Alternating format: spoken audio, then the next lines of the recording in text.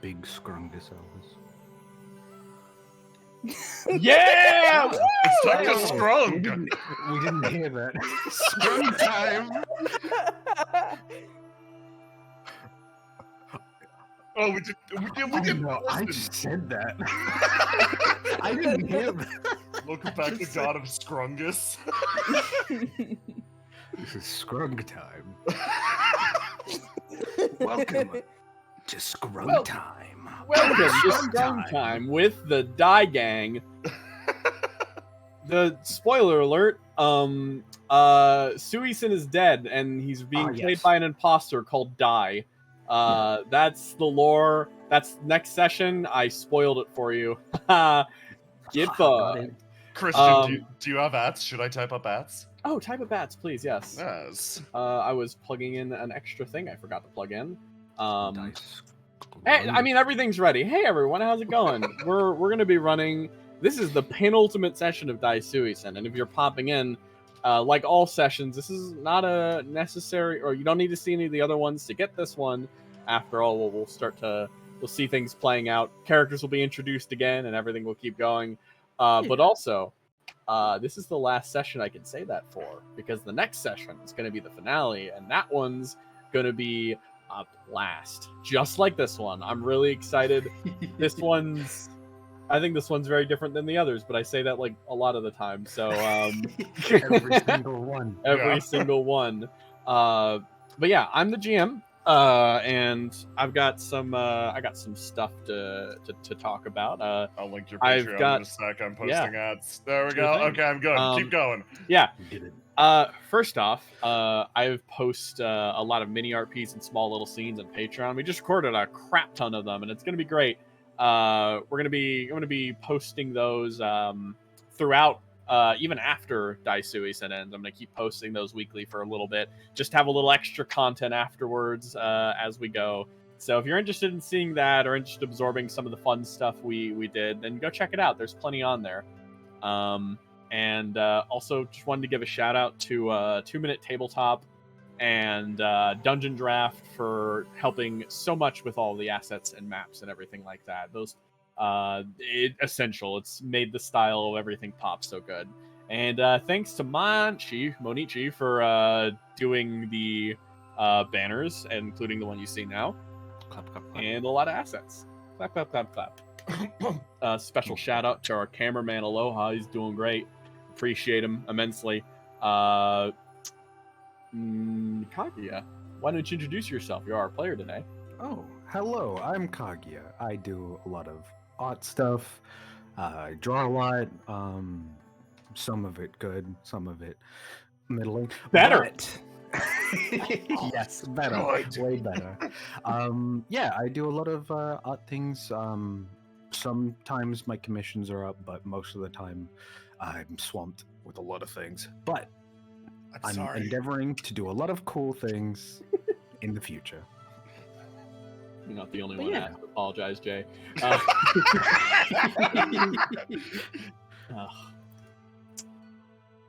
Goodness. Thank you for that teeny little nice shill. Chad. Hey everybody, it's me.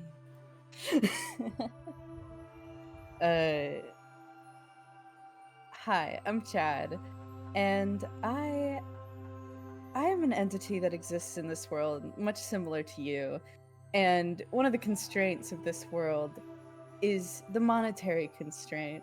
If you want to help alleviate me from that constraint, you can come check out my Patreon, where you can see exclusive art for some of the upcoming projects. You can also see an icon for the next episode of Daisuisen a little bit early. So that's exciting. That's at the $10 tier. You can also check out my twitter.com, DoodleChad. Killing it. Yeah. If you checked out my Twitter for long, you'd find that I retweet a lot, but I promise I post art sometimes. with that, I'd like to pass it to Jay. Hello, I'm Jay. I'm here, present, etc. Really quick, I wanted to say that Hart, who has done a lot of work on Forgotten Indigo as well as other things, fantastic person. Currently has a GoFundMe up for an important medical procedure. They need help if you can offer it.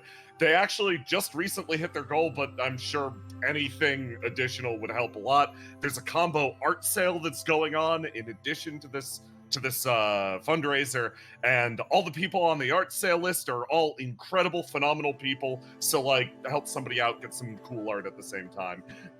Bam, there's the link. As well as the stuff for me, I have a Patreon, the Windrose Everlasting Patreon, where I post content for the various shows I work on, mostly Forgotten Indigo. Actually, pretty much entirely Forgotten Indigo. It's like 99.9% Forgotten Indigo. We're posting a little bit Common Writer. Yeah. Yes, you can also get the system there too, of course. We're starting to post side stories for Chapter 3 coming up, so that while during the downtime, there's never a lack of content. There's gonna be something new, probably every week, forever. So like, go see it. It's good stuff. Yep. That's it from me. All right, go check out the website. Right. It's pretty good. Stabbyness.com. Oh yeah, we have Play the gotcha. Play the gotcha. Play the gotcha. So, with that, I think we're just about ready to start. If everyone is ready. Yeah. All right. So, let's see. Ready to deliver. All right then. One less visitor. That's one less visitor. You remember being in the woods on a night many, many years ago.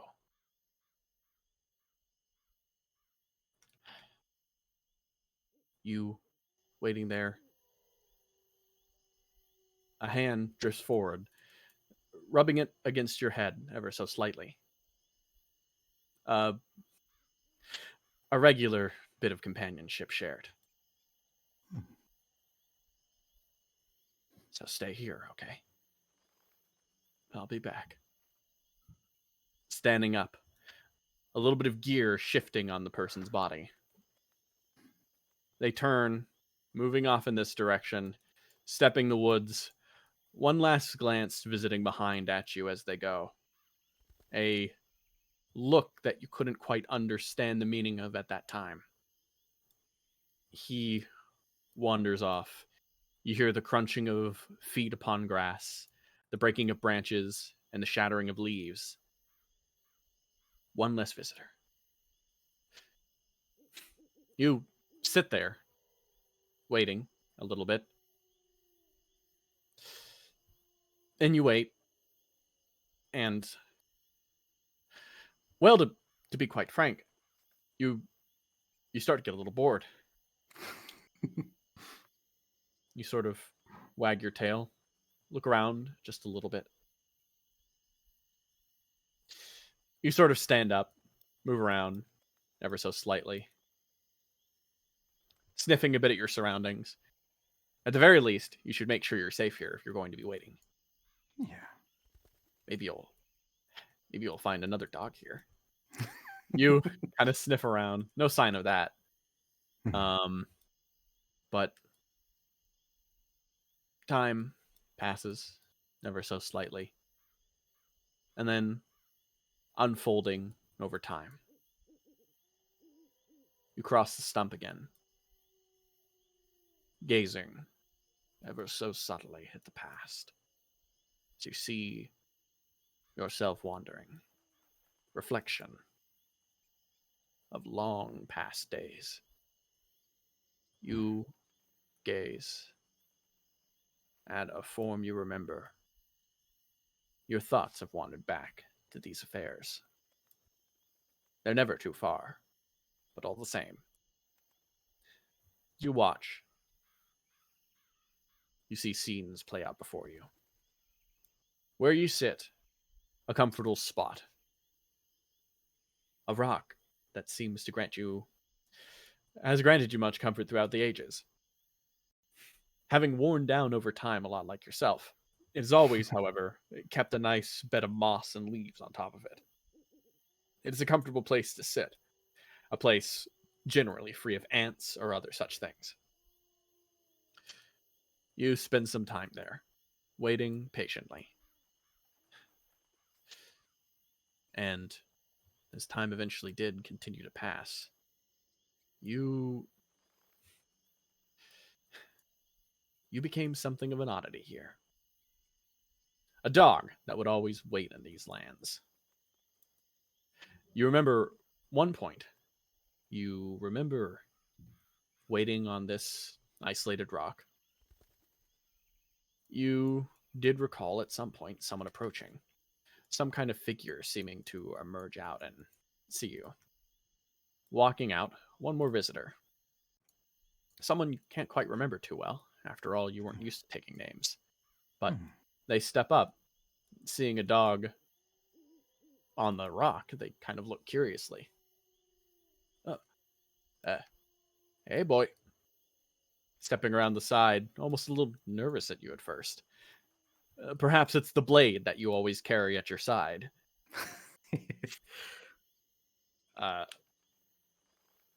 Kind of silent. What are you doing here? What am I doing talking to a dog? Reaches over to the side, picks up a branch, and just kind of holds it in his hand. He kind of, hey, fetch. Tosses the branch over this direction. Roll a die. Roll a die? Roll a die. Bam. Oh, what?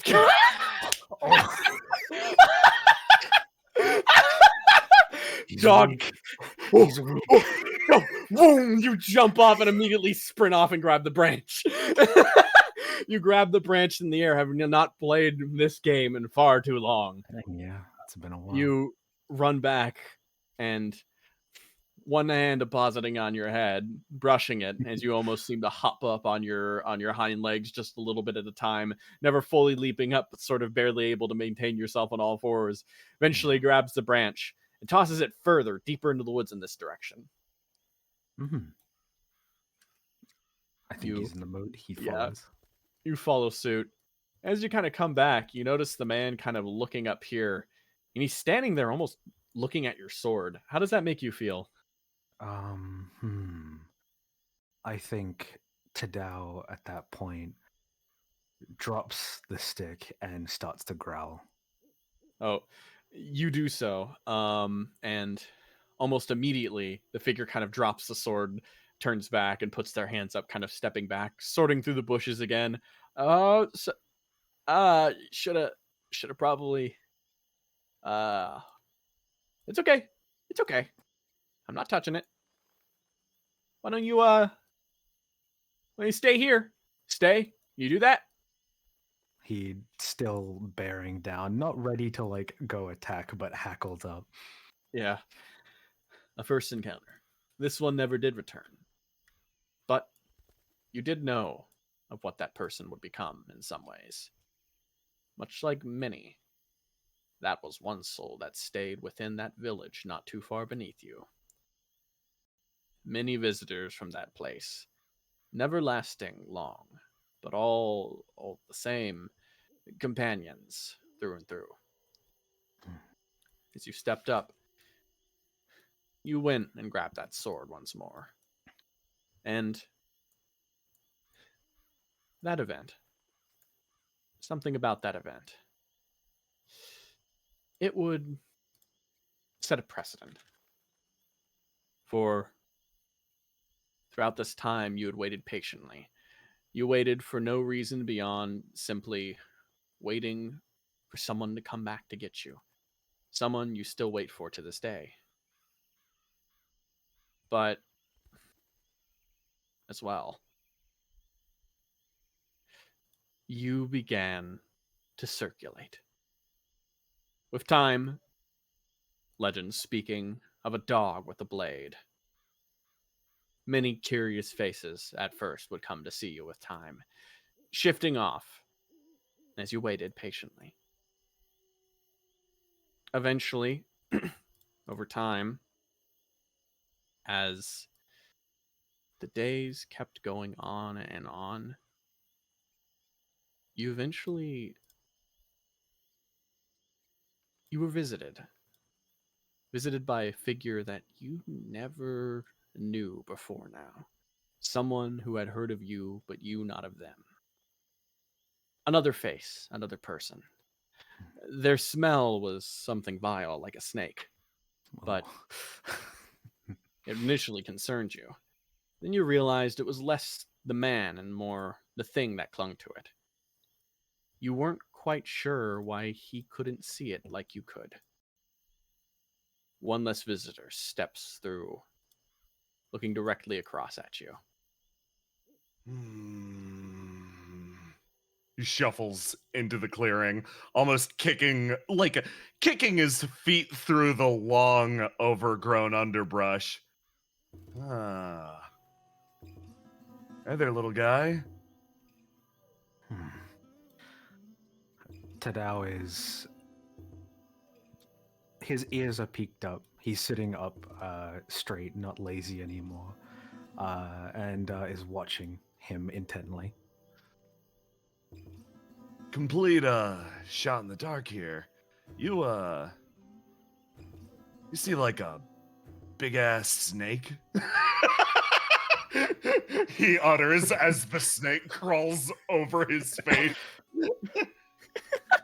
Tadao shifts his head to the side. Figures. He scratches the back of his head. Oh, don't worry about it. Rumors are circulating around this place about a dog with a sword.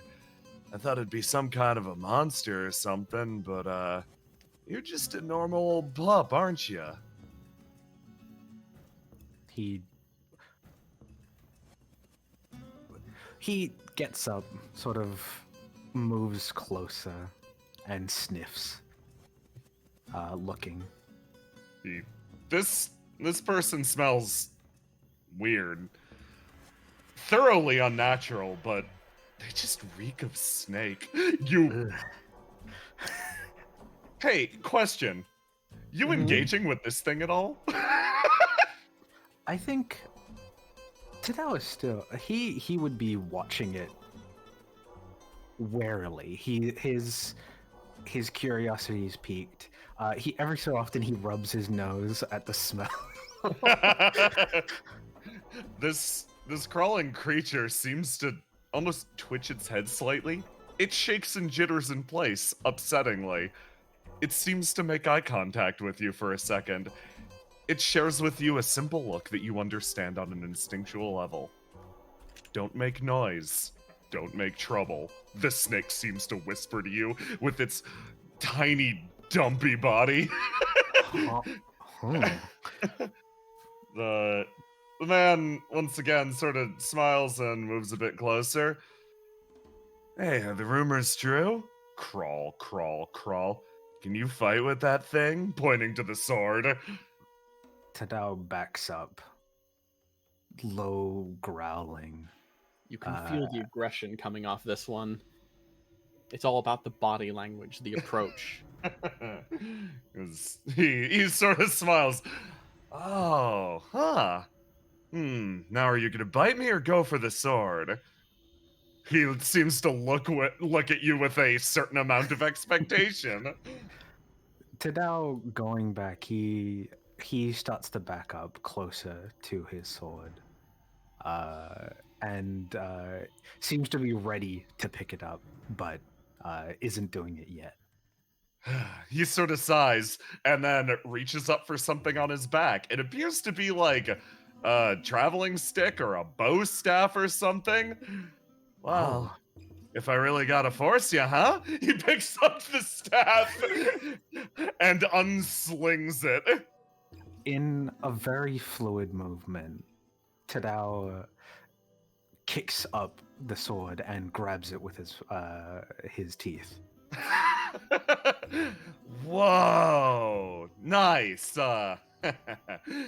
Hey, I've been wandering around fighting monsters for a while. You're just a dog. Fighting one of those wouldn't exactly. Huh. Guess it'd be like fighting a person, huh? He seems to turn something over in his head. Yeah. The way you're holding that sword, it's almost like you're a person. He holds the staff down at his side. Okay then. Why don't we see who's trained more? Who's quicker, huh? I think Tadao is still just like bared down. He understands the body language more than the words. It's weird. The way that this guy talks, it's almost like he's running his mouth for his own sake, is the best way to describe it. All of these words exist simply for his own personal pleasure. The best way to put it is this man has the aura of a feral beast, someone who is far more similar to you, a wild dog, than to the people who drop by here sometimes. Mm-hmm. It's just a dog and a dog. Would He, you both be able to die for me? Or yeah, actually, it's fine. It's actually, chill. I can just yeah. if he'd be this at this point. So yes, give me a roll to die. Let's roll the die. Oh, Ooh. I believe even with your low bonuses at this point, you would act first I think so. because that's factoring in my bonuses. Yeah. All right. I think with how Tadao is, at least right now, I think he's more wary, and as it sort of like the energy seems to reach a point, he seems to start to pace, jumping off and watching him. He starts to close the distance. Oh. Whoa, you can really balance your body with that thing in your mouth, huh? He reaches down and picks up one of the sticks, almost letting his bow staff drop to the ground. Wonder if I threw a stick for you if you'd go fetch it. His face remains impassive, slightly smiling. Tadao grits the edge of the sword harder at that. You got a Like stick. Like he's like, you really think that I do this at this time? Well, how about we find out? He takes a step forward and he charges. But in this moment, you're a little faster, just an inch. What happens? I think what Tadao does is, he is going to take a step back, hop up on the edge of this like fallen tree, and then just come down with a downward slide. something that he would not expect a dog to be able to do. He moves forwards, traveling into the space you once occupied, slamming the stick into the side of the log. You downward slash him. Stop the music. Hey. Something surprising happens. You slice his arm clean off. Shit. It just touches the ground next to him. Oh. Whoa, would you look at that? He looks down at it and like, huh. Yeah. Nice. Huh. He picks up his arm and slings it over his shoulder as if this isn't an issue. Blood is just pouring onto the ground, and very quickly it almost stops. Huh. Well, nice to meet you, little pup. He starts to walk past and waves to you with his severed arm. I was like both confused and afraid. It's like a mix of like this level of confusing person. from a beast. This level of nonchalantness about injury is inhuman. As the man walks away, something continuing to crawl almost crawls on his back, and you notice its body almost shift the part that would be considered its head almost looks back at you. That snake, it seems to gaze at you. You can't tell with what eyes, but you can see it gazing. It looks at you, and it seems to regard you in a desire and simply beliefs that hang around it. It almost nods, and you feel something.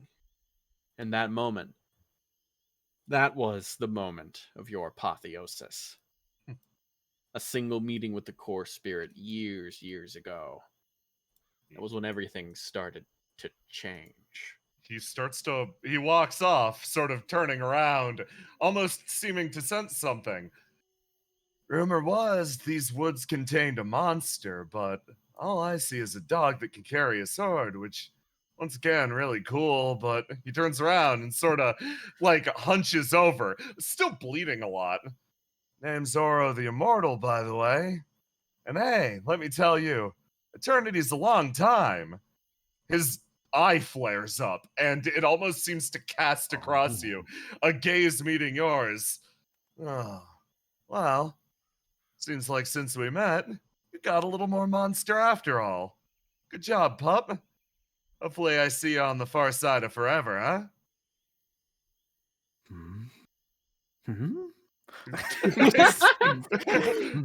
Very, very confused. He starts to walk away, speaking more for his own sake, as he always does, and he starts to let out a small chittering, tittering bird call. Somehow, intuitively, he's trying to coax out a snake. He departs. Again, one more visitor gone. As you reflect once more. Oro the Immortal. You'd wondered about those words. They truly were for himself. But all the same, many words of great philosophers are often shared for themselves. So, plenty to think about. You're not quite sure. Yeah. Time would pass. The legend would continue on. But you had paid little mind. You were simply waiting. But as centuries passed, you noticed something strange start to occur. Something weird. One day, one century, an annoying presence made itself apparent to you. Wandering, tossing almost a stick onto the side as he approached up. And My. You're still here. and perhaps something that would frighten most individuals who lived in the world, or at least be an oddity. You spoke back. Of course I'm still here.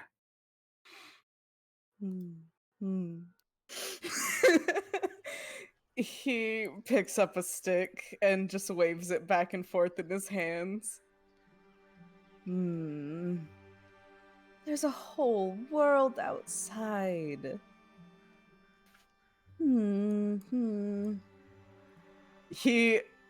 You can see a maintained sword's length distance at all times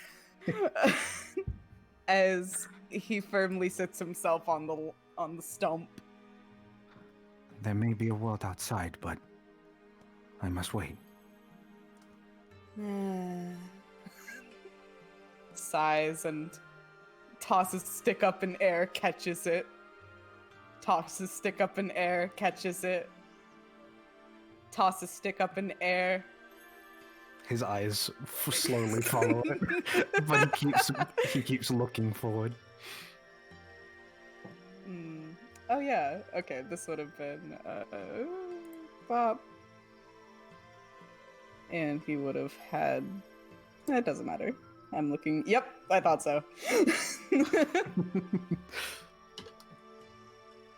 You see him immediately throw the stick this way. Such disrespect. Such disrespect. Let's see if Tidal's fortitude has grown. Still, he. I have an idea. What? You sit there, and you stare back, and then you look over, and you sort of proudly get off the rock and walk over to this. Yes. He seems to strut. Hmm.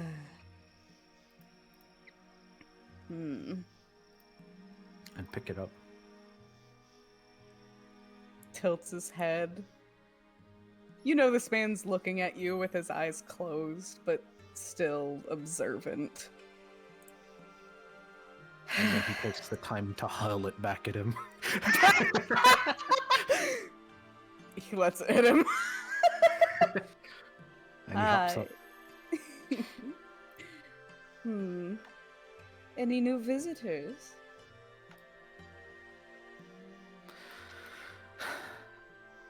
I'm not sure.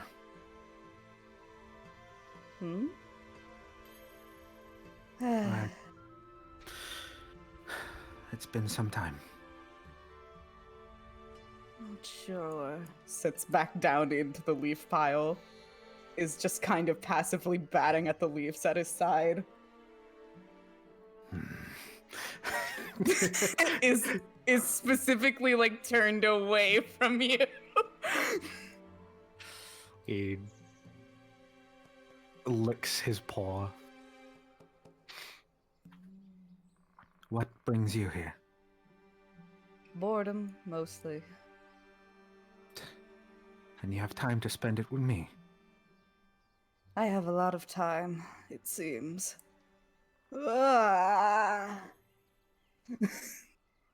Tidal He looks at his stretches. sword and goes, I have longer than I thought I had. It's a gift, really. Leans on Stump dramatically. If it means that I have more of a chance of waiting for my master, then yes. But what of your master? How long can they wait for you? That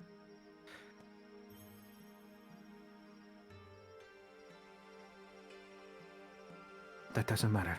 I will always be here for my master. Yes. What was that master of yours like? Sits back on Stump and turns to you. What was he like? He was ever so gentle. He was kind, quiet, but also with a rowdy spirit. He was in all ways a proud, honorable, and ever so gracious master, with a wonderful side that almost seemed to spark with energy just like your own.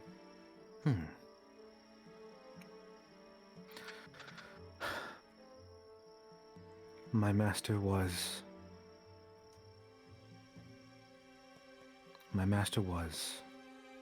everything.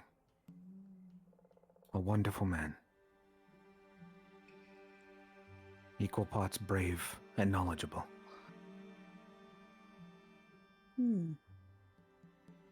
Sounds pleasant.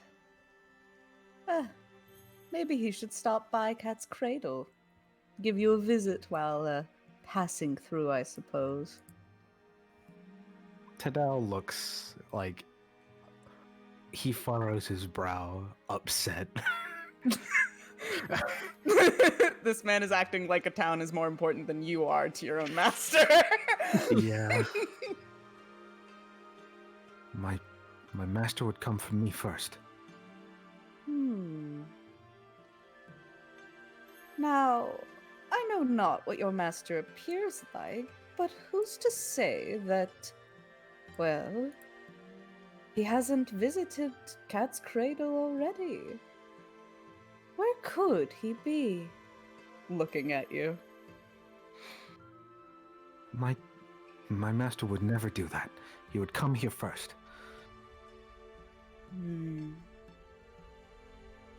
Three tails swishing, leaves brushed past. And if per se your master weren't to return, what would you do? Would you wait forever? Sounds boring to me. Tadao looks down and thinks. It's a sensation he's not used to. Being able to think that far in the future and think about the past.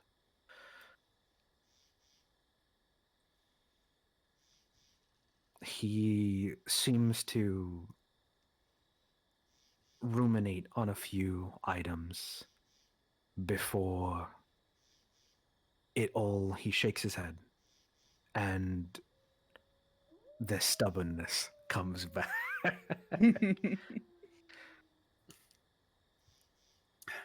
Hey, Kaibiel, Yes.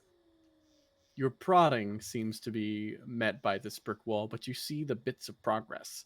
More of this humanity registering in something that was just a beast not too long ago. And you sort of lean over on the log, looking closer, planning your next question. And then you feel a presence shift in like a fog, and almost kind of pulling yourself away, you almost instinctually just fade off, turning yourself almost spectral in a way, and you sort of just like float off, making a quick retreat back to the trees almost, and looking a bit away as a form seems to almost bring itself here. She kind of settles as she looks around and then catches eyes with the dog in front of her. Oh. This is quaint. Hello. Tadao doesn't speak up and is just sort of watching warily. Over the years, he's both gotten calmer and better at watching people. He's gauging them before he speaks. I hear you, stay here a lot. I hear you speak. He breathes out of his nose and just sort of nods. Well, it's pretty incredible.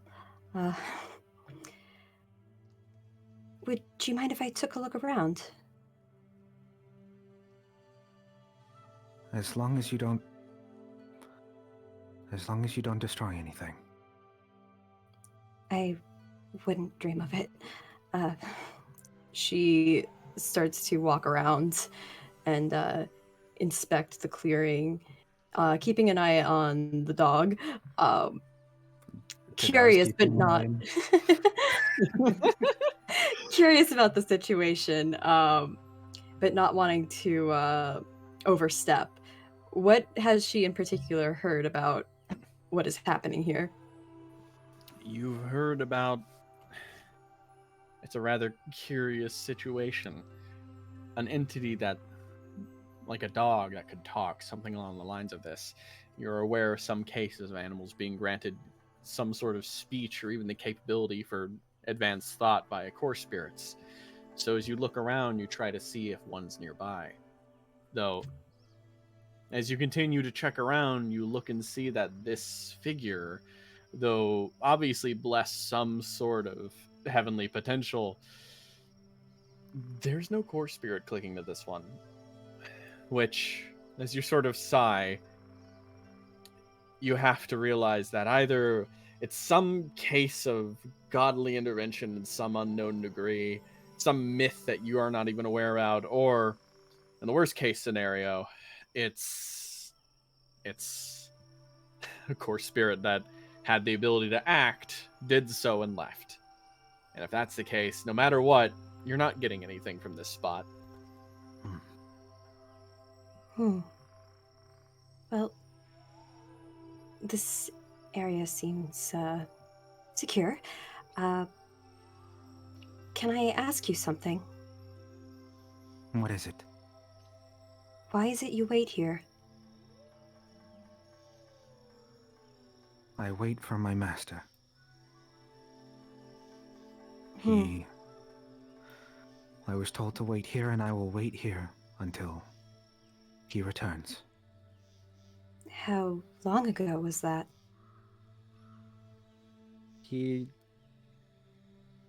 looks down, trying to think. I don't know. I see. Well, and you'll wait here until your master returns? That is the least I can do for my master.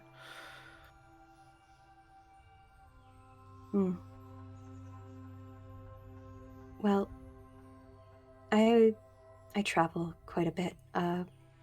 Find myself in this area from time to time. I would like to check up on you sometimes, if that's all right.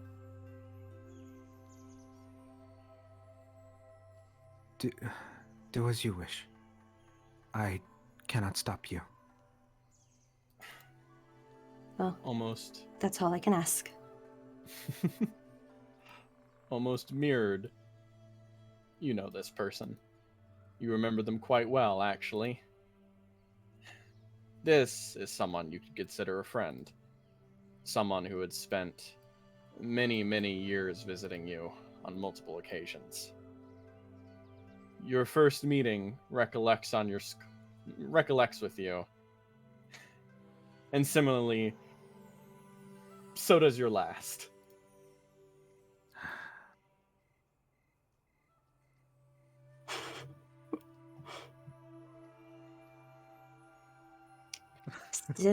Still here, I see. Yes, I'm still here. Why is that always the first thing that people say when they meet me? It's astounding, really. I couldn't stay in one place that long. Even I have to leave sometimes. Oh, come on. Haven't you ever decided that you just wanted to sit in one place forever? No. What a shame. Tadao, Yes? Is there a chance that you would want to take a walk? He sits, now cross-legged.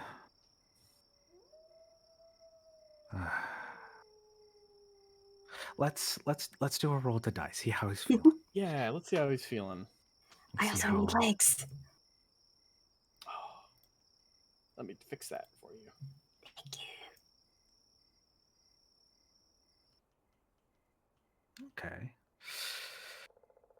Okay. I think. Let me double check.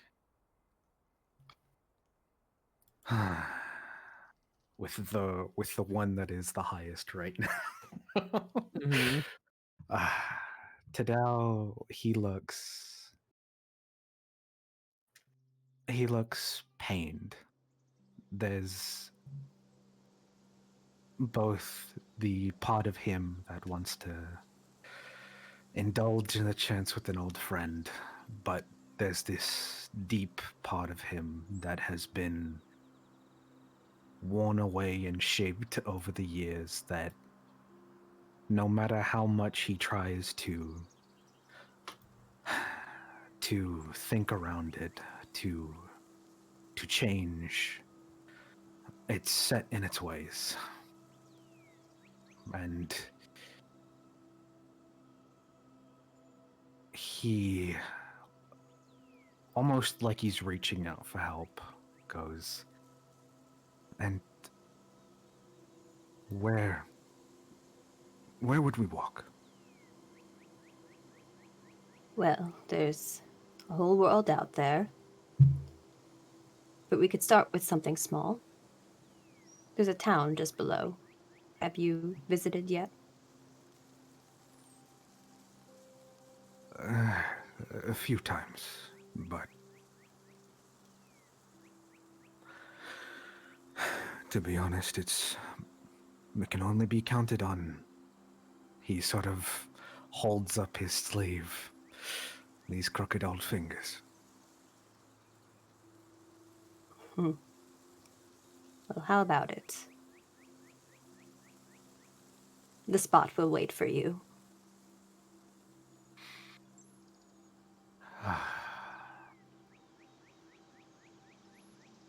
He sort of pats the ground, a well-worn divot where he sits.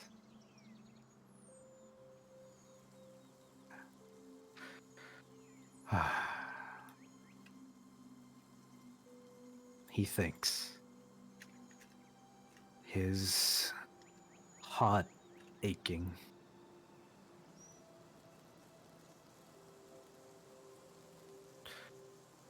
And then he looks back. Just for a little. Please. I couldn't be happier to hear that. In fact, I would smile if I could. Yeah, I don't know why roll 20 is breaking on me for some reason. That's all right. There we go. Now it should work. Yay!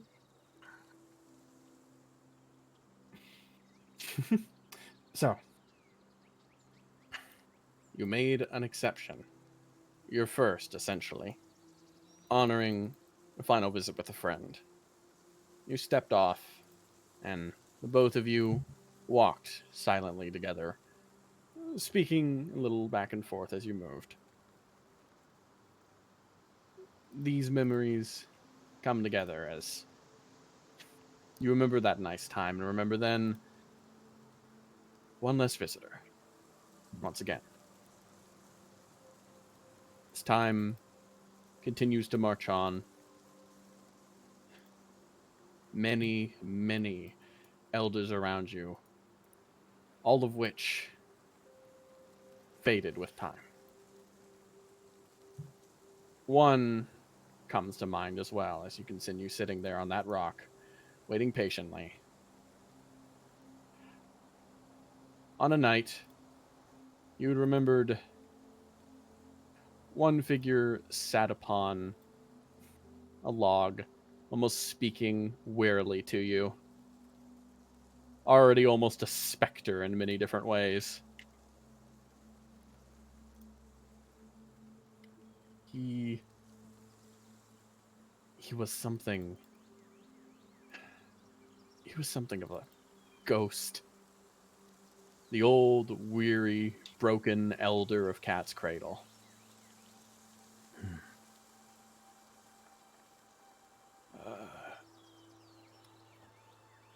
Tadao, are you over there? I'm over here. Okay. We'll be starting a lottery soon to select the next elder. Afraid my service of keeping an eye on your lazy ass is coming to an end. No more checkups from me. Oh, how I'll miss the earache. Oh, you will not. I'll make sure to instruct the next village elder rigorously on making sure to bug the hell out of Tadao. Has this become some sort of tradition or something? Well, it seemed to have started long before I took control, so yes. Why won't they give an old dog just rest? Well, I'm afraid that it does not seem to be in the stars for a cat to listen to anything an old dog would say. Why did my master decide to leave me here of all places? He kind of smiles.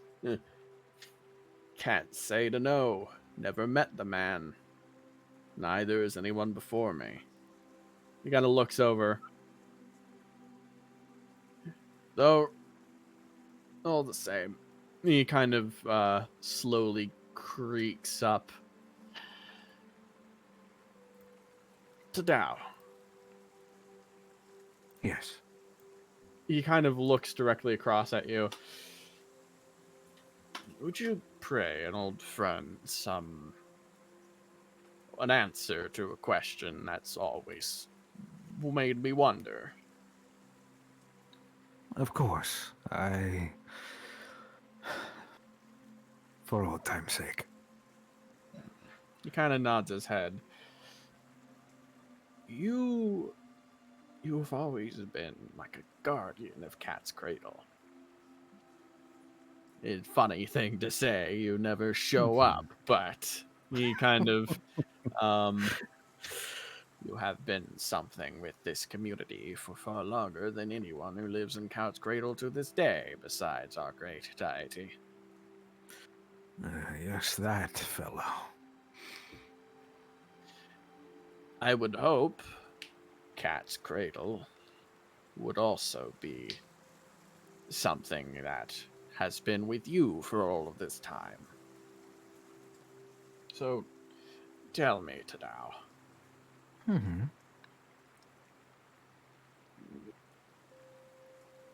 If your master were to never return, this is most likely due to the passage of years, would you still stay with this community? Or he kind of thinks, of course you would. After all, you're destined to wait. No, I suppose let us say the other answer. What if your master were to return to this place? Would you still return to Cat's Cradle? To see the growth of the children? To see the generations passing? Tadao, as he keeps, going on, I think his shoulders seem to be burdened with a heavy weight. Over the years, when I was younger, I would have said that I would have left. No questions asked if my master showed up. But as time goes on, and my mind grows weary, the marks on my heart have gotten deeper and deeper. And I will not deny that this place has left quite a sizable mark. As I'd hoped so. Not a single mark in your heart after, 4 centuries or more? 5 at this point? I don't even know. You have to be heartless. I'm glad you're not. Else, I would have to admit that one of my closest friends would have been heartless all along. No, I'm not. Kind of slowly creaks forward, moving on his cane. Well, you should rest up all the same. It seems to be raining soon. That's what it says on the clouds. Hate for you to become a wet dog on us. It would look a shame for my replacement. Hopefully you can make it back before the rain comes. I'm a fast old. He kind of stops and corrects himself. I'm a fast old cat. He kind of crawls off in this direction, moving ever so subtly. And as he goes, one less visitor. One less visitor. As you stare off.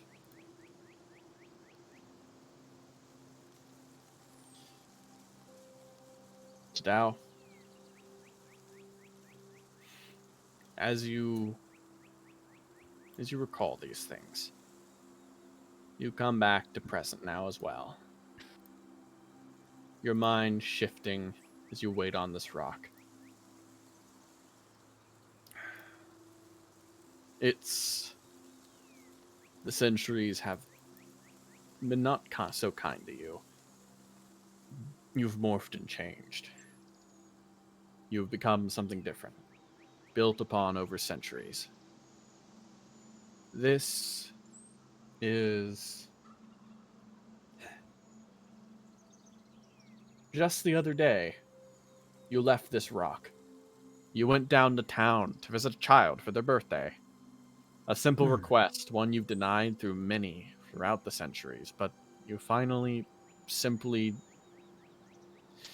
You stepped off. You left, and then you found yourself back here. Those small moments where you allowed yourself to move away, but always returning here. It's... How is that? Or...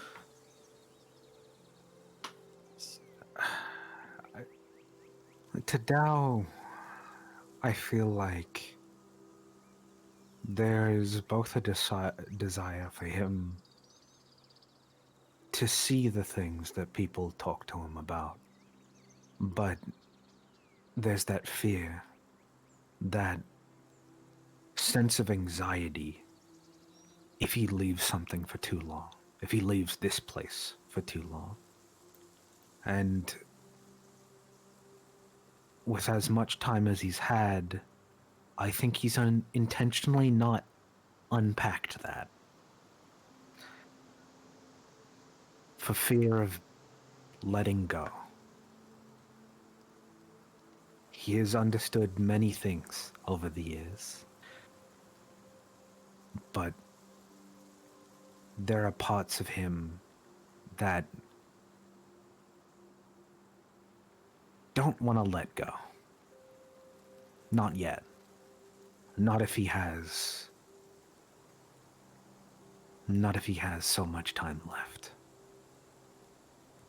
Because if he does, he doesn't know what he'll do. He'll have nothing keeping him here. And that's all he's lived for. You reflect. As you wait upon that rock, you sort of stare out at the woods. You see that path there. Every way, every step you take, or every step anyone takes within this place, always seems to be...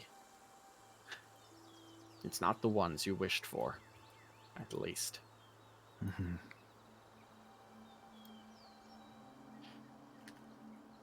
A few more steps make themselves apparent as more figures walk forward. Another one. You gaze up at them.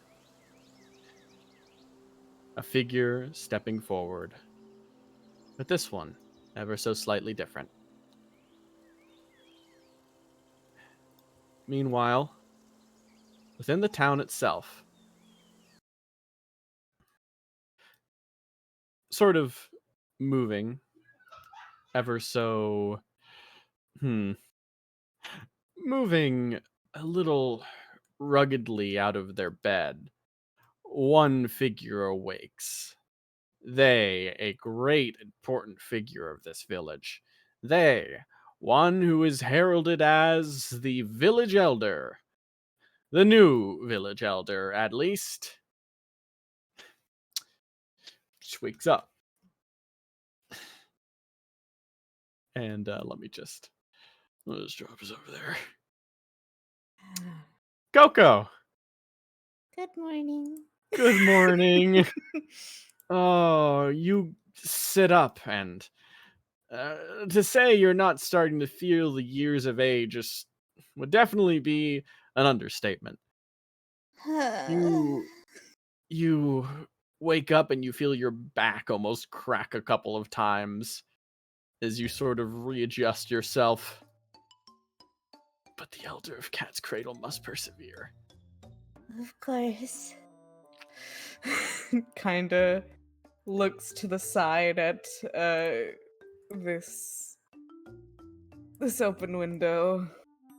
Looks towards the sky. What time is it? It's like already noon. You way overslept.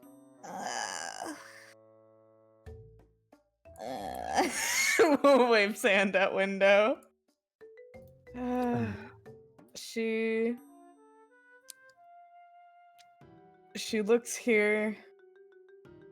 I'll take my chances today. I'm getting some water. I need it. You grab some water in the morning. Take a cup. Drink just a little bit too much too quickly, so it kind of spills and cold water washes all over your robe. Oh, that's fine. You finish up the water and sort of just start grabbing your things. Yeah. It's going to be another day. Another day. Another replaceable umbrella. Yes. This one was Mhm. probably a gift.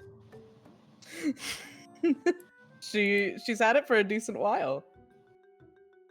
And she's actually been quite proud of that. She fears heading out the door with it. But we must do what we fear sometimes. Yeah. You step on outside, waiting patiently, already having stood guard. Good morning. Lady Mocha.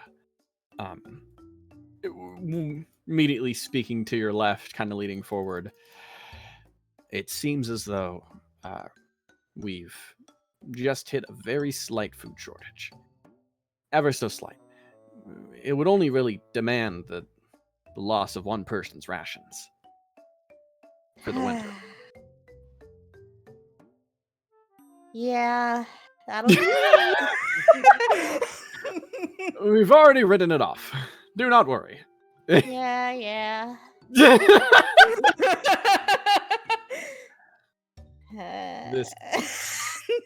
This karmically imbalanced reality is something you simply live with. You've stopped wondering if could even be called bad luck or not.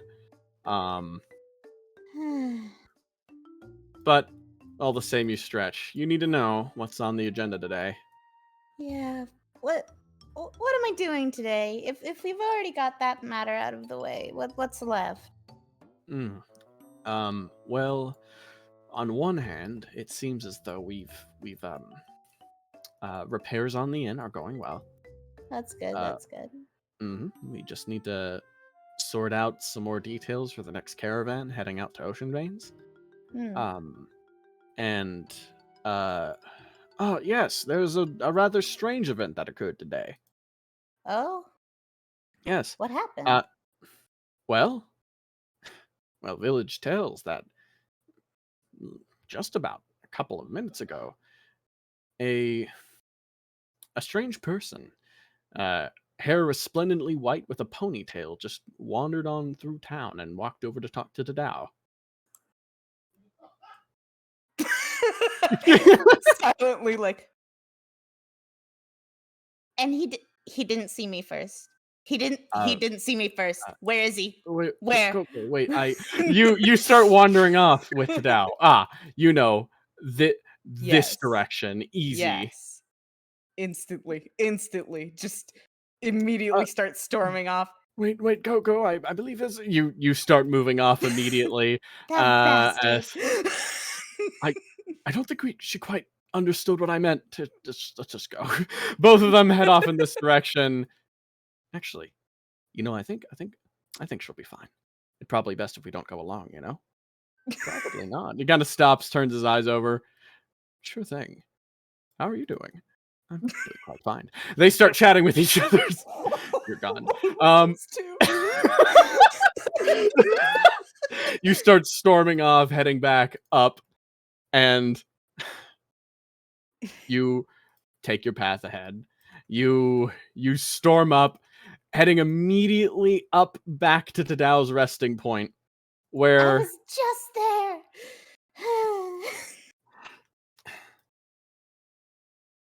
storming up, Stupid you forest. begin to move. This stupid damn forest. As you start wandering up and moving, you run through the woods and you feel it sort of reflect on you ever so slightly. The sun drifting through the leaves. It's beautiful. As you move, you stumble down, and looking across, it seems that Tadao is sitting across and speaking, and you move up, rushing forward ever so slightly.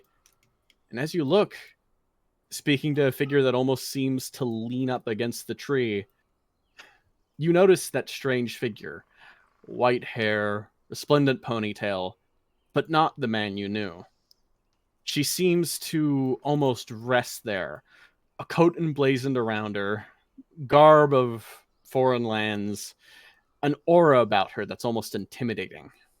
She seems to hang not too much taller than you, a little bit shorter than Tadao. All the same, there's a menace there. Just a menace that almost seems to be ill-matched to the almost calm sereneness of their expression. They seem to be finishing up their conversation with Tadao, simply letting this figure contemplate what he has just heard. She turns, looking at you directly. Oh. Stare. Ah. I seem to have been mistaken. No wonder my trip through the forest was so fast. Walk. Moves over to Tadao, looks up to him, nods once. I'm happy for you. I really am. Walk. Hello.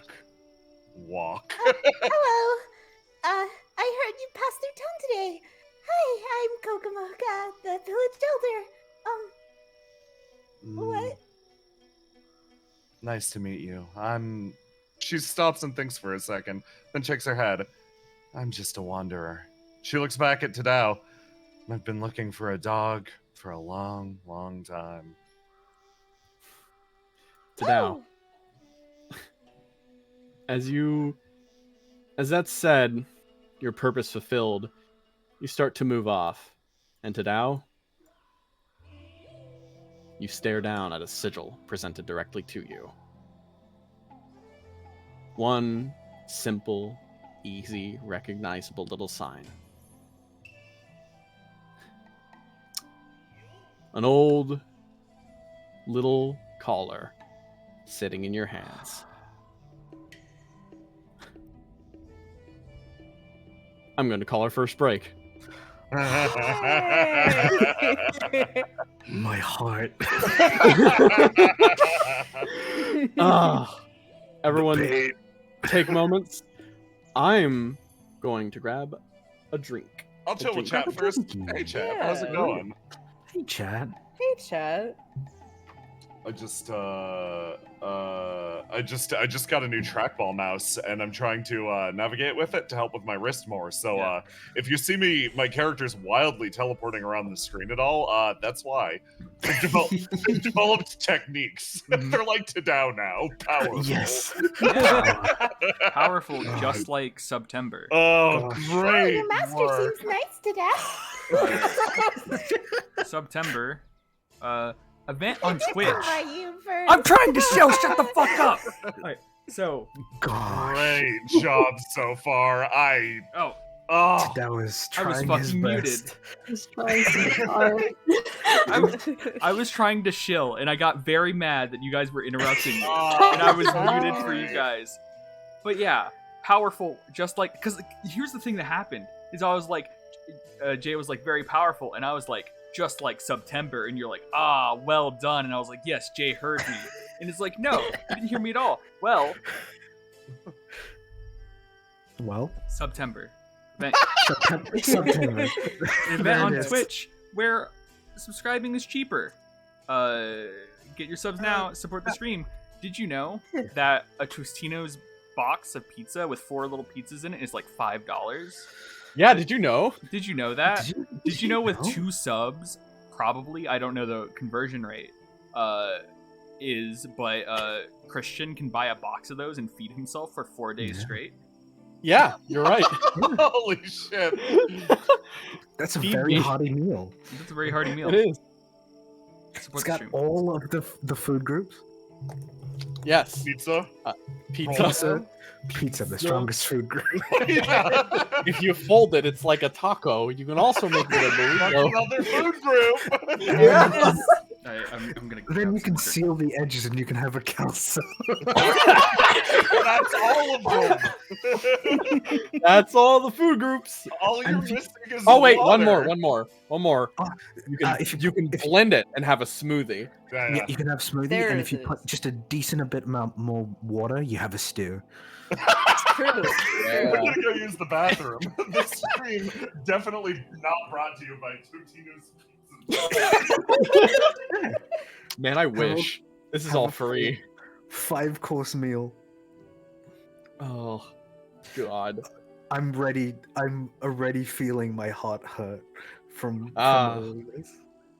God. Tadao hurts me because I've Room is piffin' chat. Hell yeah!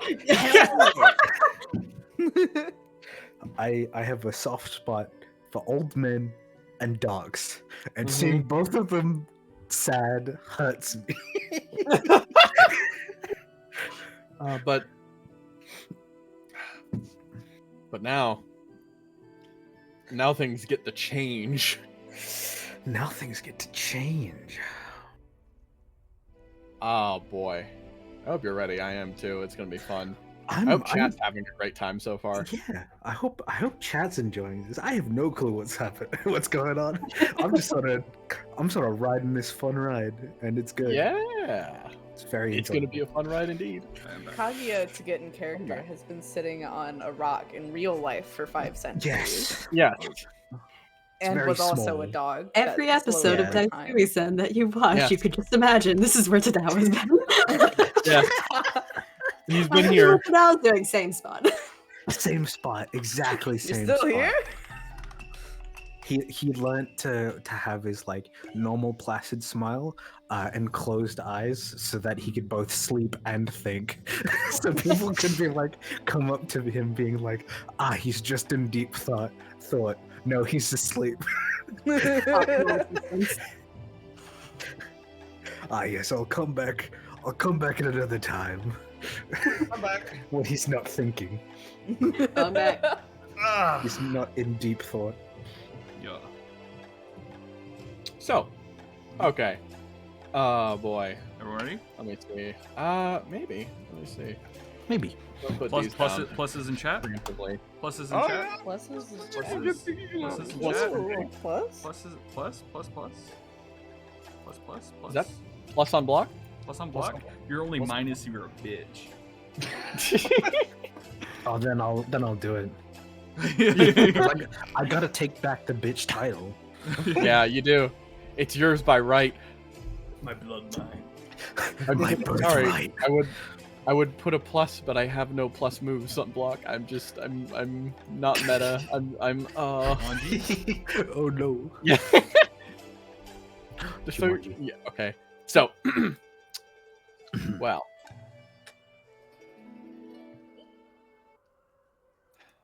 Now then. Some time having passed, 2 more wanderers find themselves coming into town. moving side by side. One here to take on a responsibility granted by a relative. The other simply following through, wandering with them, quite curious about this mysterious person. Bottom of the map. Stepping into town. He sort of looks around, sees the slightly bustling surroundings of the town itself. The town of Cat's Cradle. This your first time to Cat's Cradle? It would be, yes. Oh, He kind of. We've got to it's- see Big Coco immediately, otherwise she's going to kill you. Oh yeah, of course. I think I'm starting to learn my lesson with that. The traveler Suisen steps on inside, flanked by an ever inconspicuous, also Coco. Wandering Core Spirit Stabilizer Coco. He walks through. Quaint little excuse me. village. Ooh, what's that? He kind of stops. Points at the line of flags over there. Oh, I think that's town hall. Oh, what's so. that building? Points to this one over here.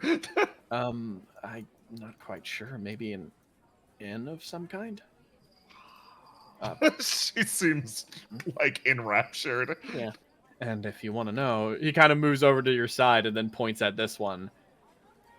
I'm not quite sure what that is.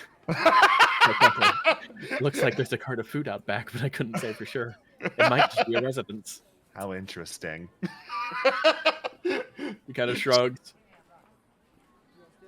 So, Turns around and looks at these people. As if acknowledging for the first time that they're there. Excuse me. Yes. Would you happen to know where I could find the village elder? Well, normally I would point you here, pointing over here, but I'm afraid the village elder has a terrible time waking up on time, so you'd best keep traveling down the road. I'm sure you'll eventually get to her shack. Thank you. Yes. This person kind of looks, staring forward. They kind of seem to step to the side almost, as these two wander by, and he sort of speaks up to the side. I think that was the Great Suisen. But I heard the Great Suisen wandered on through here earlier. No.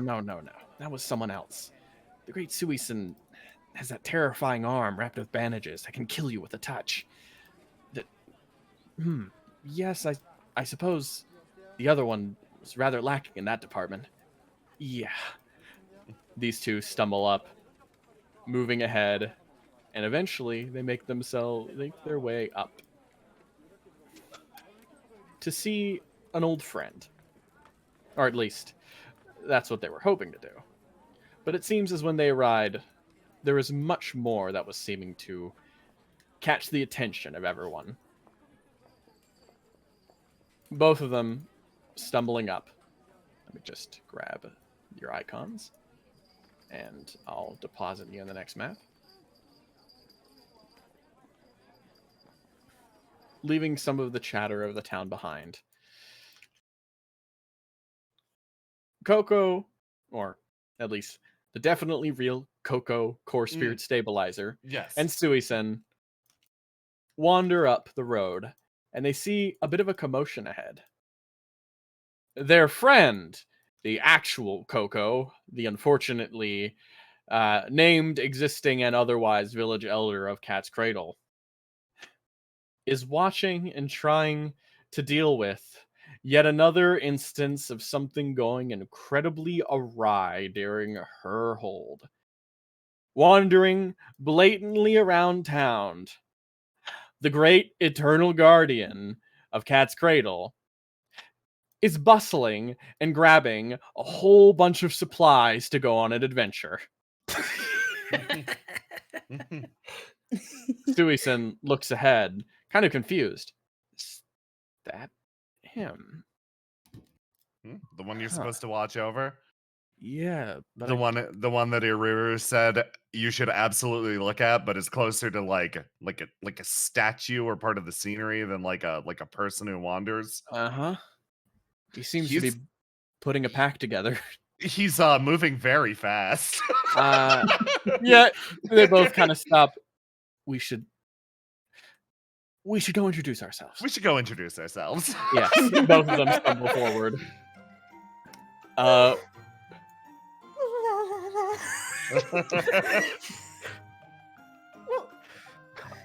What do you mean leaving? where do I put this? I've never used a bag before. Oh yeah, they're very confusing. Excuse us. Huh? Hey, Coco. He kind of looks over, and there's a glimmer in his eyes as he says hello. It's a pleasure. Happy to, well, come your way. Ah, yes. Immediately straight faced. It is my honor as the elder to welcome you to our humble village. He keeps his slight smile as he looks across. Yes, I've come on business, or I thought I was. He checks over to his side, looking at this figure. You are Tadao? Tadao puts something in his bag and mumbles, "This is almost as frustrating as the time I had to learn how to put on clothes." Also similarly frustrating. I get you. He sort of nods in that direction. Yes, I'm Tadao. Tadao, I'm... my name is Suisen. Roll the d20, Tadao. Roll the d20. Roll Yes, that roll the d20. See if you've heard of Suisen. Wow, you know what? You haven't, which is really funny, because that means that it just hasn't come up in conversation when Coco's come by. What, Which are you means- living on a rock? Living on the rock in the middle of the woods, you've never heard of a Suisen. Yeah. He thinks for a second. What is it that people? He holds out his hand, unsure. Well, that's one I accept. He kind of reaches his hand forward and shakes. It whatever works. He sort of readjusts himself. I've heard you've been something of a hermit in the woods. I've come on behalf of Urumujo's legacy to come speak to you again. Oh, it has been a while. Yes, I, up until recently, I was living in the forest. He kind of yes, something about waiting for a master's return. Yes. Hey, Coco. No, other Coco. This one stops. Can you he kind of like peeks over to the side and What's up? this next part's very important. Can you make sure to stick around and listen? You could see she was already thinking, like, I wonder what's in that building. But like she straightens herself up. Of course, it's a core spirit stabilizer's duty to hear the entire details of the case, correct? She redirects and stands next to Big Coco and ruffles her hair.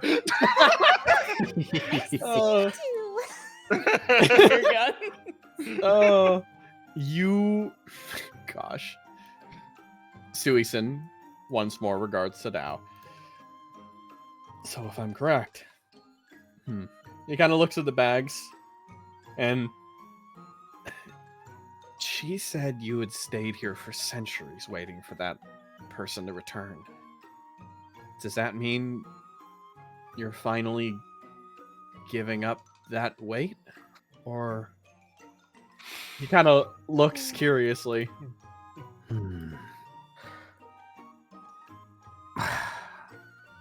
Carrying something around like that for so long, I don't think I will ever truly be able to offload it. But he holds out the collar. He kind of looks. He looks at the collar, inspects it in his hand, and kind of sees it. And he checks it, and this. What is this? Kokoden, you look at that collar kind of absent-mindedly, and something jolts inside of you a little bit. One aspect of you recognizes that. Oh boy. Oh, those shouldn't be wounded. Hold on, let me get them back in here. But yeah. Kokuten's eyes flare open for a second, and she looks down at the collar. Oh my, what an ancient thing you have here. Fitting for an old creature like you. So this is yours. Yes, it was mine. Raujin make too. Oh, Yes. interesting.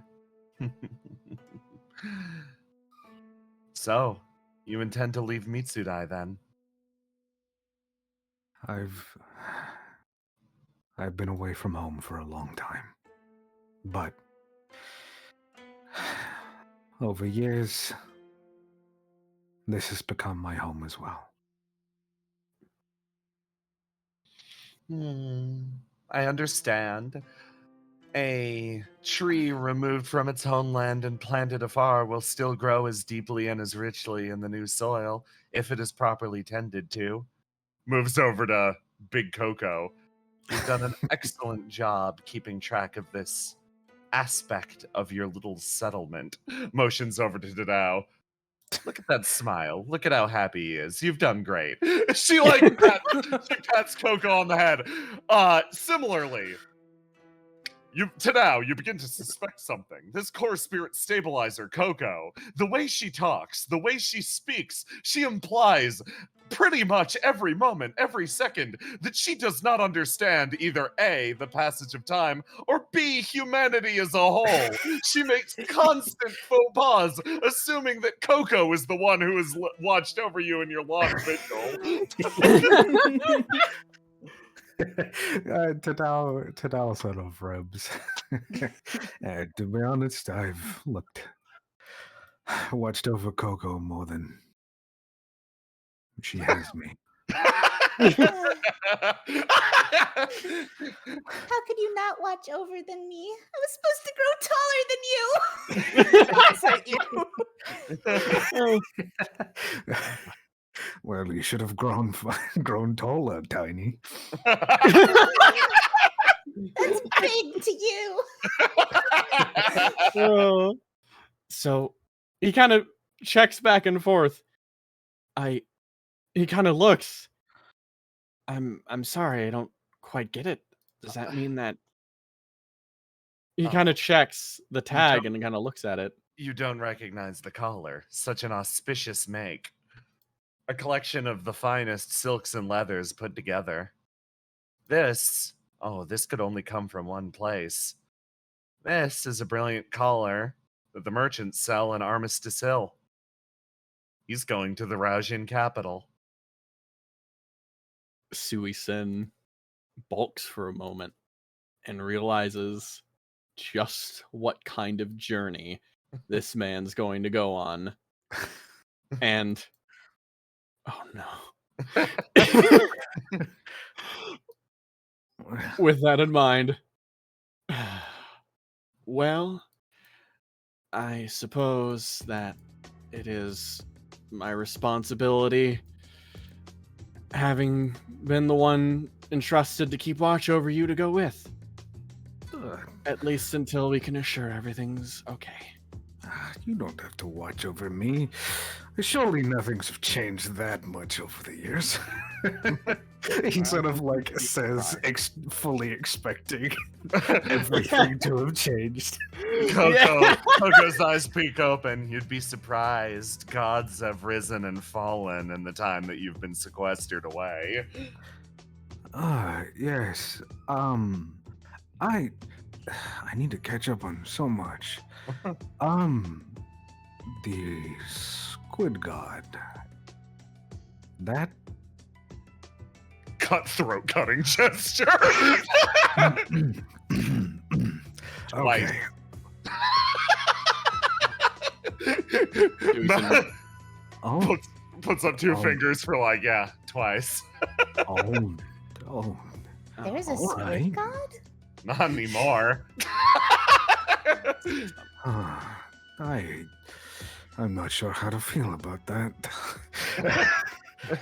Suisun Why, kind friend of of yours.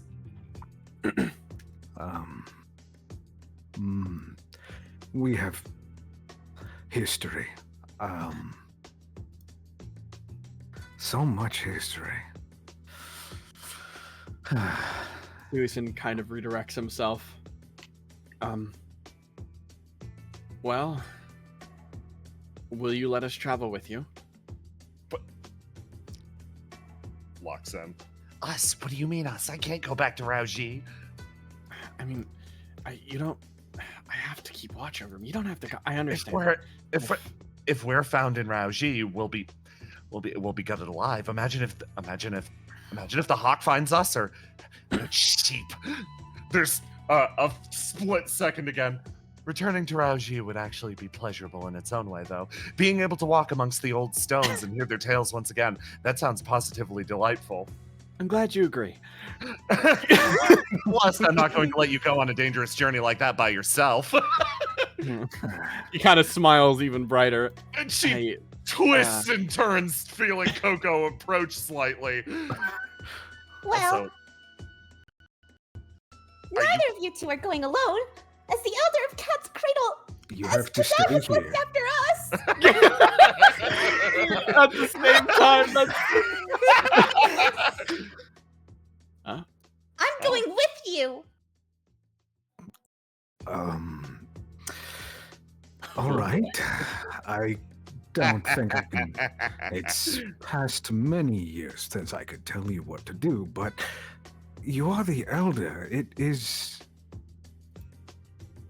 your job. Yeah, it'd be wrong to refuse. Christian, can you give me my icon I made just Yes. for this? yes, I will. I'm going to deploy that. Let's see. Suisun kind of looks directly at Coco and kind of sees this elder, all the same, an elder that's standing almost serenely, all things considered, tiny in stature, but also, isn't she almost like 40 now?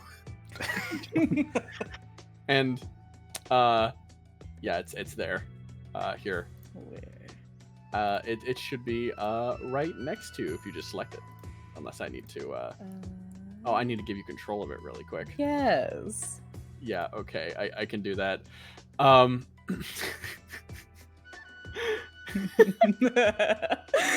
God damn it. Okay. Yeah. What? There you go. There you go. Now it works. Thank you. Now it works. Well, I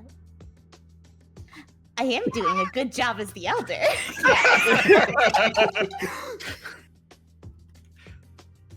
You get a feeling she spent too much time in Ocean Veins. You have been taught very well.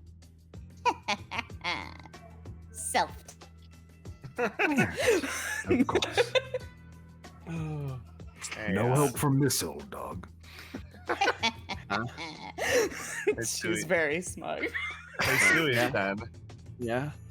I'm wondering, if we Mhm. travel with her, does her luck become our luck? Well, I'm quite used to traveling with unlucky deities, so I'm I not mean- too concerned. She thinks about that for a second, and then that puts a hand on the back of your head and ruffles your hair too, and then points at that one off in the those two off in the distance. I mean, they're still alive, and you're still alive. So what's the worst that could happen to the old dog, right? Plus, you'll be Absolutely. there to make sure that nothing too unlucky happens. Absolutely. He kind of turns around and I'll do my best to also keep you safe as well. She smiles. She smiles and goes quiet and is just like, yeah, I'm definitely going now. How sweet. And Thank so, you for noticing. so an unlikely crew assembled on a journey that would take them far, far outside the lands of Mitsudai. Across the border to a country known as Rauji. And let me just get everything on the map really quick, because What a weird It's- group. I love it. it's travel time again. It's travel time. Travel time. Travel time. So, let me just drag us over here. You might notice that this map is a little this travel map might be a little longer, have a few more things going on it. We're going to be traveling not within Mitsudai for long. The very first steps will take us there, but over time.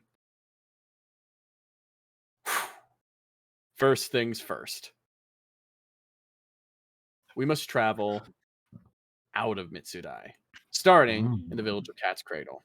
So, I'm going to start us off by introducing, once again, potentially for the last session before the finale, the travel rules. So, as a general rule, at the beginning of a travel segment, every single one of us is going to roll to die really quick. Let's do that. Let's do that. All right. Actually, drop first. Everyone's got to drop before they do this. Going fresh. Yeah, seems about right. So lucky. Yay! Oh shit. Okay. So we got 2 6s here. But Three. so what usually happens is when you 3, yes. So when you no, not 3. I'll get to that. When you start off an adventure, everyone rolls a die and they can choose to lock something in. In this case, for example, our great Suisen will end up locking in this one. And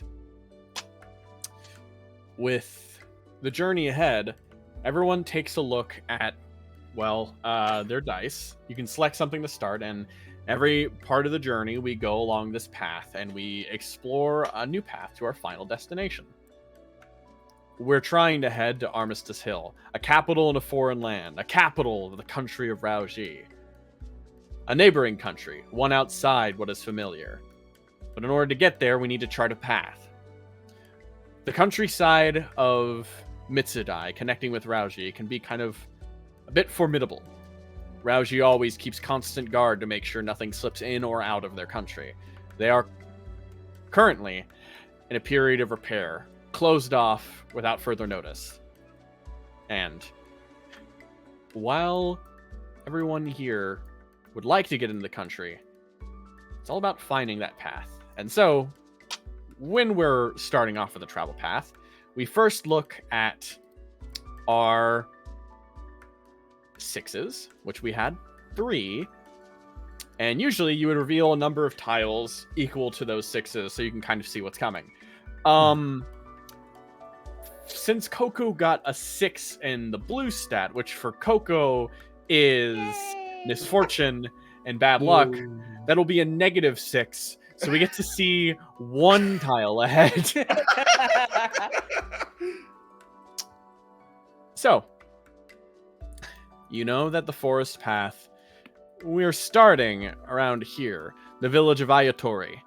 And a beginning path will take us this way across the roads, and eventually we'll be branching off in this direction. This large chunk of land over here, it is known as the Forbidden Woods. It's an area of land that sits in the dead of Mitsudai, which, although in many maps might be considered a part of Rauji, is certainly not. It's like a neutral zone, a place covered with spirits, yokai, and otherwise. While for some, potentially the most dangerous. It seems that Suisen and his friends seem somewhat confident about being able to traverse this environment. It is true that sneaking in through here, at least to start, should help finding their way up to Rauji afterwards. And so, with that in mind, we have our very first steps to take. So, who would like to lead the way? Looking at the dog. Tadao leads the way. Tadao leads the way. So, Yes. everyone follows behiund the dog as Tadao goes, I know where I'm going. I want to see how this goes. yeah. So, Nothing Uh, different, huh? the very first area, off the roads and through the forests, this will be a challenge of 3, which means you'll be rolling against 3 d6s plus a modifier of 3. So you need to beat a 13 with a roll to do. Nice. Let's roll to do. Okay, yeah. Wow. That was wow. By 1. So, you're leading the path, and so this first stretch of the journey isn't too challenging, but it is long. Everyone will need to roll on this one too, but leading the path, you do manage to guide everyone this way. So, once you've taken point, everyone's going to take fatigue damage, which will be essentially 1d6 plus 3, because every stretch of a journey will be taxing. But because you successfully led the path forward, we do not have to worry about anything too strange happening. You Nice. luckily brought us ahead, and so that means 4 damage. Okay. Okay. 1d6 plus 3. Oh wow! Ooh. I'm ready to die since I don't think Tadao has much health, or I didn't add anything to his health. Oh, don't worry. You have 60 health. How much Okay. health does Coco have? Coco. I think strangely a lot. Hang on. Let me check right now. Let me just check Yeah. the most Coco way appropriate. 20. Perfect. Nice. On a 1d100, you got 20. Yeah. You could have been the Golly. only character to break the health cap of 99. Yeah, but no. Kogo. Tadao takes the most damage. Tadao Yes. is like Oh. he's like, "Ugh, okay, walking is not the same as before. How much have you walked around on those hind legs? Surprisingly, not a lot. I didn't get out much. Wandered a lot in my mind, though. He sighs. Kokuchan lets out a long laugh and then is like pointing it to Tadao like, I love this guy. Looking at the other two for approval as well. He kind of, Suisen kind of looks as well. He certainly has all the energy that Granny wrote about. Moving forward, Tadao, along the paths, you notice a Mitsudai that seems so similar yet so different. Small little aspects of, obviously you've never memorized. It's such a weird thing. You've been in this country for centuries, but obviously you've been in one place, so it doesn't even take too long until you're seeing brand new things. New trees having grown over time, roads repaved, some abandoned. You, and in the first place, you hardly knew them to begin with. Yeah. Everything feels like, especially after awakening to yourself from that spot, it feels like it's the first time leaving home, strangely enough. Yeah. It's the first time he could ever Appreciate something. perceive, yeah, Yes. comprehend that. Vague memories of yourself from back when you could not think in that way do swarm into your brain, but again, the details you see, that which you notice with your new perspective. As you wander forward, it all becomes you almost feel pushed forward by a desperate desire to go home. You also feel this almost paradoxical desire like you're leaving it. As Yeah. stepping forward, you leave the town of Cat's Cradle behind you. Ayatori, left behind, But with you travels the village elder and others. And so, the next point ahead. As you travel, you all reach the border of this place, the Forbidden Woods. And as you do, you all sort of stare at it. On the side of Rauji, there is no real enforcement of defense for this, at least not the side you came off. The Kingdom of Konko does keep careful watch, but the side you came in on takes you around that kingdom. So as you walk down a weary road, completely open, you gaze directly across. A woods hangs in front of you. Oh, wait. Hang on. Not much. Everyone continue doing what you want to do. I need to grab 2 more people. Yes. Whoa. You- Foreboding, at least. Nah. Stepping was- up to either side of you, almost appearing out of thin air. It's going to be a bit of a danger, don't you think? What? Am I gonna get cursed? I suppose that would, yes. Your guards walk along with you as you kind of step up. Suisun also looking. Huh. Suisun kind of steps up. Oh, hang on. No. You need to. You're not like that yet. You're not like that yet. Where is this? Here we go. Okay. As everyone starts stepping up to the woods, Suisen approaches Kokuten. Hey, have you ever been here before? Or is that something one of the others did? The Forbidden Woods, yeah. I've been through a few times. I'm gonna do my best to make sure nothing happens to you all. But she looks over at Tadao, who might be relying on that sword of his. Tadao is just standing like sleeves like closed in front, seemingly to walk like very slowly, like he's taking a stroll. Wow. I'll put my faith in you for this one. I guess it's your turn to take the lead. She sort of sighs and then starts to move forwards. He kind of steps behind with you. As everyone starts wandering forward into these forbidden woods. It seems like her air has changed going into this place. You step forward as your forms almost shift to shadow within these woods. And as we go.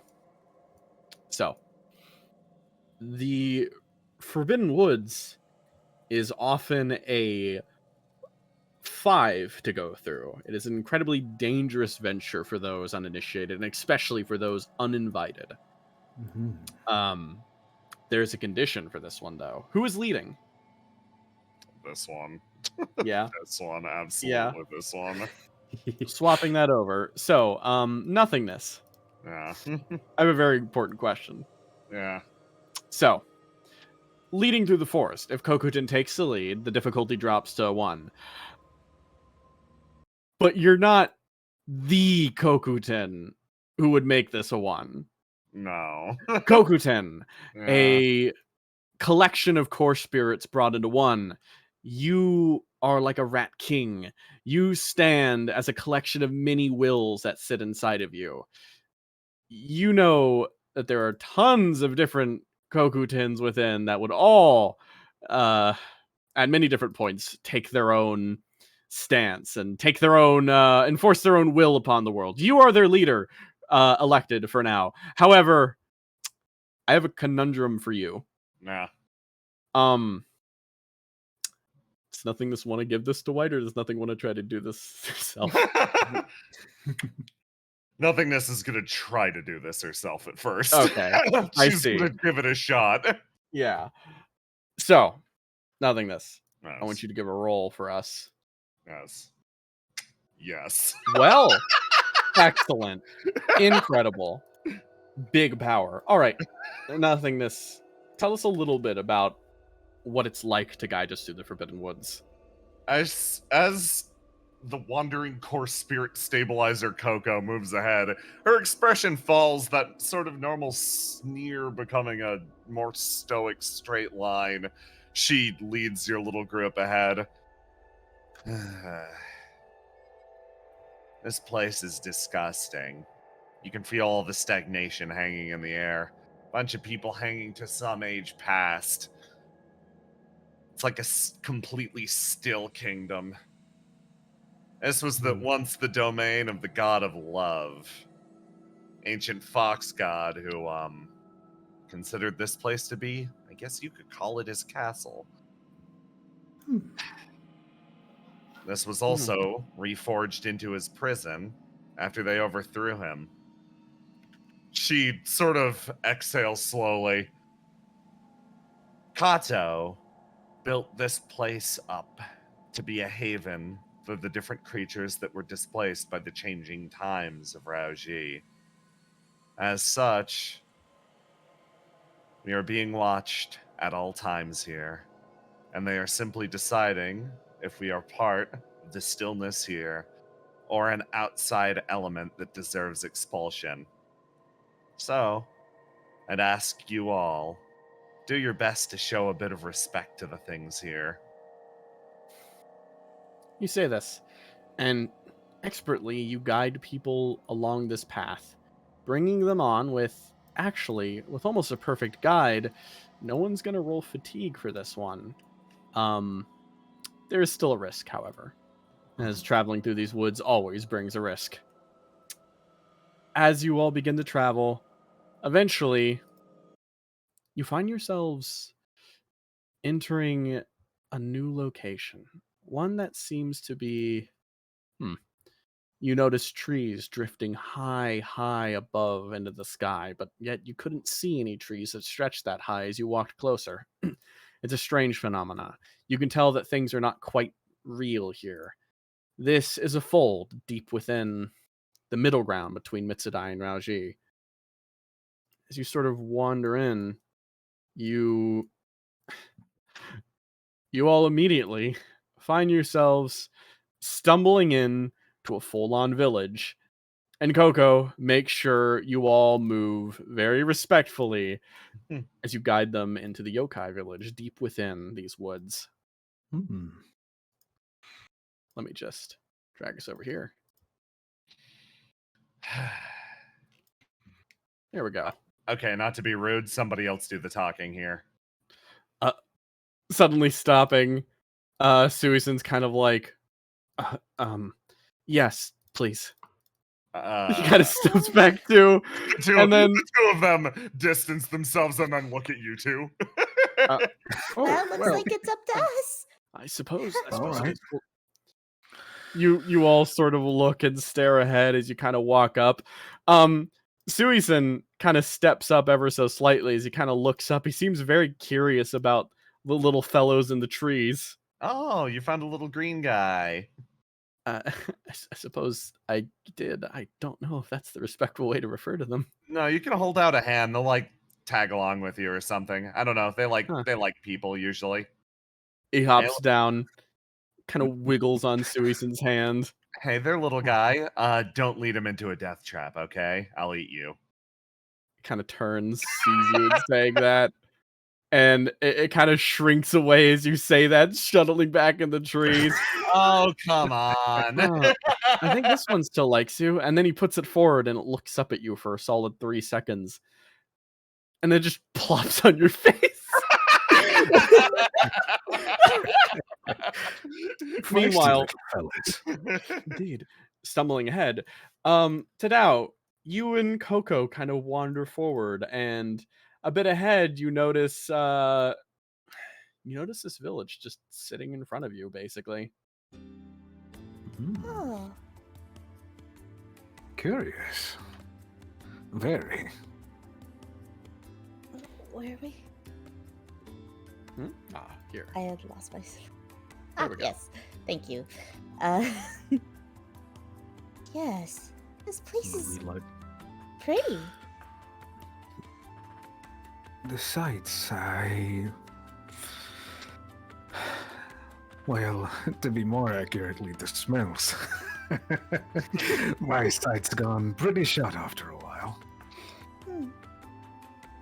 But this place certainly smells different.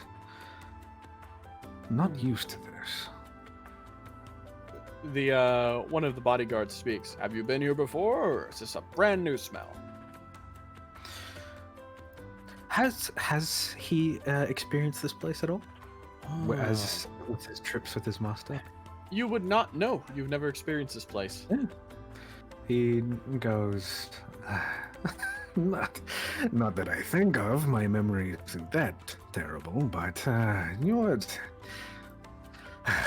There's always time for new experiences. Let's go. There's a bit of an incline here, so be careful. All right. You both wander forward, and as you kind of go, you sort of, you all sort of wander down. Your guards kind of seem to clear away Coco. As Tadao, you notice a bit of a strange smells, almost unworldly to a degree, as Daisuisen finishes prying a kodama off of Kokotin's face, and then I think they're we gotta catch up. She was just sitting there, like, she glares back up at it in the tree. Like, for a split second, those eyes split open and the fangs come out, and then you're like, He kind of mouths back, "Don't eat it." Like he mouths it, but doesn't say it out loud.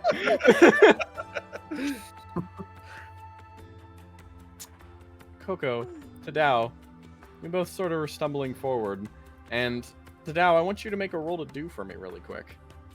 I want you to try to almost feel and attune to this place to a slight degree. Let's see. Roll to do. Oh. Oh, okay. You all stumble forward. You're moving through these woods, and Tadao, you sort of take a moment and you reflect on this place. You sort of sniff a little bit, feel around, the wind that blows here, everything in this place. What Coco spoke of, Coco the core stabilizer, spoke of was true. This place is... It is both not truly of the world, but also seems to so carefully attempt to mimic it. It is a faithful recreation of the world. All the same, some exaggeration seems present. But you find it relaxing in that degree. You can understand and feel how some would find comfort here, because, after all, this place is... It feels... A prison would be a good way to put it, but there's something just off about that, because it's a calming prison. It's such a weird thing, and it takes you a moment to realize why you're thinking of those words together, and you realize this place is eerily similar to the place you just left. That small little rock on Cat's Cradle. It brings you a weird sensation of understanding that there are others out there who seem trapped to places, almost bound by duty or obligation, but at the same time, it almost is a little comfortable knowing that there are other places in the world that feel like that rock. Yeah. He... weight sort of is lifted off him as he breathes deeply. The wind rustling around him just a little bit. Sort of in sympathy of that as he exhales. What's the matter, old man? This one says. Nothing. To be honest, it feels comfortable. I can understand. I guess it's not the worst place in the world to live. Kind of stumbling around. Don't keep moving forward. Huh. It's a strange place. I don't think I've been in any woods like it before. Well, he kind of stops as he turns around. The closest I've been is those woods that Clove manages. But Right, those. yeah, he kind of turns around. At this point, he kind of gives you a wry look at that. Like, yeah, I guess so. Didn't exactly intend to create a second Forbidden Forest in the middle of Mitsudai.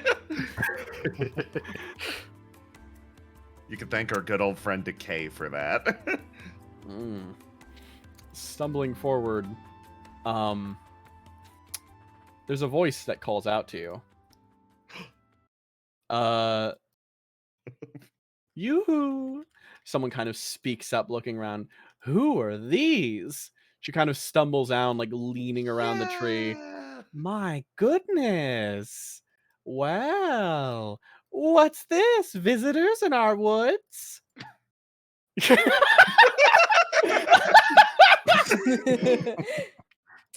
Yes, we're humble passers-by. So pretty. She kind of looks. You notice that her hair almost seems to tingle a little bit as she kind of gazes across at everyone. Her eyes meeting with every individual soul present here as she kind of looks across. Ooh, this is no. You can't simply walk by without saying hi. Well, then here we are. Hello. Hello. I'm Tadao. Kind of stops and then looks directly across. Ooh, Tadao, huh? She kind of steps up, moving her way down. She seems ever so small as she kind of approaches, and she gives you a little curtsy and then kind of scoots up and looks directly up at you. What sort of yokai are you? Are you new? Do you need a place to stay? No, I am not a yokai. I'm just an old dog. You put the hand on your chest. Well, just in case, if you decide to stay, stop by. I have plenty of accommodations for you. She kind of turns over to the side and also kind of moving up. These two kind of hold their hands to their swords, and both look very defensive. Oh, no, don't worry. I know you two don't want anything with me. Hi there! She kind of scoots up. Meet you.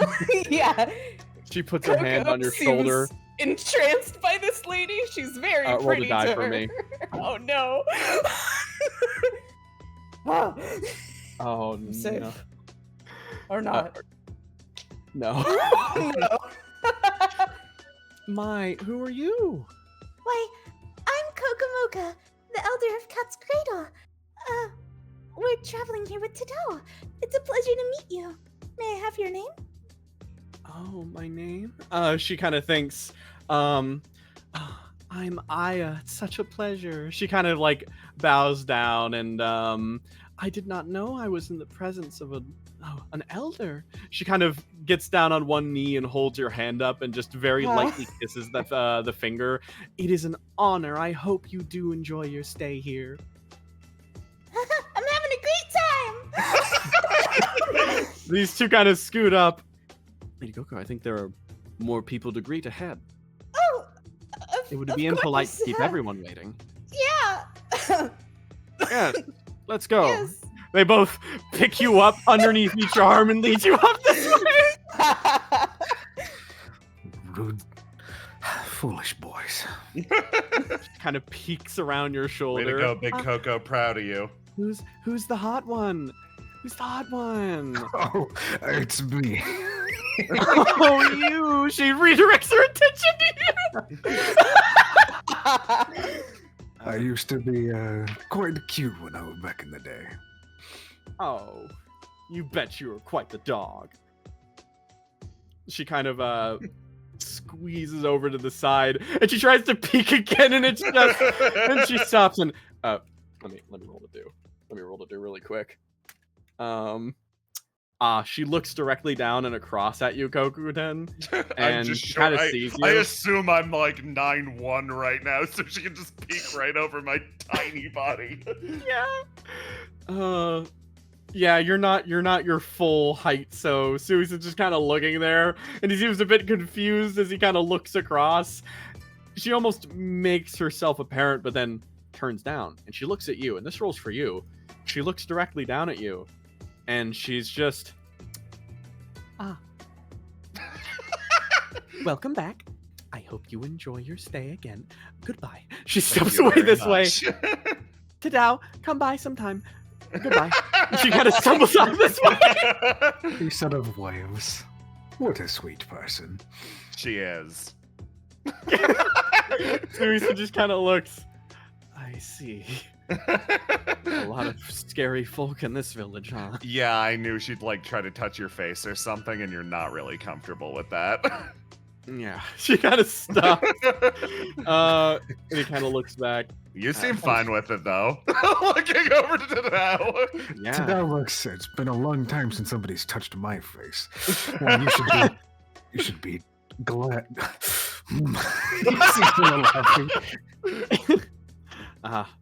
Yeah. He kind of thinks about that. Zakona leans over to the side. When's the last time he got a head pat? Both of them thinking. They almost linger there for a second. Do you want me to lift you up? I mean, You could at reach. this rate, I would be able to lift you up. You could reach. That sounds nice. Right, Very well, quietly off to the side. Hop on back then. And meanwhile, everyone's stopped and gone almost completely silent as they look across and directly ahead. Oh, hello. Another one. Hello. Hey, travelers. What do you seek? What do you seek? Oh, hang on. Let me do this correctly. Oh, yes, Tadao. very important. Tadao. Yes. You kind of look over to the side as you see these two being kind of carried over, and one of them just starts reaching a hand very unsubtly over. The core spirit stabilizer tower reaches out and pat. His ears twitch as he like leans into it. And okay. His ear starts to twitch a lot first. She keeps doing this and like looks down to Suisun and flashes him a look of pure glee. Oh, this is working out great. Hey, wait, you over there. Oh? Hold on. Wait a second. I'm soft. Don't listen. Don't listen to this one. He's gonna lead you down a path to your demise. It's fine. It's what he does. I was just about to get directions. Yeah, no, don't do that. Not here. Not here. Anywhere else. Okay. Oh. You. Oh, right. Oh, right. Sorry. Cobb's back up. Pat. That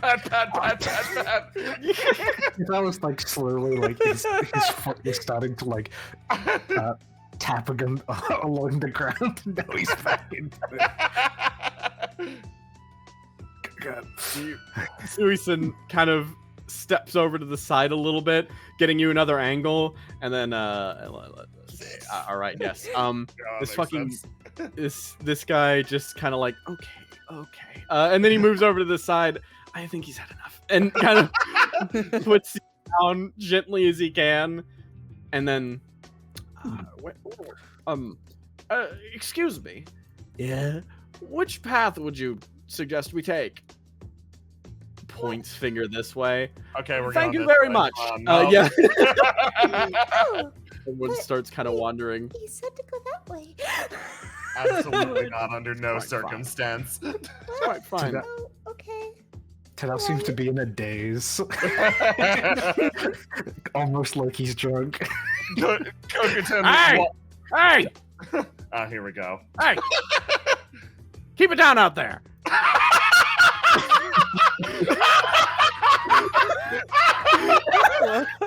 There he is. Wandering forward, you start heading up this path and leave behind the yokai village as you sort of bring yourself up and over. Oh, I'm losing my mind. Um, and as you progress, you wander across many different seasons as you travel. A forest that almost seems to have been a prison for many different beings, constantly looping and interacting different seasons on end. It almost seems to be a ringed, layered area of, well, of some sort of looping biome of the world. Something that would be easy for a goddess or god of the harvest to do. There only exists two places in Rauji and Mitsutai that do this: the sheep domain capital and this prison. And as you head deeper inside, you pass that summer spot, move into the autumn, the winter, and then finally to the spring. For one path would take you out to the main entry of this place, at least in Rauji's side. But you all wander further than that.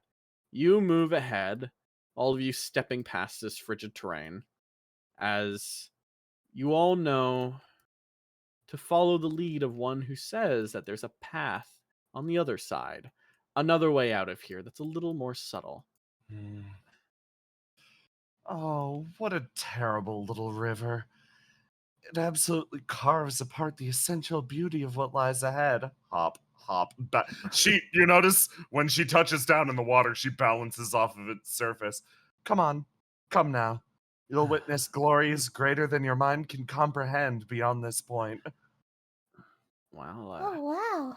if that makes it easier to get across, Daisuisen skips Oh. across the rocks and lands down. She catches you as you touch down. This one, Oh. normally Coco, when she grabs you or throws you, which is more common than you'd like to admit, there's a certain rough exuberance to it. This one grabs you with the grace of almost a perfect grace and places you down next to her. Oh, the snow falls, and so do the beautiful petals of these trees. This place is truly the complete crown to be placed on the Fool King's head. His secret escape route will be beyond this point. All we need to do is follow it. Come, my companions. I'll lead you deeper. Tadao walks ahead and seemingly absentmindedly not changing his gait or anything. He just softly walks across the water. You balancing on the surface. Must be fine then. roll for me. Yeah. Oh, nice. It's fine. I'm fine. You stumble across. One hand being held each by a bodyguard or helps you move. I'm so short, it's not fair. All of you stumble ahead. And as you move, you head a little bit deeper, moving past the old pedestal of what was once a great throne.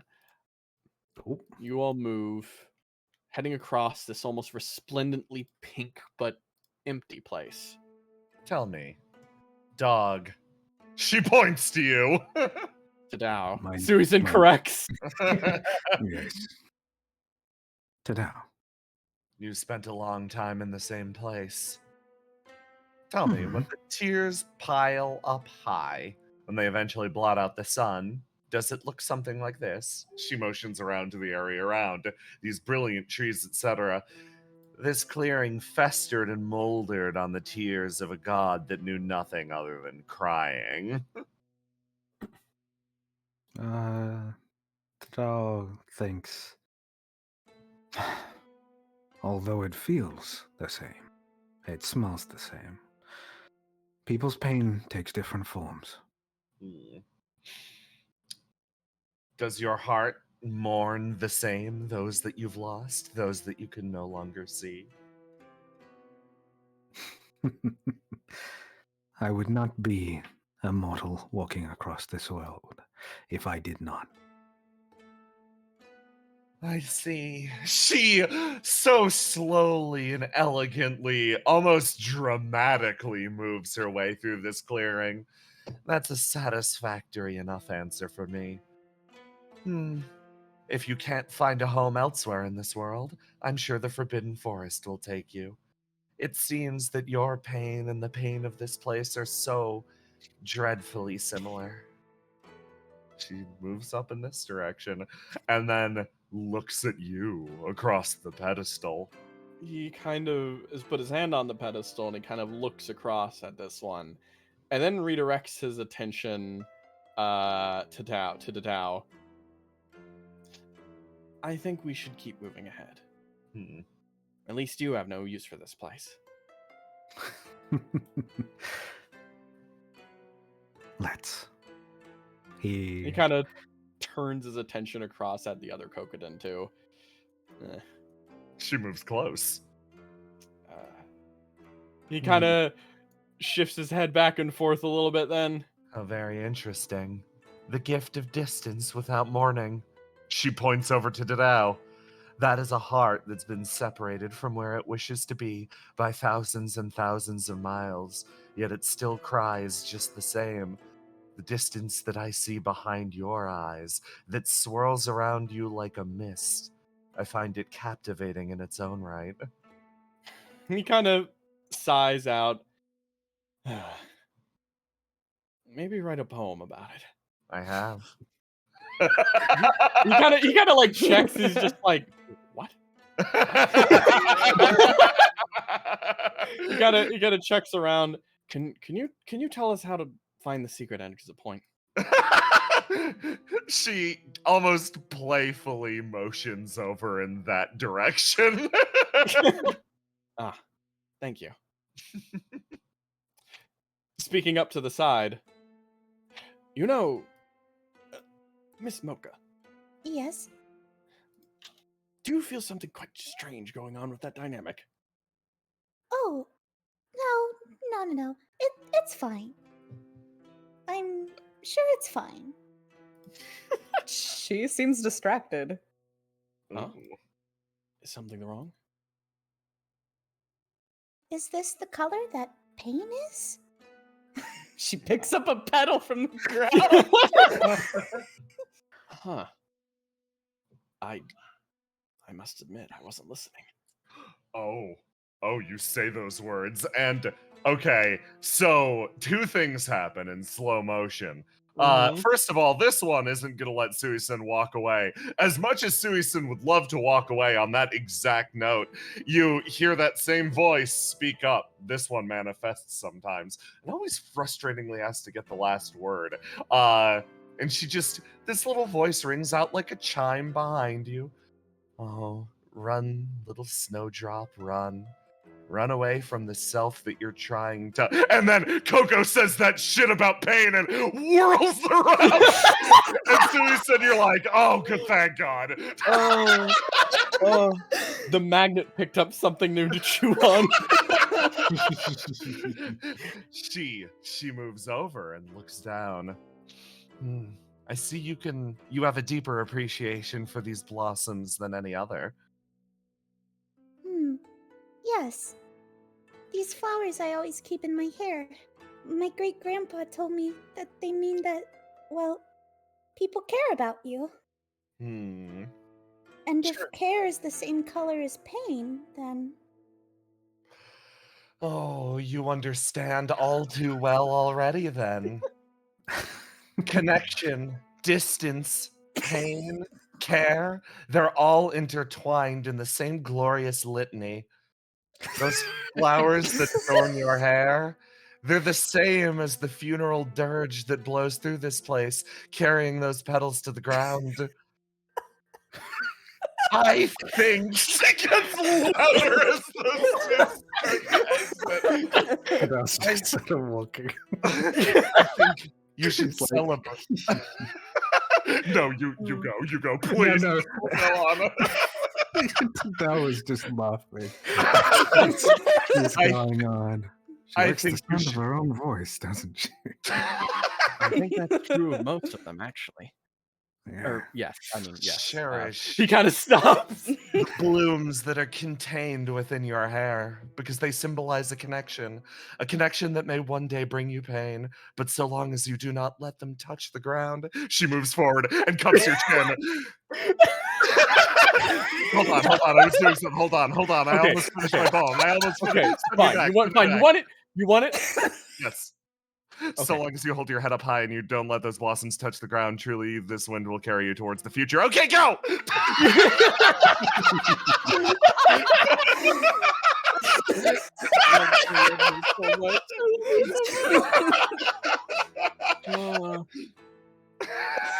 And so, taking the byway, you Jesus. you leave that little forest behind you, and we continue our journey as new destinations unfold as you find yourself traveling even further beyond Mitsudai into this realm of Raoji. And as you go, who's going to take the lead? Leaving the Forbidden Forest, you see a wide path ahead of you. New countryside leaving itself forward with many different ways to go. Raoji is truly a large location, and there's much traveling to be done. Coco, the core spirit stabilizer, speaks up. There are paths that we can take through the back roads that will keep us out of the eyes of the gods. However, that involves traveling through blighted lands, the old remnants of Great Kokuten. I suggest we follow that path, though she looks over to Tadao. Your nose might be better for finding it than mine. I was so. I sort of just wanted to see what happened.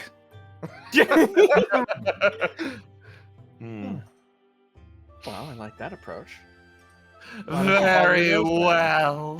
Seriously stated. Let's follow your nose then. All So- right. Tadao. You take your steps up again, and now it's time for a dog to find the trail. Let's Make me go. a roll to do as you're going to travel to this next spot, moving across the more barren lands that surround the Forbidden Woods. That's a goal. Oh, that's pretty good. There is a chance this fails, so we're going to roll. Oh, but you still won. You make do with. Oh, I also forgot. Everyone before, we're gonna take some fatigue from traveling through the Forbidden Woods. Yeah. So, wow, Suisun. Ouch. You don't like poetry, huh, Suisun? Got some thoughts in your head now, Suisun? Got some I things you have don't want to too think about? many.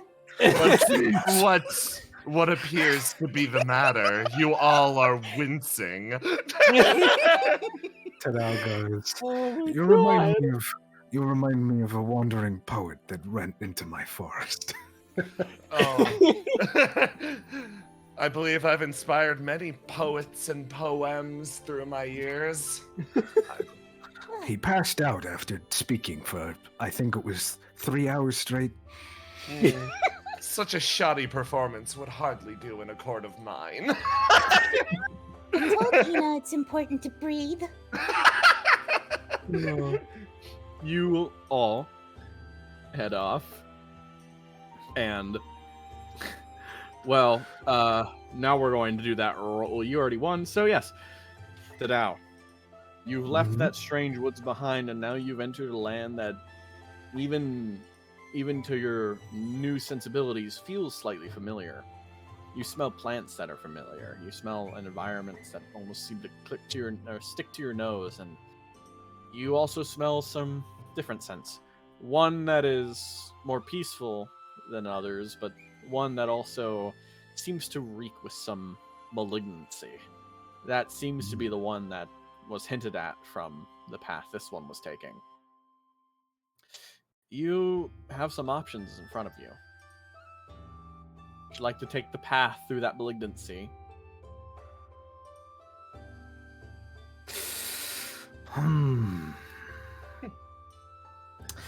trying to think. Yeah. Because I think Tadao is kind of like that level of old that he's like, fuck it. Yeah. Hell yeah. Yeah, you go, old man. Yeah, old man, take us to Says hell. not even the youngest person here. Yeah. Don't be mean to me. I was being mean to your boyfriend. Are you ready to go? I'm ready to go.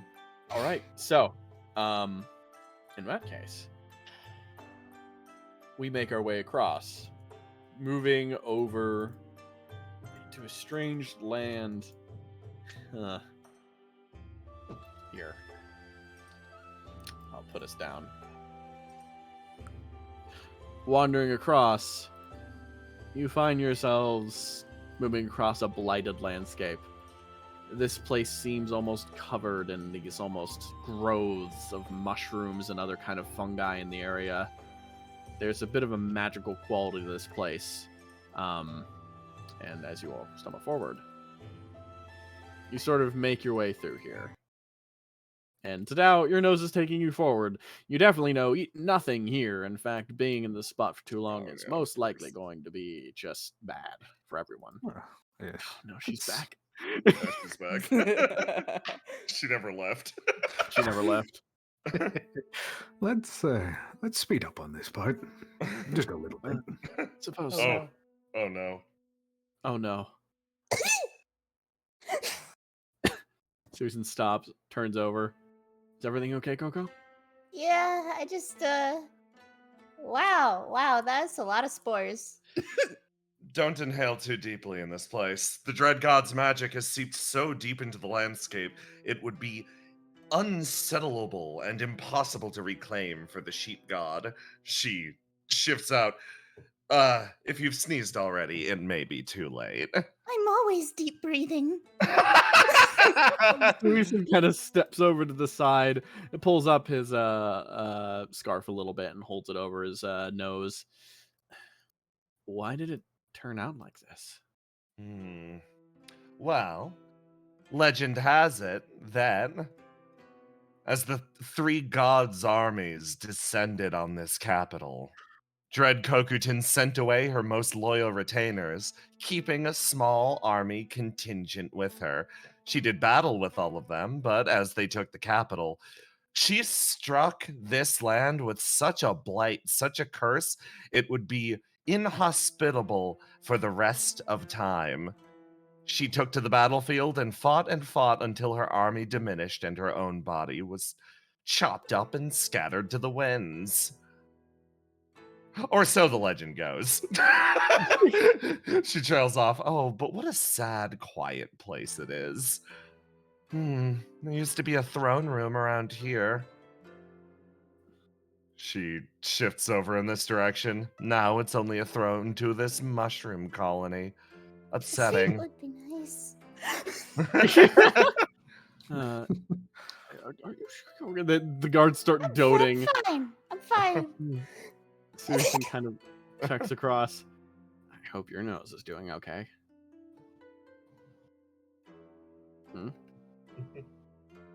What? Sorry. Yeah, no. Susan kind of turns. I zoned out for a second. Are you doing okay here? Yeah, sorry. In my old age, sometimes I understand why. I know. Micro No, naps and all. no, it's fine. I understand. Yeah, I get that way too sometimes. No, my nose. The smell here is not the best, but it has its own life finds a way. Daisuisen kind of inspects these strange ruins symbols and are like destroyed ruins here. Kind of just curious, and then step back a little. I must say, the intention here was to blight the land so that nothing would ever grow. But I suppose your assertion is correct. Life does find its way. The fact that mushrooms can grow here, as horrific and desiccated as this land is, that's proof enough for the tenacity of living beings. No matter how deep you drive the curse, they'll always find a way to keep on living. No matter how much time is slow for us, the world keeps turning. The sun will keep coming up. I believe that's an adequate lesson for all of us here, speaks up the voice. And then there's a sudden shift and change within. And then, almost like she shakes her head once and goes, "The heck does that mean?" Moves off in this direction. Wonder what this is. She kicks it. Susan kind of looks over. And he kind of just sees that. He just gets like a little shitty smile. Hey, Tadao. Yes? Feel anything dangerous happening? He takes a moment to feel the area. Anything feel dangerous? Feels like something's building up. He smiles in terms of, something is coming. He stops. We should go then. Kind of steps off this way. Hey, Coco, we're leaving. He yells out loud to no Coco in particular. Okay. They both intone at the same time. Yeah. Everyone begins wandering away from these desolate lands, moving away and finding themselves carving even deeper into Raushi. I didn't expect my wonderful trip to be me fourth wheeling.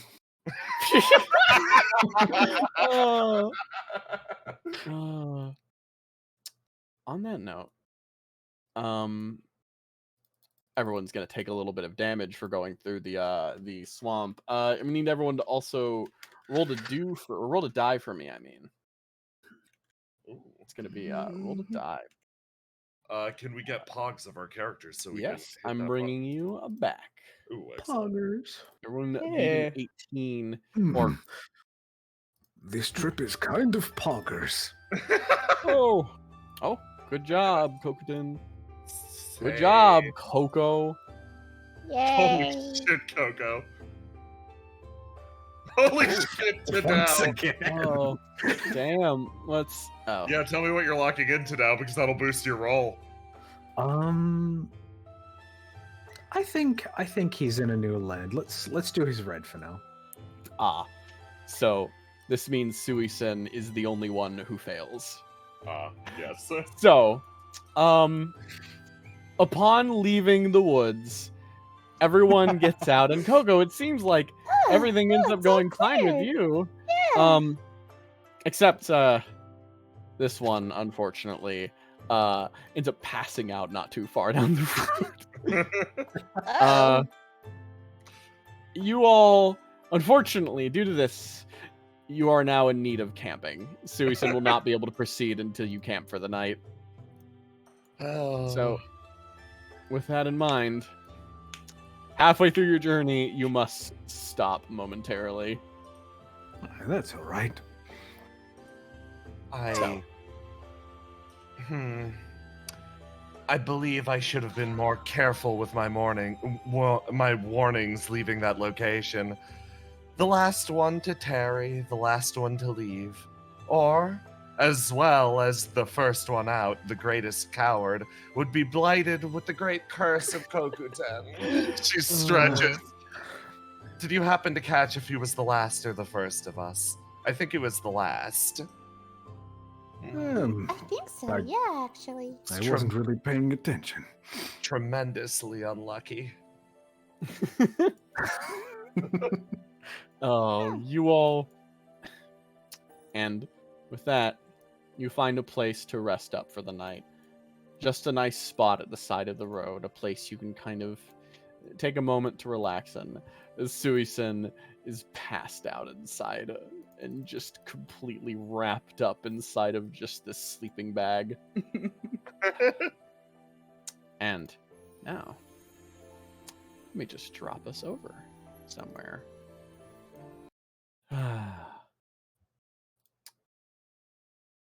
We're here. You're all camping. You've eaten food by now, having finished up, and now you sit in the waning hours of the night, almost looking around and just seeing the world as a whole just simply cease and wait calmly here. Let me get. Oh, there's one thing I can get. Where's the track? Yeah. Fire. Yeah. I've been meaning to ask. Looks over to Tadao. So, you got hands at some point, right? But you didn't have them before. Yes, I did not. What are your favorite things to do with hands? She kicks her legs. I've never been asked that before, surprisingly. I think the best thing would be able to itch myself better. You don't understand, as a dog, you can get some of those positions, but with these fingers, I always envied my master being able to pet and give me scratches. I personally am so delighted at the venerability with which you say, "Give me scratches." Like, Kokuten in character, 100% straight face. Me, that's the best thing I've heard in my life. She starts sort of leans in, and those eyes slit open again, and that almost like toothy grin reemerges. So, for the most part, do people treat you as if you're human, or do they still treat you as if you're a dog? That is a interesting question. I feel like people treat me as an oddity. At first, I was somewhat of a mystery. A dog that could speak. There were very few that engaged with me as if I was somebody that was intelligent. And as time goes on, there was some venerance. Perhaps they saw it as some sort of religious interaction.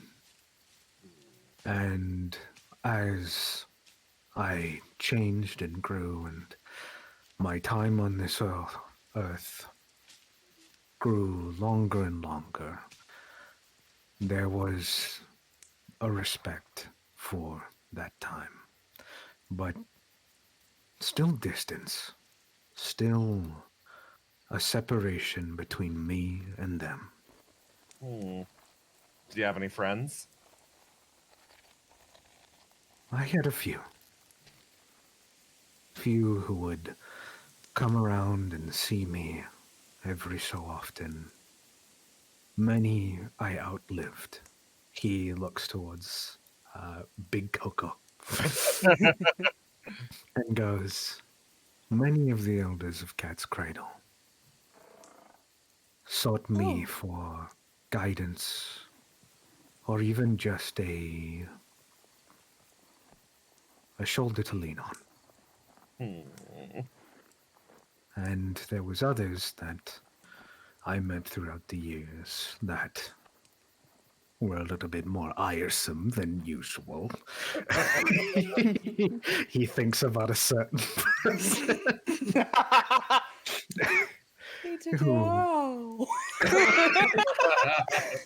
He took pleasure in riling me up until eventually we reached a mutual understanding.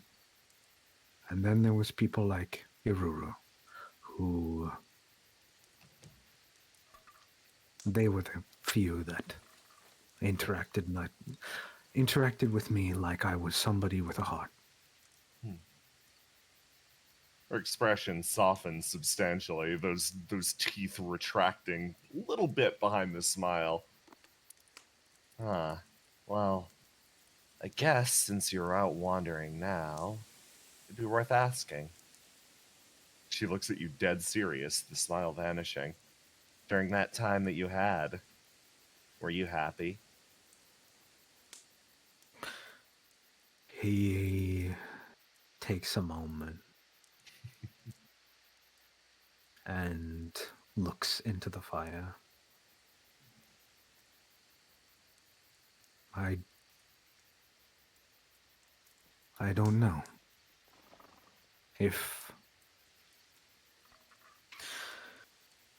I've had a lot of time to think on it, and I think, while I could not say that I was happy all the time, I had joy. Happiness, to me, is not constant.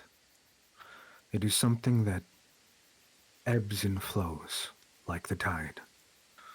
It comes and goes, and trying to capture it, to keep it inside and bottle it, it'll only dry up. The joy I felt seeing familiar faces, seeing people I loved, it carried me through the times at which I was in pain. Still now, I have a hole within me. But with the people that I can surround myself with, perhaps one day it can be filled. Almost a silence descends after you finish speaking. This one is thinking so deeply about that. In the corner, No. someone who is pretending to be asleep Yeah. kind of coddles up in their bag a little bit more. This one moves over and sort of crawls over and is like, more soup. Come on. Thank you. Prods, you hear that? Yeah, I heard that. Okay. Ah. Back down. Tidal, Yes, were you friends with the previous village elder? I was friends with many of them. But yes, I see.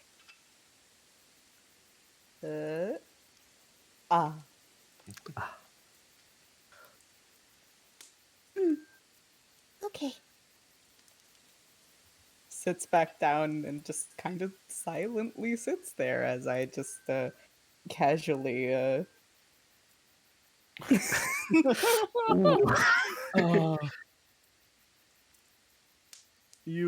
Oh boy, every stat you have is bad.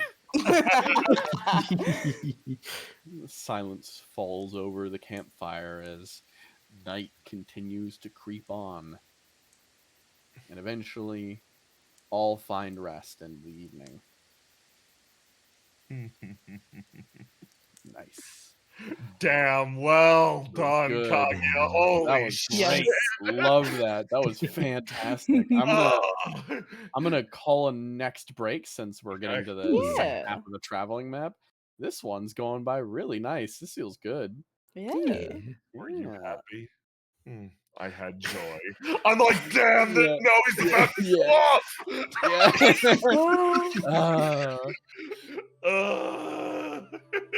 All right. Fuck. Oh man, kicking ass with it. I love it. Yeah, go take a break. I'm a what a hell. I'm doing fine. I'm already equipped. I'm ready. Yeah, I still got water. I'm just gonna move around and stretch. So Yeah, do it. Yeah.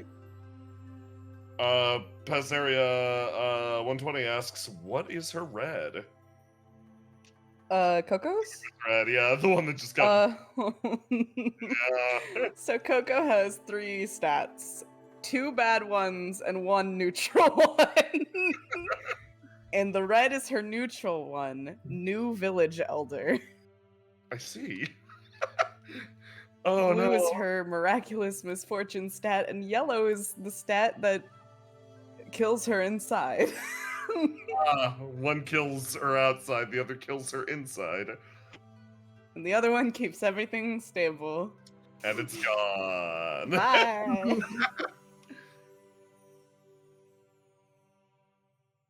Ow. Coco. I hug Coco. Yes. Oh. I didn't mean to upset them. Well, she wouldn't have told you that you upset her because she had a yellow 6. Oh. He probably assumed something. He can smell and hear things. He is a dog. Dogs know when Dogs we're know. feeling bad. It's a fact. That's something that wouldn't have gone away even if you have the boon of hands now. The boon of that's it's the hand of God. Have you seen a weird, just fat ass snake I, going around handing out hands? I was, That's why he wasn't worried about losing the arm. I was going for my break when you guys were talking about this, but like, were you happy? Just made me think of the meme where it's just like, was I a good boy? No. You were the best boy. He was the best boy. He really was, though. Mhm. Yeah. Tadao out here dispensing the fucking sage. Like, I love it because you look at Tadao and you feel his vibe and you go like, ah, yes, you are here to dispense sage-like wisdom. And then he does. You're like, yes. My old man wisdom, dude. It's my old hand. Old hand wisdom. You see, if you do this funny trick, your finger can look at it. And Kokuchin's like, whoa, what the heck? The cat god would be proud of you to tell you finally figured it out. Also, just know that I was going to do an up-dog joke, and I held it back. What's up, dog? What is up, dog? Nothing much. What's Ligma? Your balls blows up. Who's Kokutan? Who's Kokutan? Lord Trafficon, the Tsuchinoko has many powers, not the least of which is its ability to dispense hands. You're just correct. What is a hand? But just 5 snakes. So like, okay. So imagine, right? Your like forearm is like a tail, and your hand, your like palm is like the bulge, right? And then your fingers, right, are like the heads of the snake. So your hand is just the bulge of your Tsushinoko. Everyone right? is Tsuchinoko. Aloha, you made a pretty big leap there. What? No. And if not 5 snakes. Yeah, your guys is fucking 5 fucking snakes, yowie hand looking motherfuckers. Yeah, that's smart. That's intelligence. That's intelligent. If you were made of Tsuchinokos, you're just really, really above. Dude. I fucking wish. My interlocked snakes technique. I wish I was the Tushinoko. I can't pronounce it very well.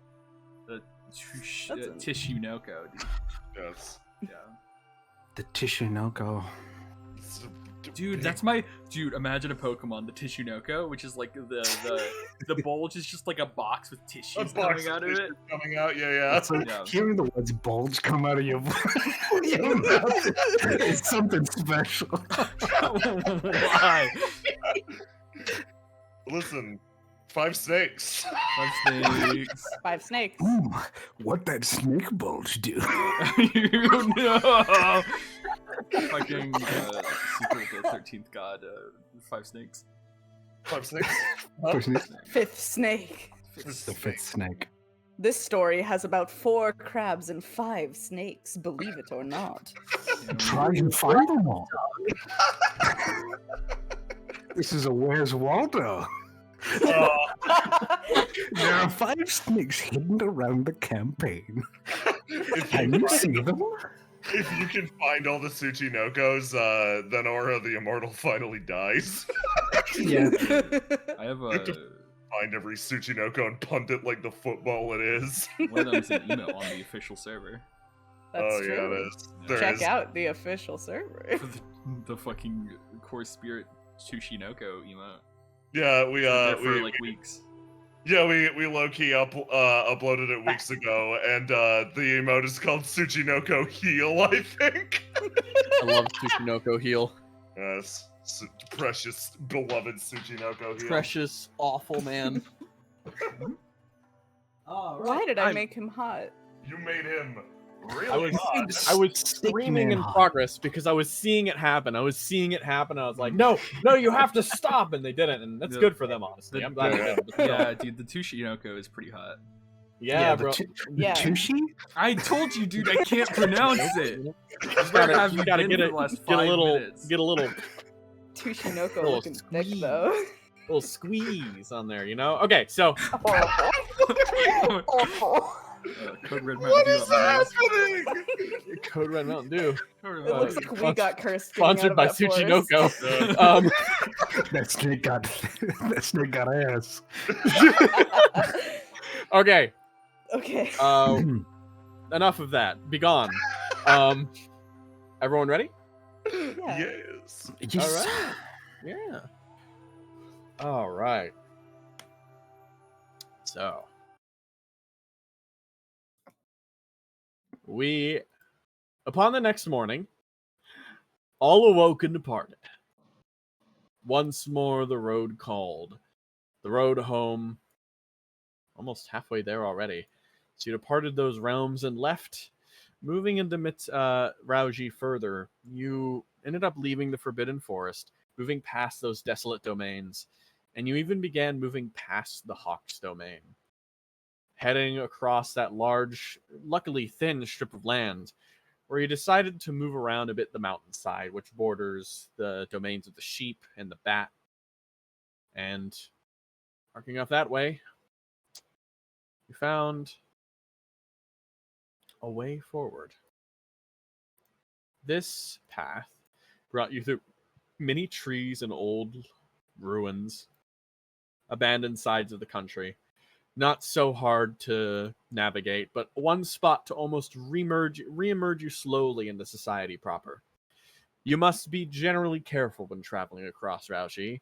After all, none of you are here with any sort of permit, and all of you are certainly, well, travelers in general are always curious things in Rauji, especially during the time it is in now. All the same, the countryside is beautiful, vibrant, and continues to carry you forward. You wander, and this next spot, this is going to be, this one has very little risk of giving you, like, a lot of negatives, but it is going to still generate fatigue, and someone needs to, the leader needs to roll to die in order to figure one thing out about it. Now first, though, I didn't do it before. We're going to take some fatigue damage now for moving through Mushroom. Ooh, did we regain? We will also regain- heal. Yeah. Yes, so everyone drop, because after I do this damage, we're going to heal, okay? So, when you drop out of all your swings, you'll be rolling fresh because we just camped, and that'll restore health equal to your total roll to die. But first, gotta do that damage. So Yay. Suisen's gonna be at 27 before he tries to recover. And I don't know. Plus 4. Yep, that's where the wound came from. Definitely. Yup. Oh, Yeah. whoops. That's 19 HP for Dread Kokuten over here. Oh. Okay. So Okay, that's smart. yeah, after everything's established, Suizen, get the hell up. Coco. No. Okay. So everyone, roll a die. Oh, okay. Yay! I think Suizen will. Well, in this case, let's go for the biggest health. Wait, I should have dropped my swing. Oh yes. Huh. That's strange. I Didn't I work pressed yet. the drop button. Yeah. Yeah. Try again. Yeah. There. Now it's dropped. Gave the little message down there. Yeah, let's roll. Let's roll again. Get a better number.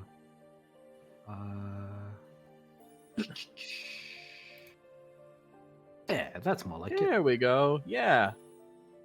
Mamma mia. Excellent. So who's taking the lead? Kokuten's off to the side. She's been carrying around the tube that contains Suisen up until this point, and finally is like, come on. Okay, tiny caterpillar, time to hatch. Come on. Starts poking you with the base of her umbrella. She's fully absorbed in this. It's on somebody else. Oh.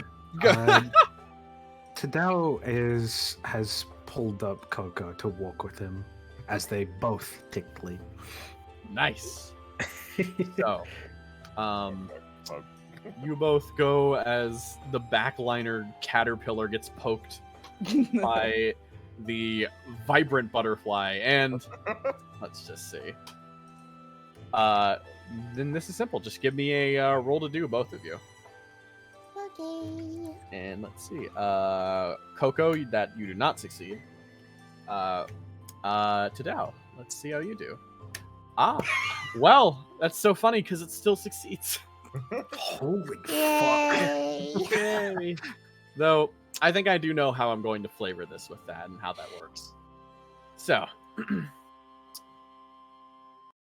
you all continue heading down the path, and as you all go, you find yourselves wandering across a new location together. Heading across, you find a nice stream that you walk down until you find a good crossing point. One that actually has a bridge located with it. And as you move, okay, let's see.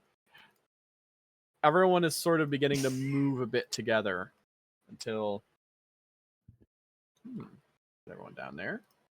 Are you doing it to me? Doing what? You vaguely mentioned a bridge. Oh. I don't know what you're talking about. So, stepping across, Tadao, you take the immediate lead. Coco is behind you. And as a note for you, Chad, I'm placing your little thing above the Cocos whenever you want them, so just keep track of it. Good. Good. So, you start wandering across the stream. You step on the rickety bridge as you move, and you recognize there's some dangers here as you kind of look across. Coco, you stuck back because the moment you went through, you see that over there? That broken piece of bridge? Mm. That was Yeah. you. So you immediately retreated across, and now Tadao is moving across. You've been adequately warned as he moves across. The entire bridge itself seems... It must have been an unlucky accident, quite frankly. Everything else seems pretty fine so far as you start moving across. Just my luck. You step across, moving carefully, holding your sword almost like a stick as you kind of move across. You poke that, and you stop. As you notice, something is sort of lurking ahead. There are figures hiding in the dark.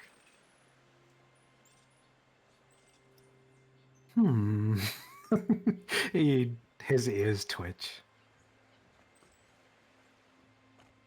but he keeps moving, like he hasn't noticed anything. That's where the hole is. Watch out! You take a step over the hole, a big steppy, as you find yourself looking almost directly across as they shift ever once again, moving, and you totally see them coming. So okay. You notice something as hiding behind trees, two figures, one of them almost immediately emerges out and kind of jabs forward at you and tries to knock you off your feet. Immediately, almost instantaneously, as another figure emerges out from the tree. In an instant, without really much sound or commotion at all, they move forward until, with just a little bit of sound, the one steps up and immediately attempts to stab at you. Let me just drop something here. Ooh, that's pretty impressive. Ooh, pretty impressive. But you saw them coming. All right.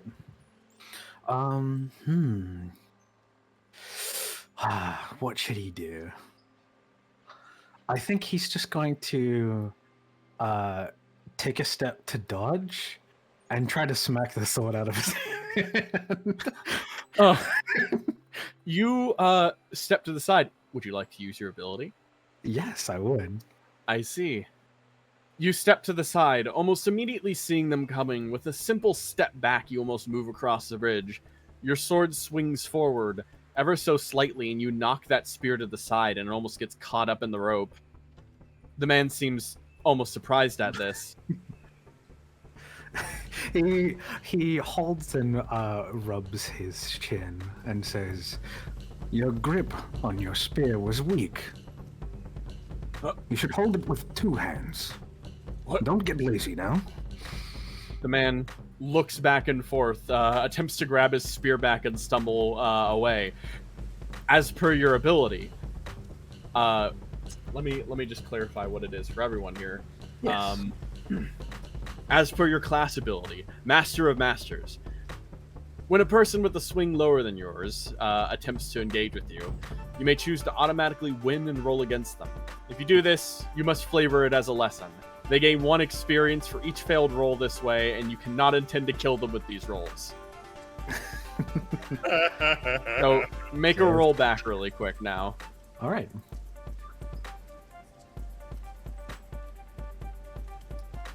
All right. You sort of step up a little bit, the figure kind of withdrawing back, readjusting. The other one steps forward. No. This is what's taking you so long? He's messing with me.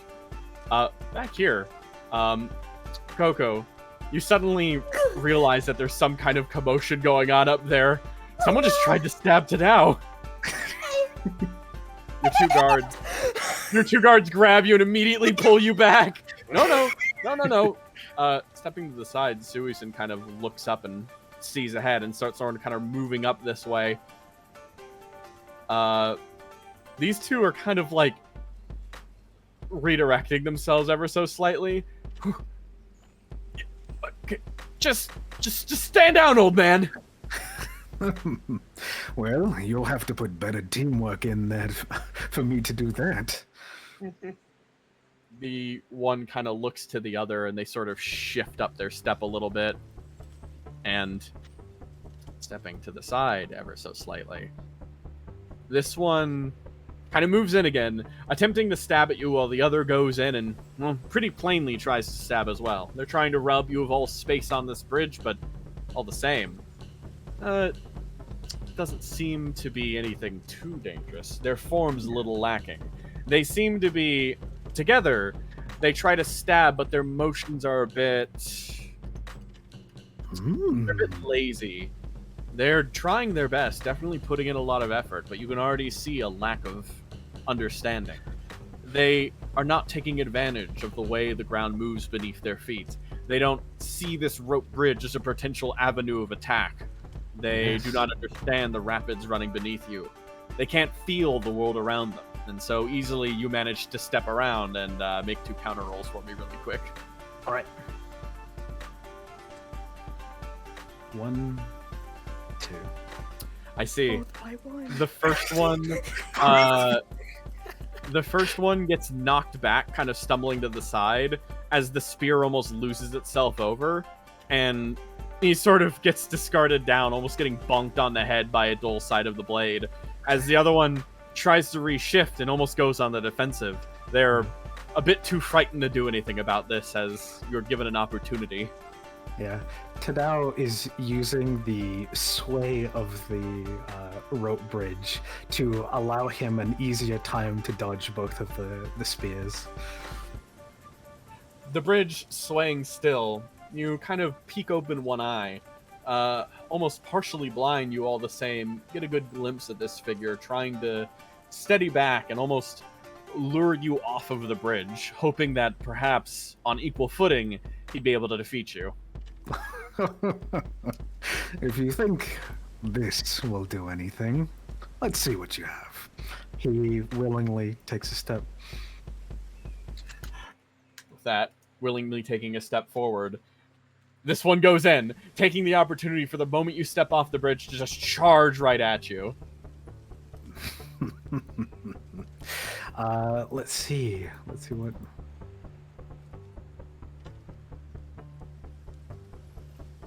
Oh, jeez.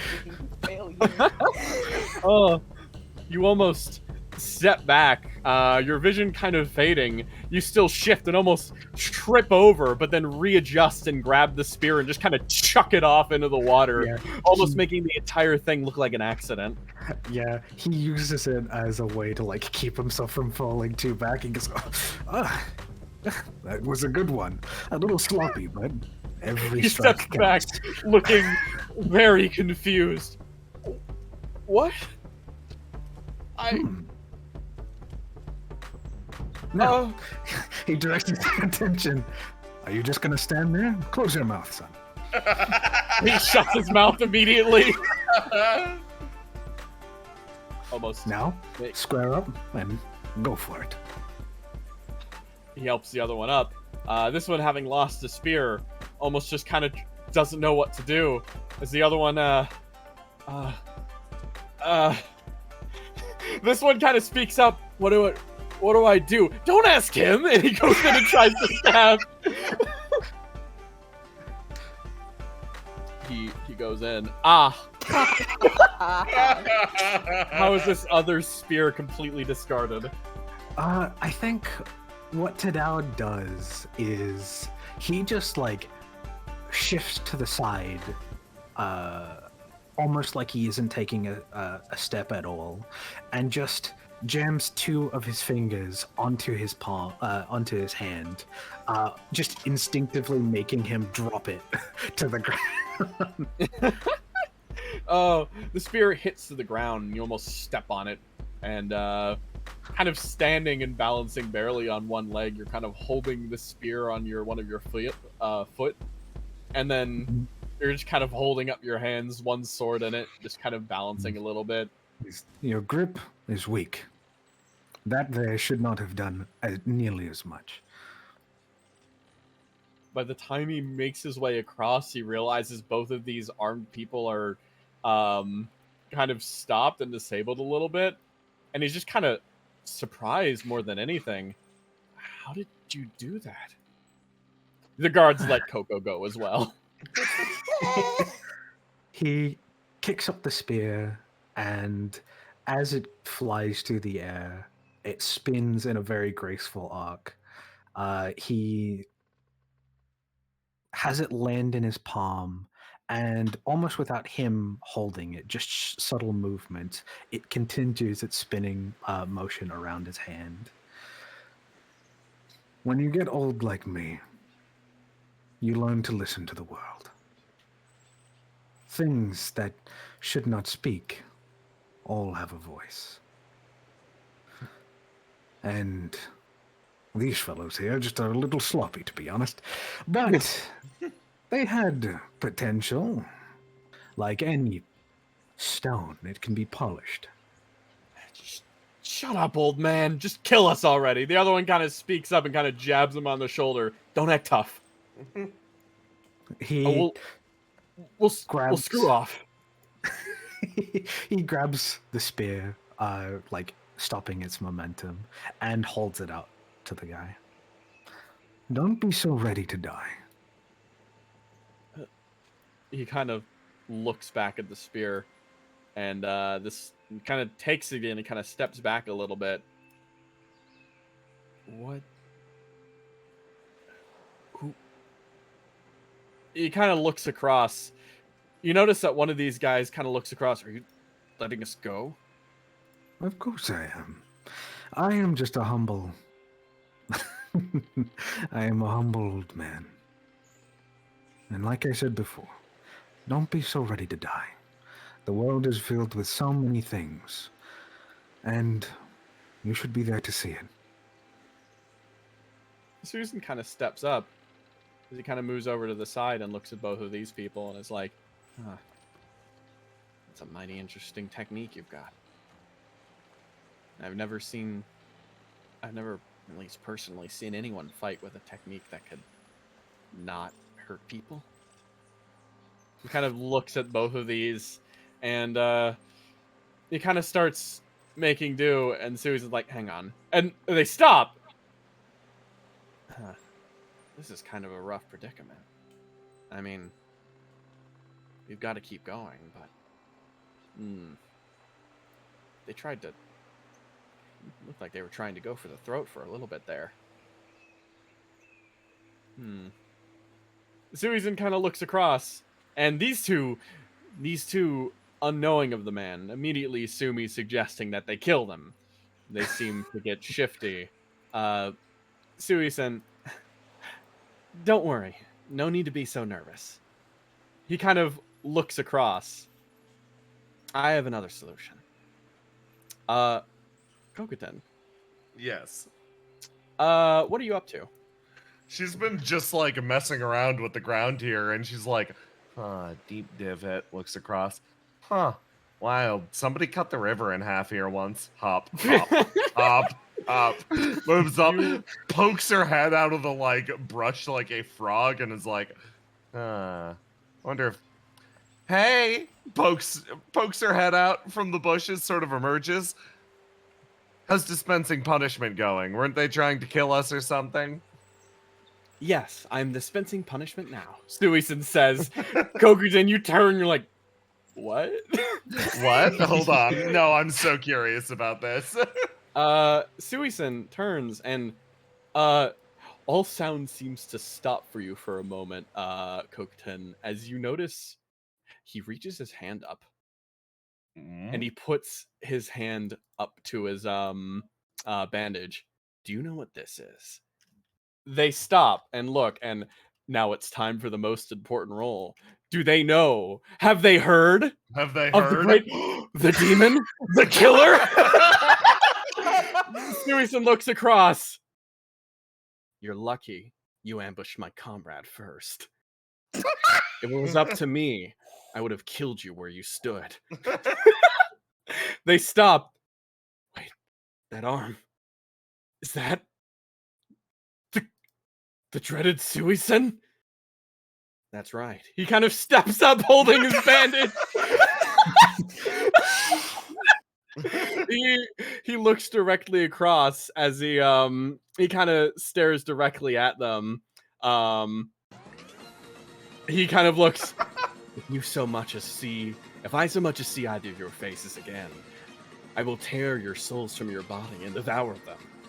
All of you will be cast to the side into the water. You will not know peace of the afterlife, you hear me? Run off, find a fishing village to escape from, and beg that the great Suisun will never see you again. And he says that, and they just stop and turn and okay. All right, now it's time for Susan, let's see. How you gonna do? This is something you're doing. This is you. Yeah, sure, man. Okay.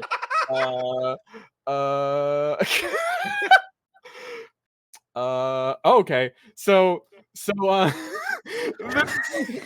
fucking runs immediately and turns around, and the other one's just kind of like looking at him, and it's like, he kind of like, yeah, okay. He kind of runs off this way. Both fleeing off in this direction. Suisen turns across. Oh, wow. I'm surprised that worked. I hope Cokerton's clapping in the background. Such a strong man. Thank you for coming to my rescue. well, at least an act. He kind of stops. Hopefully that's enough to scare them away from anything. He kind of considers that. Hey, Suisen, do you know what a curse is? He kind of stops. Yes, I'd hope at this point I would. She sort of flits her. She like messes with her hair loop. A curse is something that you hang around someone's neck to act as sort of a disincentive to act a certain way. There is no curse that just strikes you dead. That's such a thing doesn't exist. They're simply methods of rather intensive emotional response that you cause within other people. I have to say, for a second there, you sounded like a good old god of curses yourself. He kind of chuckles just a little bit. Well, I don't know about that. I was just saying stuff, and that might be how curses work, but they certainly believed otherwise. You called yourself the dreaded Suisen. He kind of stopped as he's like, well, I guess I did. He kind of suddenly chuckle around you now. Tadao just sort of looks. He like gestures for the others. You two should really get a room. Gosh. Hand on shoulder. We've gotten many rooms in the past. Trust me. Trust me. she just rubs her forehead. There are other. Yeah. This one also awkwardly wanders out front. Yeah. Excellent moves, Tadao. The swordsman bodyguard kind of remarks at you. You're something special. I'm nothing special. To be honest, it has been a few years since I've held a sword. At least with intent to kill. With intent to kill is probably a few centuries. Oh. He kind of looks curiously. I suppose I can understand. I do not wield this blade with an intent to kill. Always with an intent to protect. It seems you instill the bodyguard's philosophy. I feel like anybody who wields a sword should feel that. A sword is not a weapon to kill. It is a weapon to achieve your aims. It is a tool. And once the tool becomes your sole purpose for fighting, that is when you become a monster. He kind of thinks about that. An interesting point. Suisen kind of stops, is just kind of like, yeah, it's a peaceful philosophy. Yeah, it's a pretty good one. Like both of them are kind of making like a sketchy face after you said that. What? Did I say something weird? No, you didn't. So you're making it sound like I did. Tool's a tool, huh? Then trails off and like looks ill. What? She turns and looks back over. Well, what you said back there. The second you make this sword a tool that's meant to achieve your aims, your soul, well, at that point you become a monster. What happens to the people that start off as a monster and have to work their way back? It's two sides of the same coin. We can all achieve the same level. If one has a heart, one has a mind to be preached to. A mind that does not need harm. She goes quiet at that. Well, which direction would you say you came from? Did you start off as a monster?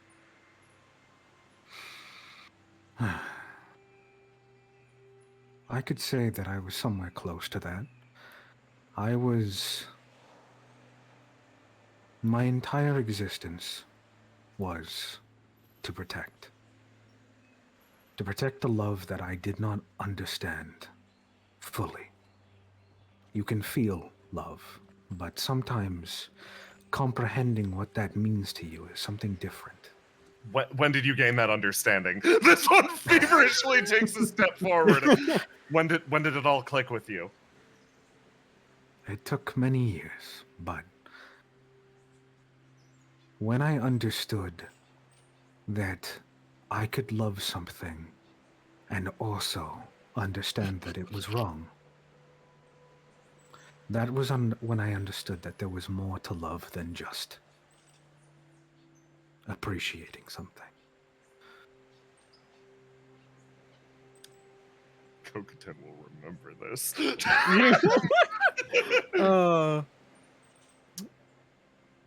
Leaving that bridge behind, you head out of that stretch of forest where bandits awaited, this time the worst possible, travelers. And as you wander, we once more hit the road. Hit the road. I smack the road. That road. I roll that roll to die. I mean, wait, shit, fatigue. Oh crap! Yeah, How much? fatigue. Yes, Fatigue. Fatigue. We fatigue. Let's see. It's +3, so 26 plus 3. That's 5. 7. Talking to Didao is great because he makes my mind feel so much clearer, but also makes my heart sad. I think Tada's the coolest. I think he is. It's just sometimes I just want to cry. Oh. I feel that. Tadal's like, you should not cry. Also, I was holding back so much when Suisen did that thing where Tadal was gonna be like, that was kind of cringe, bro. But I couldn't do it. I couldn't do that. Holy shit. Pretty cringe, bro. You're cringe, Lose bro. subscriber. So we once more continue off ahead, and the next destination, Tadao. Your nose brings you out of the woods and instead brings you to a place full of growing crops and a large assembly of food. Definitely food. You are around the edge of the sheep's domain, but the farms definitely stretch well beyond there. Though the domain of the sheep is the one that is the master of all farmers, farmers must exist everywhere in the country of Raushi. And in fact, their farms almost snake out from that domain to all others. Food is one of the most important parts of Raushi's continued existence. As you move across, you notice a number of these fields, and you start to head forward with a bit of caution, keeping to yourselves and not really questioning others, as many of those who could question and bring attention to you all don't. They would only assume that travelers would have reason to be here. Most are not, those suspicious are not willing enough to take time out of their day to mess around with potential affairs, especially if it could end up biting them in the ass. Yeah. And so you make a roll to do. This is only a 2 challenge, so everyone's gonna make this because it's all about kind of staying low. Beat Nice. that, Tadao. Done. This is for Suisen. Oh, whoops. Ooh. And then this is for Coco. Hey, I beat it. easy. Nice. And then for Kokuten, 13 for Kokuten. Oh my god! Of course it's you. Oh, I literally tell me how this happens. oh god! Stretch your powers, GM. How does God of Travels face plant here? I think unfortunately, God of Travels. Yeah. It was just it was just like a little bit of an impulse, you know. You just felt like you were going through, and you really just had to. You just had to do something, you know. Like, I mean, it was your domain after all, you know. Yeah. It's So, my domain, so I had to. All of you were traveling around these farms, and you found yourself to a village. Unfortunately, while you visited that village ever so briefly, it seems as though, as you simply stepped up, you gazed across an area, and someone was simply farming and minding their own business. And okay, I know how I'm doing this one. Okay, Oh. It all makes sense to me now. They said with their mouth as you approached. Here, I need to set this up because this is important. This I'm visualize. excited. I know exactly what's going to happen here. All of you traveling on the road. It was just a small thing after all. Middle of working, a woman approached. She saw you and gave you a big grin, and you simply had to step up and gaze at this one because, I mean, well, they were blessed by that unholy blessing, that filthy thing that all so frequently causes you misfortune. Let me go grab them. Okay, so it was a simple thing. She waved to you. You saw her. She smiled. Oh, good day. Good afternoon. Hey, sheep blessed. How's it going? She gets way more feral, closing in instantly. Suisun looks and he notices, and he suddenly gets like a bit of concern on his face as he's like, "Hey, we should be on our way." And then, Suisun's like, "Thank you. We're going to be on our way now. I hope you have a wonderful day." Oh yes, may the sheep god bless you.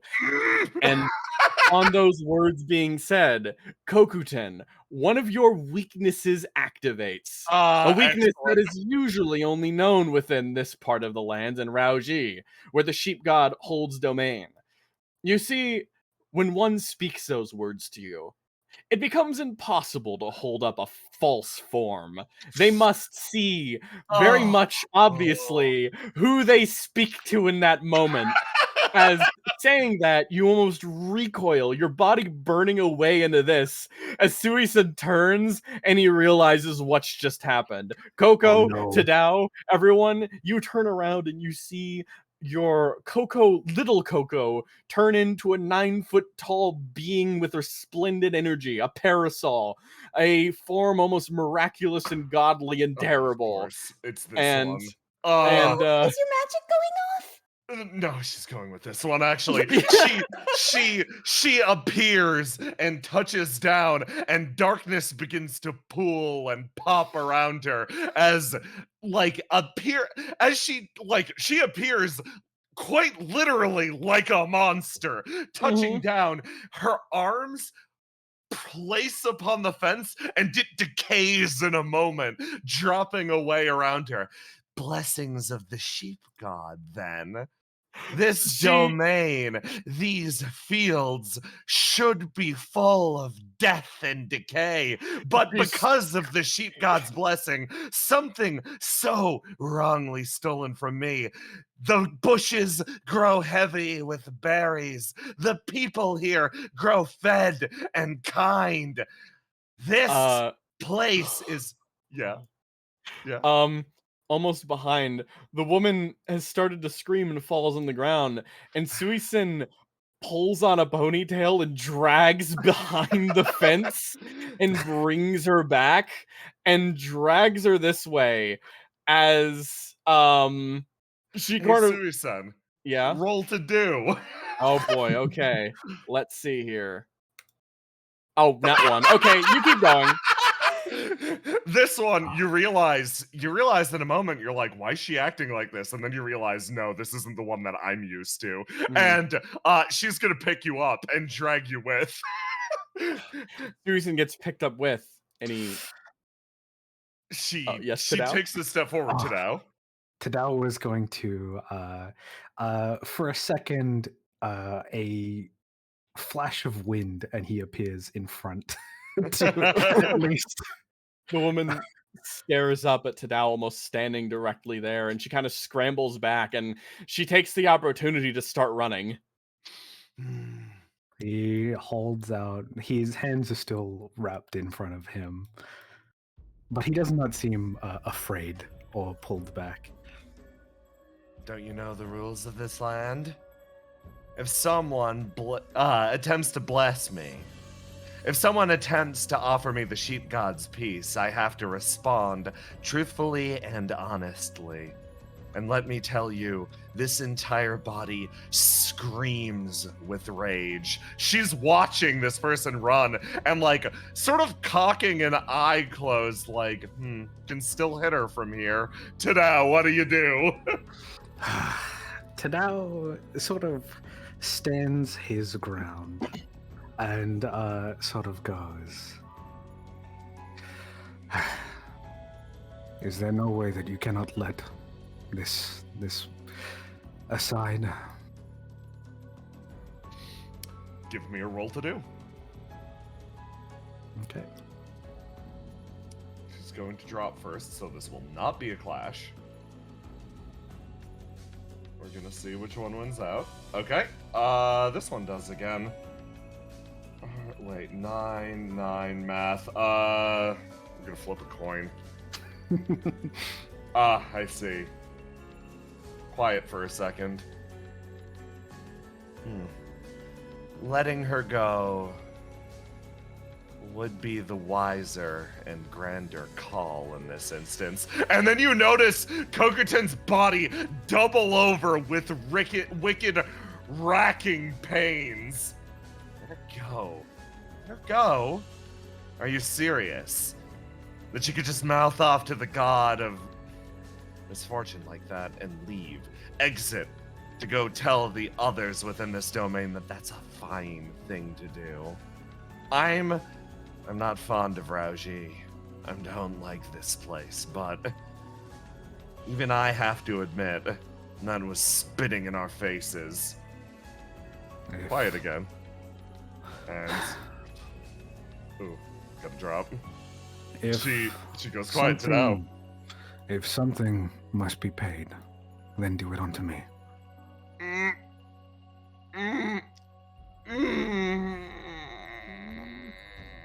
This one flares up, and hey, Suisen, you know this one is not going to hold back if that's the case. Suisen, oh boy, let me look at something really quick. He's caught off guard. Let's see how he handles this. Oh, balance.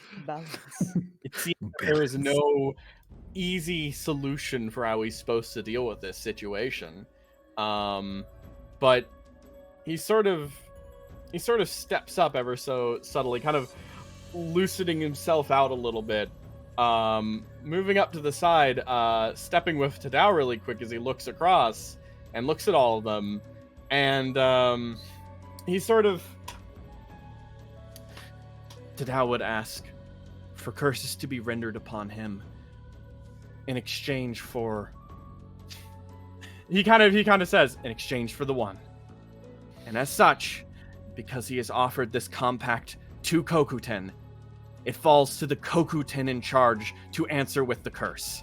Susan's gonna use the weakness. Bruh fucking vo. Yeah, it's just gonna meekly shift over in this case. She exhales slowly. As a god of misfortune, I will impart the curse that I would have laid on her. She's going to roll to do. And, this is a good thing in this case.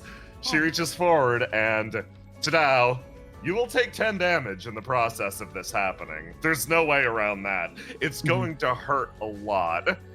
And she places a hand on your shoulder, and you feel a curse run through your body, and something changes.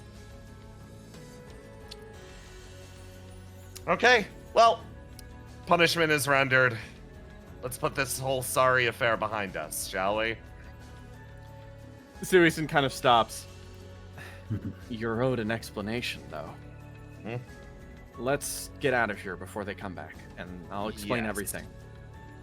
Also, walks away in this direction. Don't ever cross paths with the sheep god, okay? She turns around with kind of a mean smile. I cursed you to bark uncontrollably if he gets close. And walks off in this direction. And he's just like... What can I do? It's alright, I can blame it on old age. He hops over the fence again, and with haste, everyone makes their departure. And let me pull us back. Oh. So. All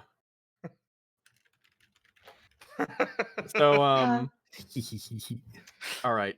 At this point, we clear that area, departing away from it. We're gonna take a little bit of fatigue there. Hey. Now I'm gonna apply 10 damage to you. And then, I already applied 10 damage. Oh, you did? Okay, Yeah. cool. Okay, nice, good. Let me put that back then. Yeah, that's gonna be 1d6 plus 2. We may want to start using water soon. Yeah, we might want to do water. I'm gonna take 2d6 because for fatigue. Yeah, just makes sense. Oh, and you guys rested, so you actually have an extra water because of Suisun's ability. So, we have 5 waters. Suisun doesn't need any right now. I would Coco, like a water, please. yes. Coco, take Like some 1d water. everyone. 1d6 health restored from that water. I'm at 4 HP. Oh, It dribbled a little bit.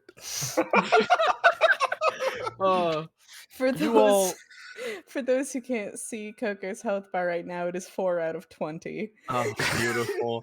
Coco, drink another water. Drink another water, Coco. I'm gonna drink another water.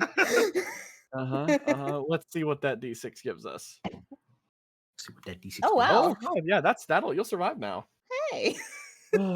So, with that, the silence sort of falls over as you depart, and you leave that town behind, continuing to travel through farmland until eventually, after steady movement, you find yourself in a new area. Now, I want everyone to roll again to try and, again, avoid any sort of consequences. That one's for Dadao. This one's for Coco. This one's for Kokuten. Okay. And this one's for Sui-san. All right, Sui-san. Oh, he needed to lock in a new thing from his stuff here. I think it makes sense for this right now. So, okay, yeah, everyone succeeds. You all manage to avoid detection or suspicion any further as you continue on. Let me handle fatigue now while I remember, and then I think it might be good to call a camp since we have almost enough. dead. Please. Yeah. So Might be first good to do fatigue. again. Everyone takes. Tadao, you take 6. Hmm. You take 8. Good thing you drank. So you're down to 1. Uh, Suisen, you take 7, and Kokoten, you Oh. take 7 as well. Was that water spicy? Oh my god, from a nice man in the yokai village! Why was it spicy? Oh, so Hey, y'all are thirsty. Please. shut up. Shut up. Got You- the old spice water. You see an inn, and you kind of approach and kind of dip in as just an ordinary travelers. As you sort of shift around a little bit, and here, let me drop us all down. There we go. It's there. There we go. And let me pop us over here. Puppy. Puppy. Puppy. Let's see. So, as you travel up, you find your way to this inn, and stepping on inside, you all kind of let's see really quick. I'll drag you all over now. As soon as I finish placing down these. That over there.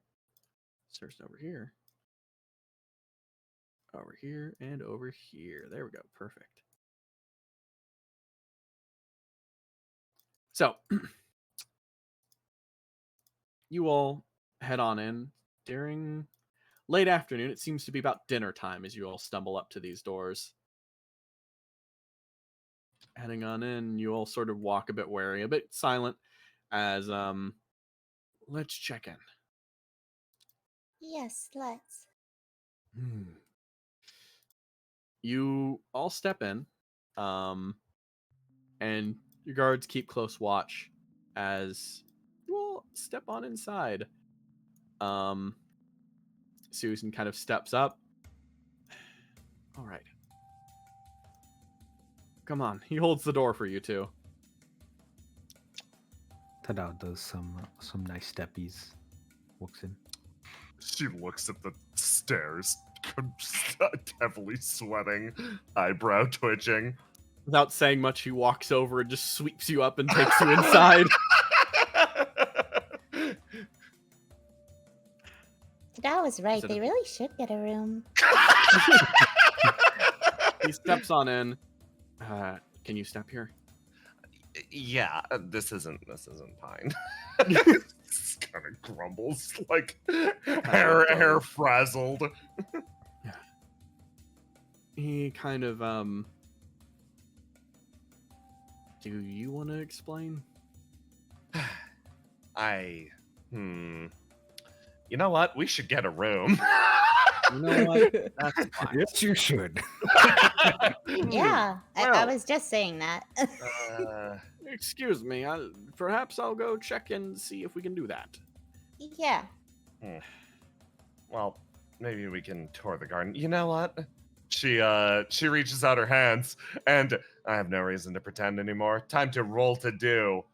Let's make this a secure room. She holds out a hand, snaps a finger, and a drop of darkness drops from her forefinger and just hits the ground, converts into snakes that dart to every corner, and suddenly you feel every door snap.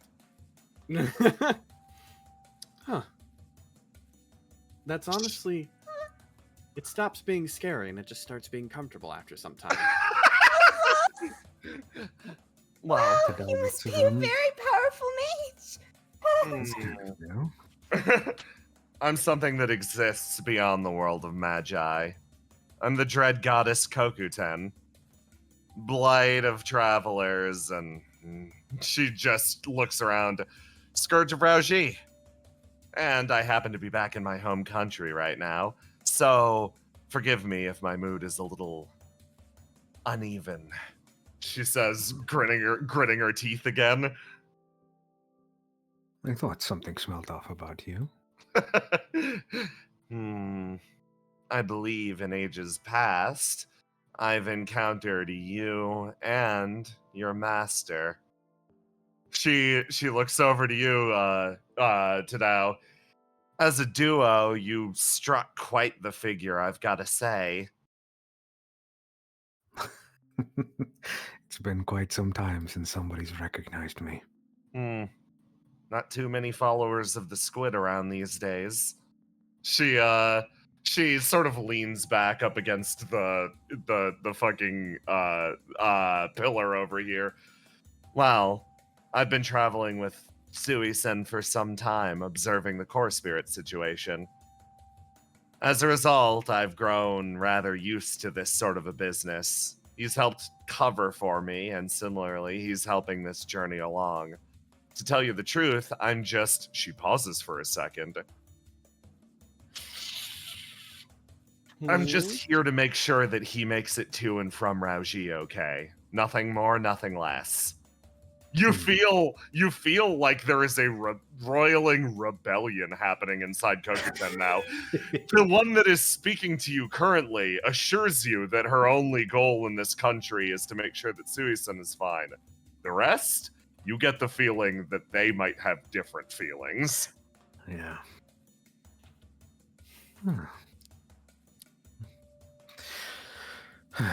Well, I hope all of he gestures you has the same sentiment. She leans in. What you said about listening to the world earlier. You're upsettingly good at it. I've spent many years ruminating on that. Ruminating on the world around it and my connection to it. After a while, you pick up on things. She nods and is just like, she gives you a respectful distance. That's the feeling that you get from Kokuten to now. Respect. It's very clear. It's not like she's still very much upset, very much hostile, but you can feel her respecting not only your abilities, but whatever wisdom seems to have come with that. And then she walks over to you, Coco. And she smudges your hair again. Hey, Big Coco. Sorry for lying.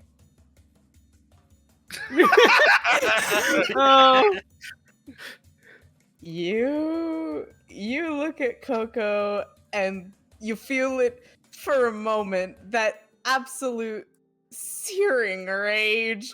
Like, what? Yeah.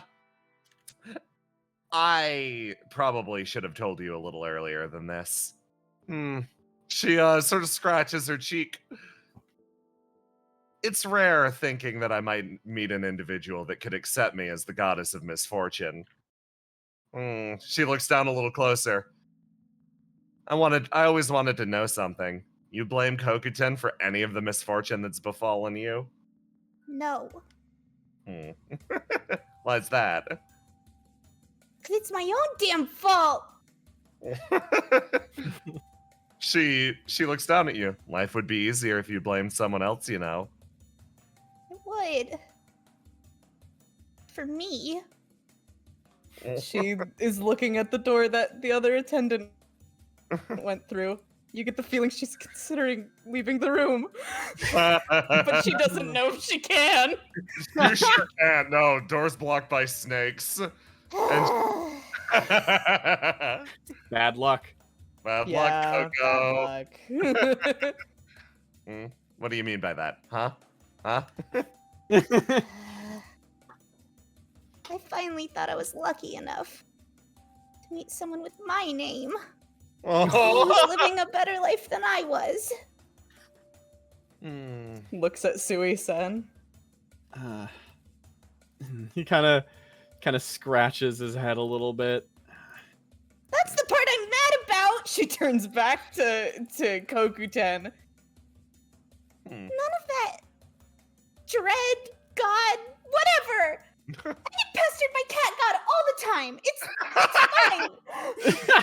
funny. She moves in a little bit. If it's any consolation, the time I spent as Coco was probably the happiest amongst all of my lives. Lives? I gotta learn something really quick. Hang on. Many disguises are different lives. I believe that qualifies enough information. This conversation is over. Fingers, the door cracks open again. Tell me, bodyguard, did you secure us a room? Yes, why is the door stuck? I was trying to... He kind of looks. Kind of goes over. We've got rooms. Just a spell of bad luck. Come on, let's go. Yeah. I'm sure if I left, you would have been able to open it. Susan kind of turns over. I'm sorry, Coco. You didn't do anything. He kind of considers, well, part of lying. Yeah. Hey, Tadao? Yes.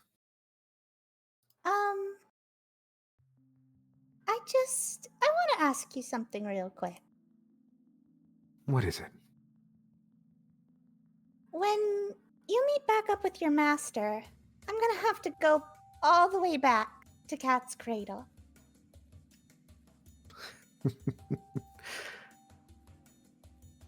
You better visit, okay? You're one of the good people out there. He reaches out and pats Coco's head. Good. You will start to make your way to rooms. It'll take some time to rest. And as you start to go, Tadao,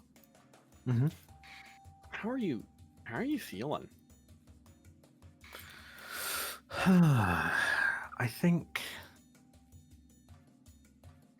Tadao is feeling not conflicted, but a little bit of confusion. Like, there's a few memories of the past butting against his ideas of the present and what may happen in the future. And I think he's slowly uncurling that thread in his mind, trying to smooth it out, trying to understand quite how he feels about this situation. Suisen actually kind of seems to be looking across, and he's sort of like, Tadao. He kind of looks directly across at this. They've got a bath. Did you? There's a question. I don't mean to be rude, but he just kind of like scratches the back of his head. When's the last time you had a bath? He stops for a second, thinking, what? Nothing that can... I haven't had a bath. I've washed myself, but not a bath, not like I used. Whoa. He holds the wall, like, the years started to hit him like, in that moment. Puts his hand on his shoulder. Why don't I help you in? Yes, you can try a new luxury of the next 2 centuries. Yes, man. He helps in and kind of goes in, and then wandering past these two. Well now, a bath, huh? Yes. Would you like to take a bath later? Oh, that would be lovely. Saying this out loud, they kind of stumble in. My lady, we're getting a different room. We'll talk later. Oh, he stops. Hang on. They step out, and then they kind of look at each other. I think she needs. Does she need? Are either suited for this? I don't believe so. Well then, oh, I have an idea. Yes, give me your good luck charm. Which one? Any of them. All right. Reaches into his pocket and pulls out a good luck charm. And he carefully approaches this door. And he kind of cracks it open. Excuse me. Yes. He kind of sweats a little bit. Who am I speaking to? Looks at you. You're speaking to the dread goddess Kokuten, Scourge of Mitsudai. I see. He kind of like stops. Well, You have 5 words. He stops. Time slows down for a bit as he starts to think very carefully. Our master loves your presence, and he closes the door and walks on this way. Hey, I'm gonna unwound one of my Yeah. one of my attributes as somebody hops back into the fight.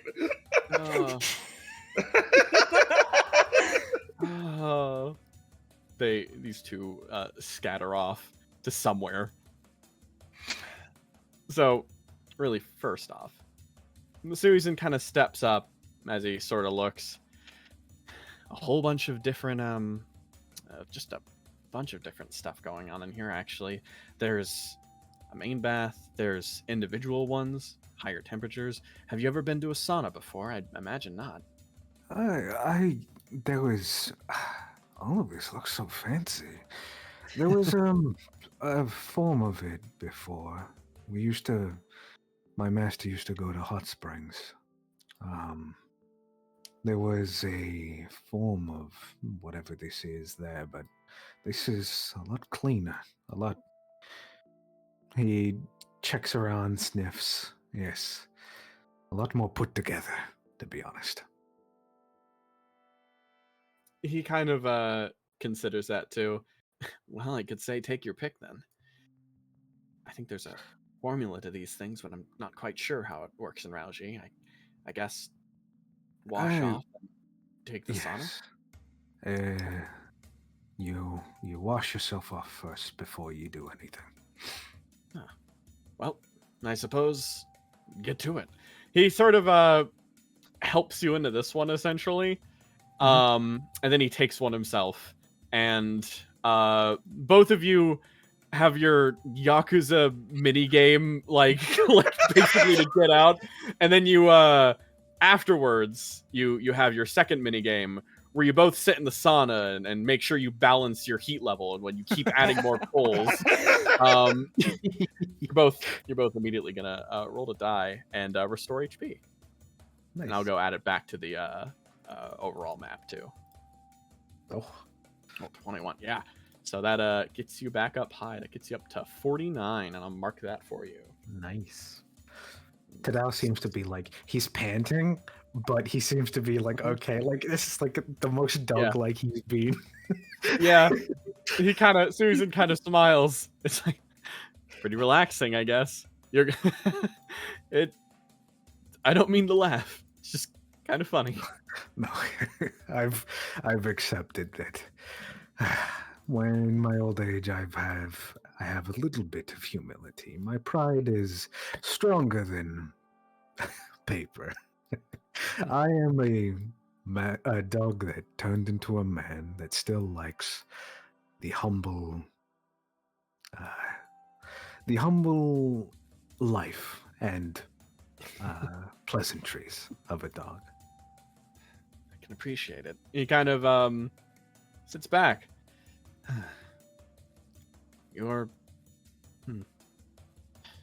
It's a remarkable thing, really. Just to think, after all this time, you waited, and you'll actually be able to see him again. He opens his eyes for a second.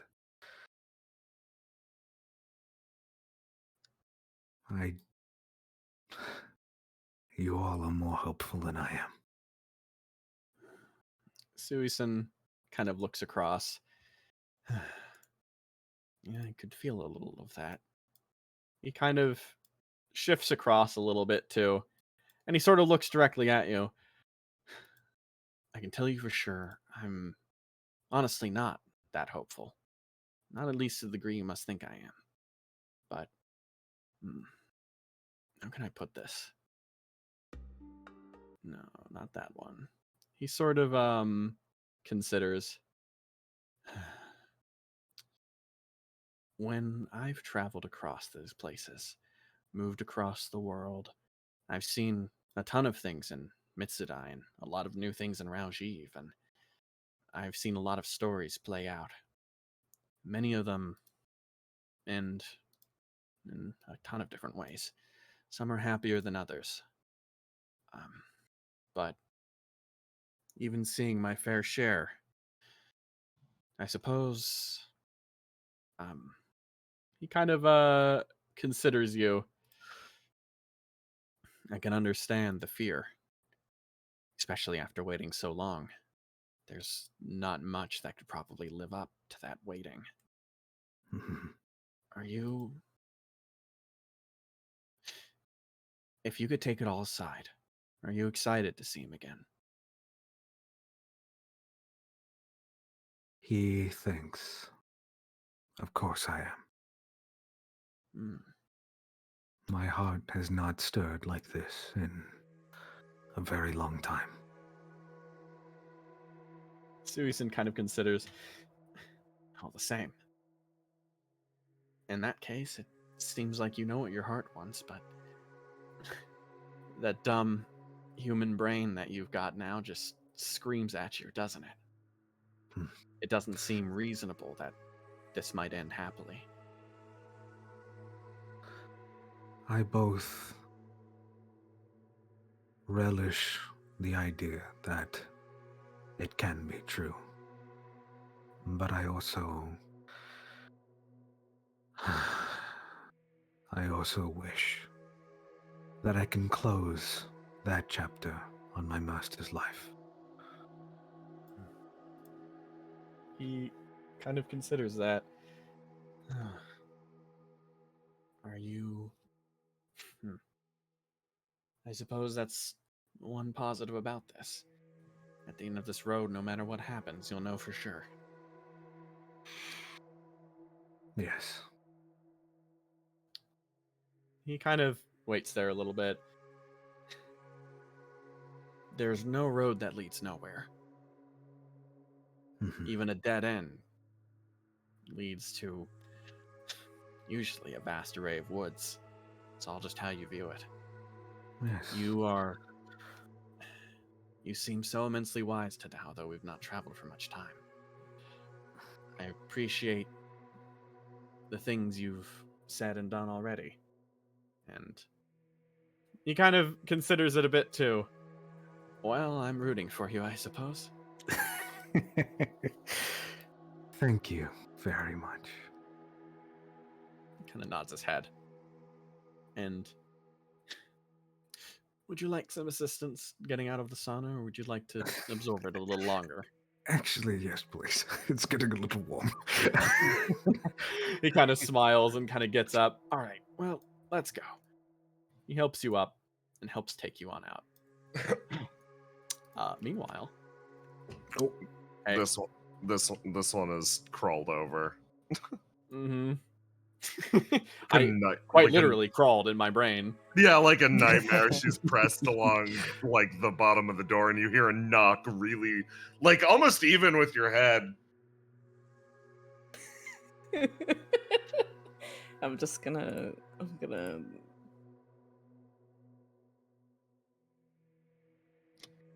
social cues means she has to respond. It's true.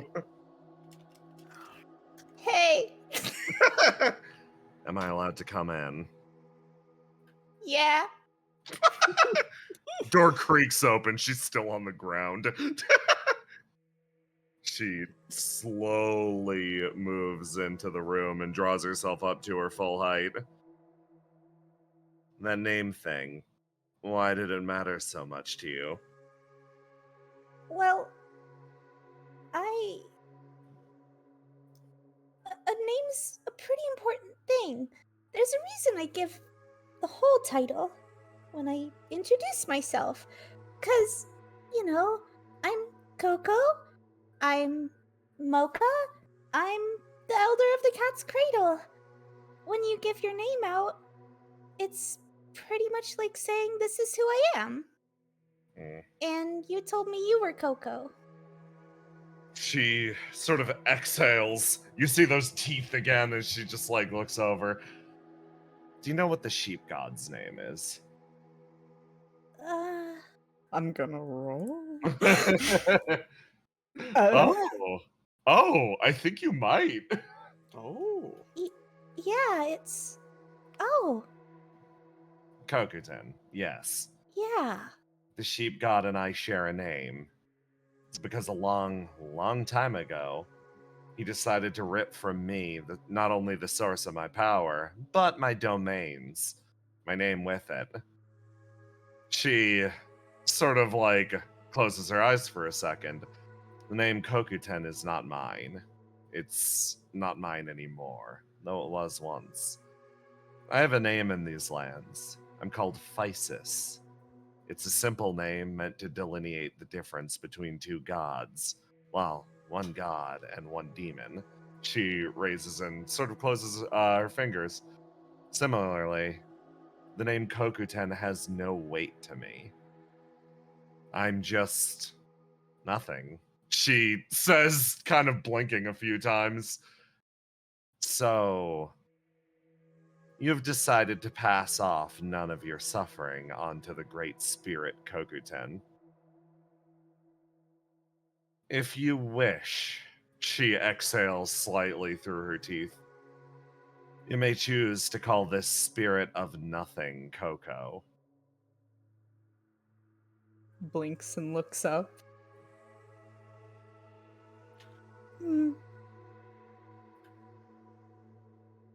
And you'd be okay with that? She, oh yeah, you hold on, no, drop, go again. Oh, there's a rebellion inside of her, and then this one is going to just speak up and sort of nod her head. Yes, because it's something that would be given to me. She sort of exhales through her nose. Trust me, this entire thing, my entire existence is a complicated mess. I mostly prayed to an effigy, and all of the prayers are warding things. Being given an offering of a name sounds rather nice for once. Then I will call you Coco. She seems 'Cause- relatively pleased by this. I think it's definitely not a ward. I mean, you call someone's name when you're trying to talk to them, right?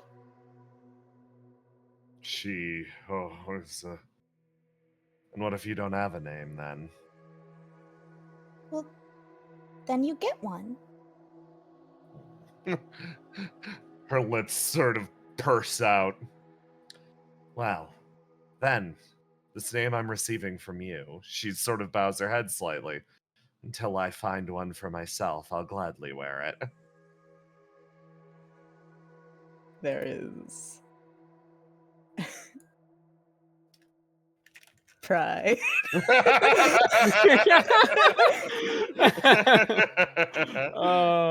She bows her head, takes a step out this way, Hold and on. then she stops. Hold on. I want to say sorry too. She turns around. She turns around and you see this confusing diminutive figure. I shouldn't have freaked out like that. I mean, names probably aren't as important to everyone. She shakes her head. Quite the opposite, actually. A name's something that I've been giving a lot of thought to. Well. Then I'm very glad that I can give you one.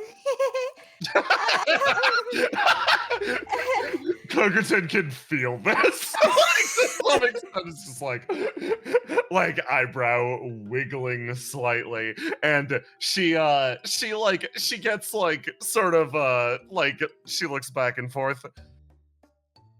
Being able to take one that is not enforced on me is rather nice. Though someday I am hoping to discover my own. Having Kokuten taken from me is a frustrating experience, but I suppose that's not mine anymore. So, Coco... I like Coco better than Physis. She sort of mumbles, looking down. Well, if Kokuten's been stolen and Physis is a demon, then yeah, I think Coco does work for you. She sort of smiles at that slightly. I still am, of course, a benevolent god. I sit and I listen to the woes and worries of the people. It's just rare to receive a gift instead of carrying out someone else's trash. She stops and thinks about that. And Coco, you realize something. She's treating your name as something precious that she just received. It's not trash. good. It's not garbage. She seems to value it, and that is what's making her uncomfortable. It just seems new and weird, and she's grossed out by it. That is the point at which Coco feels the most pride, that understanding that the elder of Cat's Cradle can give you an experience that you haven't had before, some wisdom perhaps. So Coco has acknowledged that you are the dread god Kokuten. It has not registered in Coco's mind yet that you are older than her. Oh my god. Uh, Very robotically, the door slides open, Daisuisen, and this figure moves in and just sort of like moves across and lies down next to you. And there's just quiet for a little bit. Well, it went well. Unfortunately, I'm going to be leaving you in the company of the others for a bit. I overtaxed myself a little bit, perhaps pushed the boundaries. Thank you. She thinks about that and is like, and I'm sorry. She looks over. A general statement for all of you. You kind of like this sure as hell is a big burden to take on. Trust me, that'll work on me. Maybe another one, but for the most part, they're not going to listen to words like that. Don't worry. I have my solution for the other ones. He pulls out a pair of earplugs. I'm gonna get some good sleep. I see. I understand. Kokuten lies down, actually, and just seems to think for a brief while. I wonder why it mattered to me to apologize. And then she goes quiet. That doesn't seem particularly in character. And then you feel it, Sui-sen. Yeah. The wave crashed down on the dominant Kokuten as she's swept away and crushed beneath a roar. And as that happens, you're like, earplugs go in. You feel something strange. It's like almost her entire body is straining. This entire trip has been a lot for her. And then there's just quiet again, and then this one speaks up. Go to sleep, whelp. He kind of thinks for a bit. Good night. And then he goes to sleep. He kind of pulls himself over there. Tadao, you step on inside. Coco is already asleep. Oh, Kaguya, you're muted. And he knocks on the door like softly and opens it. And here I was gonna ask if they were fine sharing a room with an old dog. You squeeze off to the corner and sit down upon a bed. New experience. Very nice. Very soft.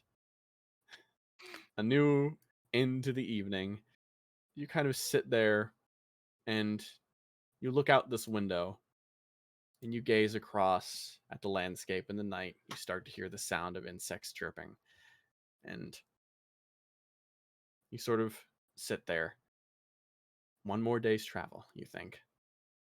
And you'll be there. One more visit to be paid. This is the last break. Final All break. right. Yeah. Final break.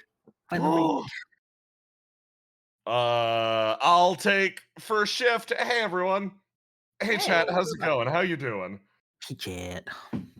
I'm so happy we got the happy Coco. Yeah. The happy ghost Coco. That makes me so happy. I'm happy that that the Tao was just like, well, I was gonna ask. Stays there anyways. You know she would have said yes. It was only kind. You The courtesy. don't smell like the forest anymore. I washed myself. It was just my coat was You had clean. soap this time. I like to imagine like his fur is super matted from being like out in the woods for a while, and he comes out and he's just looped like he's huge. Doubled in size. That must be the curse. He probably also, as soon as he got out of the tub with Suisun, he just shook himself like a dog. Old habits.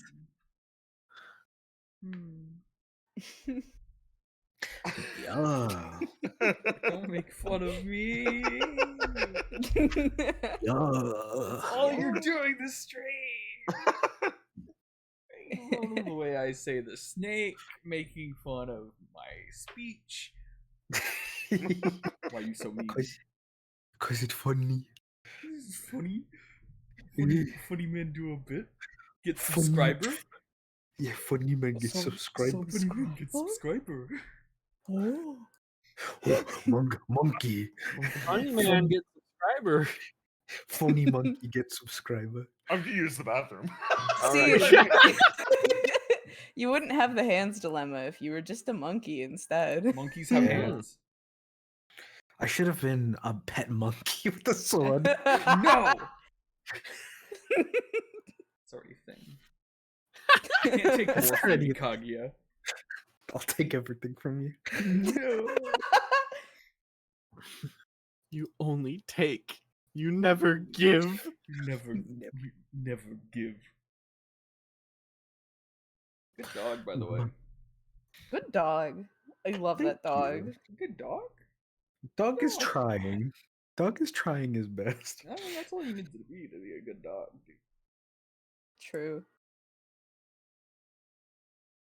That- I keep on trying to figure out if there's a chance for Tadao to ask about Uru. Oh, Because I don't think Wait, he's got the what- information. Wait, what happened to Uru? What happened? Shut up. Shut the fuck up. What happened? Don't. Wait, I literally just come back to this. wait, I just got. Wait, this is my first. What happened? Ooh, Just Nothing. chatting. Just talking. Just talking. Yeah. Just some fading. What the Don't dog worry, doing? he's- What's that dog doing? How that dog doing? Why? That Everyone dog asked what doing? that dog doing. No one asked how that dog doing. It'd be like that. One day, I need to have Tadao do ride wife, life good. Right. Good. Think about life. Think, why fight back? Kill life. It's my favorite fucking meme. I love it. It's so dear to my heart. Yeah.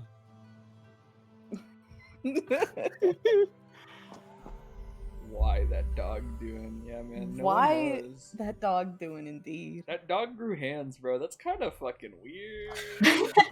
Kinda fucked up. I'm not like don't tell Tadao I said this, but like kind of freaky, dude. Does he still Kinda have the toe beans? He still has toe beans. Whoa, that's wild, That's fucking wild. dude. That's a lot of fucking updog. wild. That's a lot of updog. Back, ready. Welcome back. We talking about Updog? Yeah, we're talking What's about up, Dog Tadao? Nothing much. How about you? I'd love it if Having an okay night. I'd love it if that was the only time you used Tadao's eyes open. Activate.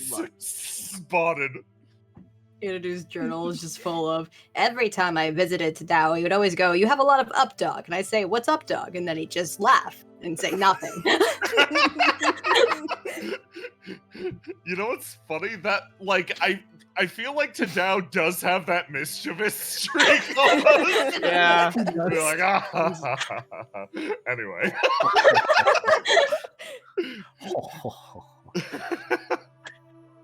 Love this dog so much. Man dog. The man dog. Man dog. Dog man. More man than Dog. dog. Man. Torian Tadao. Dogs with Hands Club. Yeah.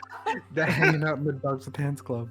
I think you look nice with the parasol, Tadao. Oh, God. The sun is quite bright. Yeah, it'll help you get it out of your eyes. Have you considered having scary glowing eyes, Tadao? Just no reason. Just no Have you reason. ever thought that scary glowing eyes would increase your updog potential? I'll have a case of the ligma. My, how serious. How serious? There was one lady who came across me. I think her name was Candace. Oh, I knew a Candace once. I can just I'm dig I'm for sorry, you. what are what are you all sorry. talking about? Okay, Pop.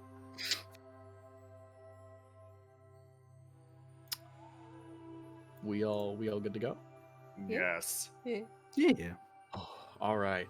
So we came to rest here, and last stretch of our journey, the fields between you and the capital.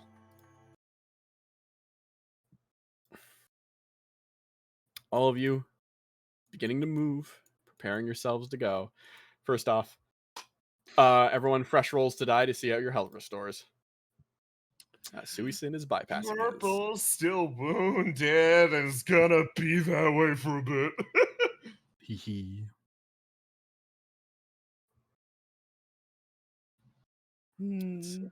Do I go greedily for the more health, or do I stick with the anxiety? We've got, that's a good question. We've got one more.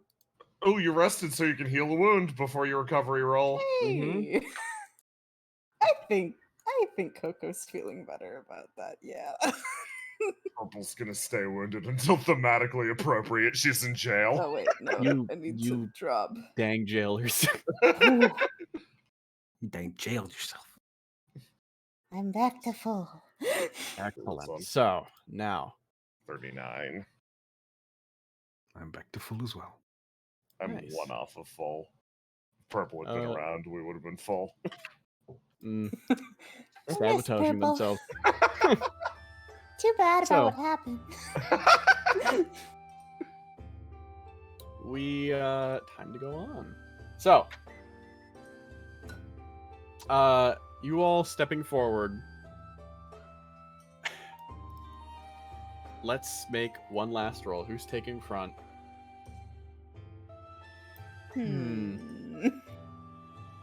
I'll do it. That wasn't. Ah, Tadao go then. Go up front, Tadao. Tadao has. You're getting close, you know. You're In getting fact, you really almost- close. Yeah. I almost feel it. So, make me a roll to navigate these fields. Let's go.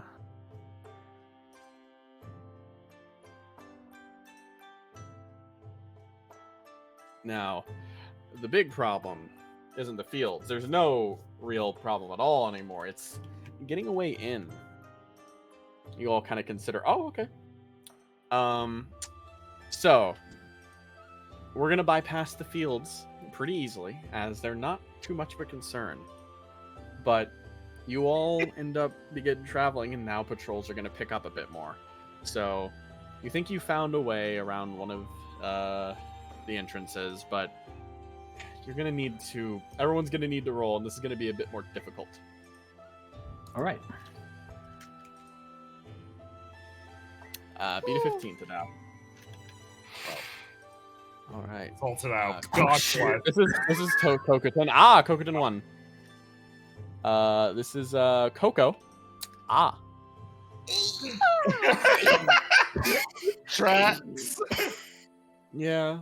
And let's roll one of these. We should use one of our tools to let Yes. Coco Whoa. reroll. Oh, shit. Oh, Daisuisen, Yeah, she Uh, should do that. where's your password? Piss off. Yeah. Cool. Reroll. Cool. Reroll. oh, reroll. We'll scale the walls. 13th God. Oh, Oh, that's still not enough. That's not Coco, I have bad news. you're going to They jail? pull over. They pull over one group of people. Someone's going to jail. Oh, no. It's okay. Take my name, my final message. Goodbye. Coco, at a certain point, you get pulled aside by different people, and everyone else is able to kind of stick to the side, because being incriminated with everyone else would be a lot worse.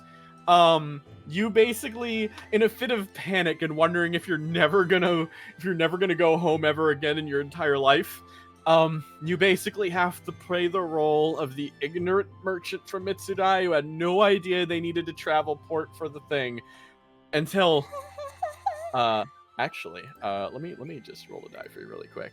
Aha, okay. Oh, Excellent. So, Thank goodness. no bad luck here. So yes, you swap over, and telling about the bad luck of your travels, you basically keep a checkpoint occupied. You are unfortunately I'm so sorry. left behind. Oh, no. and I want to bring. no, we gotta help. I'm in agreement. I'm gonna exhaust it. Purple's gonna wake up. She's like really doing bad. She's like, okay, let's go. Oh no. Let's discreetly curse some guards. Tadao's gonna play the old, the bumbling old man who is admonishing his young kid Yeah. to try and to distract them enough. Yeah. Oh god. Here, Can I? I'll let a reroll happen here. Yeah, can we both roll to try to? Let's. Hey Tadao, how are you feeling about beating that DC? Let's give it a shot, baby. Let's I give it did a bad. shot. No, I did bad. No, yeah, we all get caught. Oh my Go to god! prison. Everyone All go to prison. Hey, what do the guards know of the Great Suisa? We're all going to jail. Hey, Dad, I'm in jail. Oh, they've heard some. Oh, I love you. oh my God! Is that the Great Suisun? I heard he's a bastard of Ambrosia. Yes, as you can see, we are the traveling companions of the great Suisen. Yes, what? So you're all caught. You're Yeah. all totally caught. Yeah. But in this way, the great Suisen does the greatest thing he possibly can. Tell the truth. He's here on a favor to his dear friend, the Stairway Swordsman, where they're here to deliver someone to him. As being wrapped around, there's a consequence to being caught, but the capital opens up to you. So It was fine. it's fine. It's I'm gonna fine. get my Everyone's tail cut off.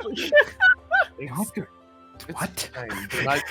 They don't do it. Probably not. I don't know. they do that sometimes. What? You all stumble in, and as you go, being escorted up by numerous guards up to the palace directly. Unfortunately, Coco, Yeah. your guards are forced to wait in lock basically, and you've been replaced by your own, so they're not allowed to come and grace the presence since they are so clearly not important. Aww. Sorry. Yeah. Oh, they're probably just gonna go on a date. Yeah, probably. Yeah, honestly. Let's see. So, everyone moves, and then eventually the guards almost seem to wait. They stop at the gate, and, well, at this point, their post cannot let them go any further. After all, as they move, you reach the stairs. Tadao, you feel your heart start to beat very fast and irregular as you step up the path here. Let me drop you here.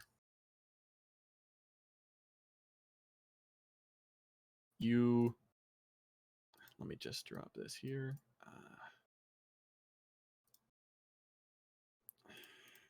You step up a stairway. You've been up before.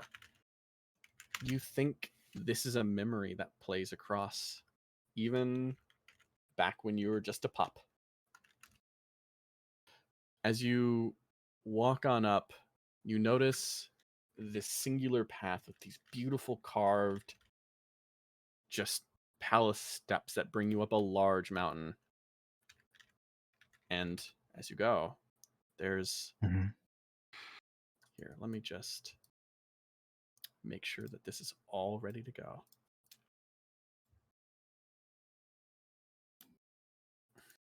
Okay. You all stumble up together as moving up this hill, you find yourself stepping up and up, Susan traveling with you. Suddenly, the bustle of your arrival has been canceled by the silence of the stairway. As you walk up, Suisun kind of steps up close behind as he looks. And you are left in this situation to simply walk forward. Tadao he is visibly, he's not afraid, but there's a mixture of that and excitement coursing through his body. He has his sword and he's using it to keep himself steady as he is shaky walking. He seems to be walking forward with determination, but there is still that excitement which is making his footing uneasy. A hand places on your back. It's okay.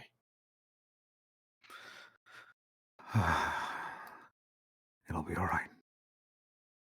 It'll be all right. Daisuisen kind of stops for a bit. And then kind of stops there, walking with you. And then at a certain point, he kind of waits and steps back to the side as you kind of make your way up. He sort of peeks around the statue. And he reaches a hand out and puts it forward. You find Kokoten back here actually sort of looking around. Her hair's disheveled. She doesn't seem to be doing too hot, and she's muttering rapidly under her breath. Oh, this is the tombstone that they put on the cap of the country that they destroyed. This is disgusting. Absolutely unforgivable. Turns around. I imagine there's a lot of conversation going on right now, but he kind of looks. This is to all of you. It's not the place. This is more important. He kind of moves up as And you then both sort of silence. step. Yeah. You all make your way up, and those few steps, each stair feeling like a decade as you move your way up, and you see something. It's a peering over from the edge. It's Cat. He looks at it and goes, "You're a little fat fella, aren't you?" He eats plenty.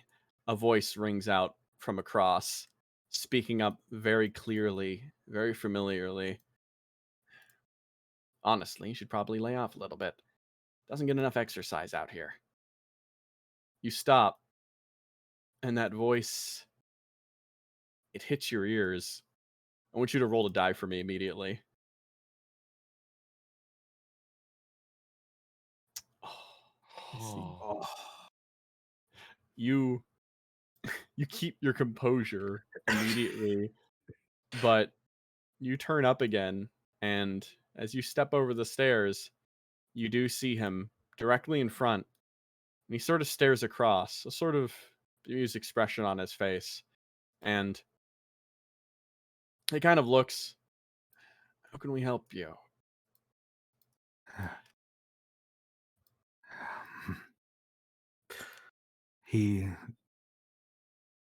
His lip quivers as he tries to think. I am here to pay respect to my master. He blinks. Your master? Yes. Steps forward. Whatever needs to be done, you can... Let me roll really quick for something.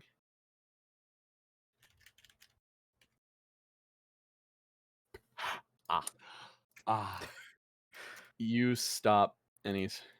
Whatever your master would... His voice almost seems to catch.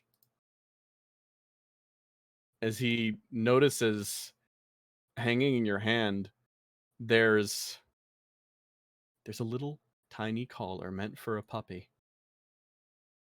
And that shatters this man's resolve more than anything he's experienced in the past century as he looks directly across. My boy. He kind of walks up. Is that Tadao? He looks down, his eyes watering. It's me. He moves up and puts his hand. When did you get so big? How'd you get bigger than me? It's been so long. So long.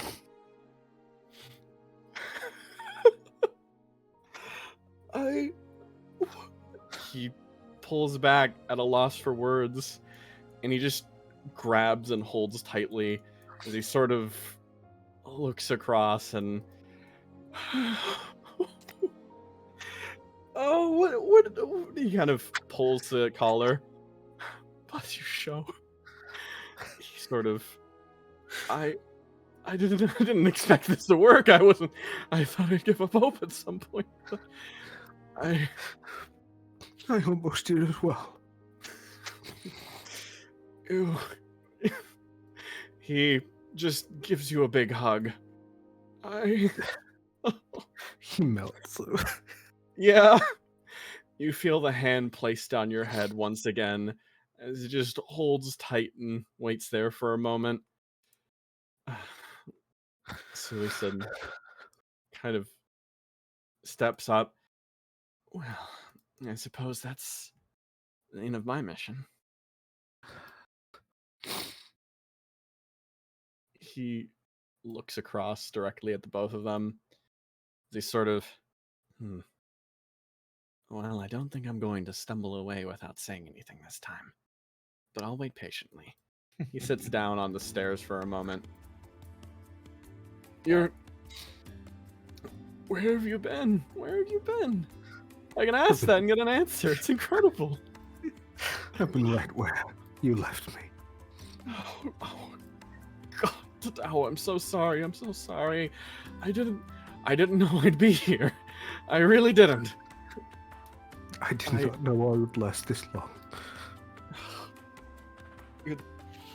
He kind of... glad you did. I suppose it's 2 miracles, huh? There's so many miracles in this world. He kind of scratches right between your ear again. I guess so. He, just kind of like... He sort of just sits down with you at the edge of the stairs as well. And he sort of just... He tells you so many tales. The day passes by as he just talks about the tale of, God, how he was here, being almost imprisoned in this place by a duty, loyalty. It's honestly really hilarious. 2 souls bound in immortality, waiting, constantly desiring to leave. But he kind of waits there, talks. Some of these other cats kind of go up and just sort of start licking around you and just kind of like being there. I suppose it's... Are you trying to replace me? No, I wouldn't. No. He kind of just seems to smile as you both just kind of stand there or sit there for a little bit. He doesn't really know what else to say. Tadao explains some of the stuff that he was going on. He goes, for the longest time, I cursed the man who made me like this. Or cursed the situation that made me like this. But being able to sit here with you all those long years alone, it was worth it. He goes over and wraps his arm around you really quick and again just kind of gives you a pat there. Long years worth it indeed.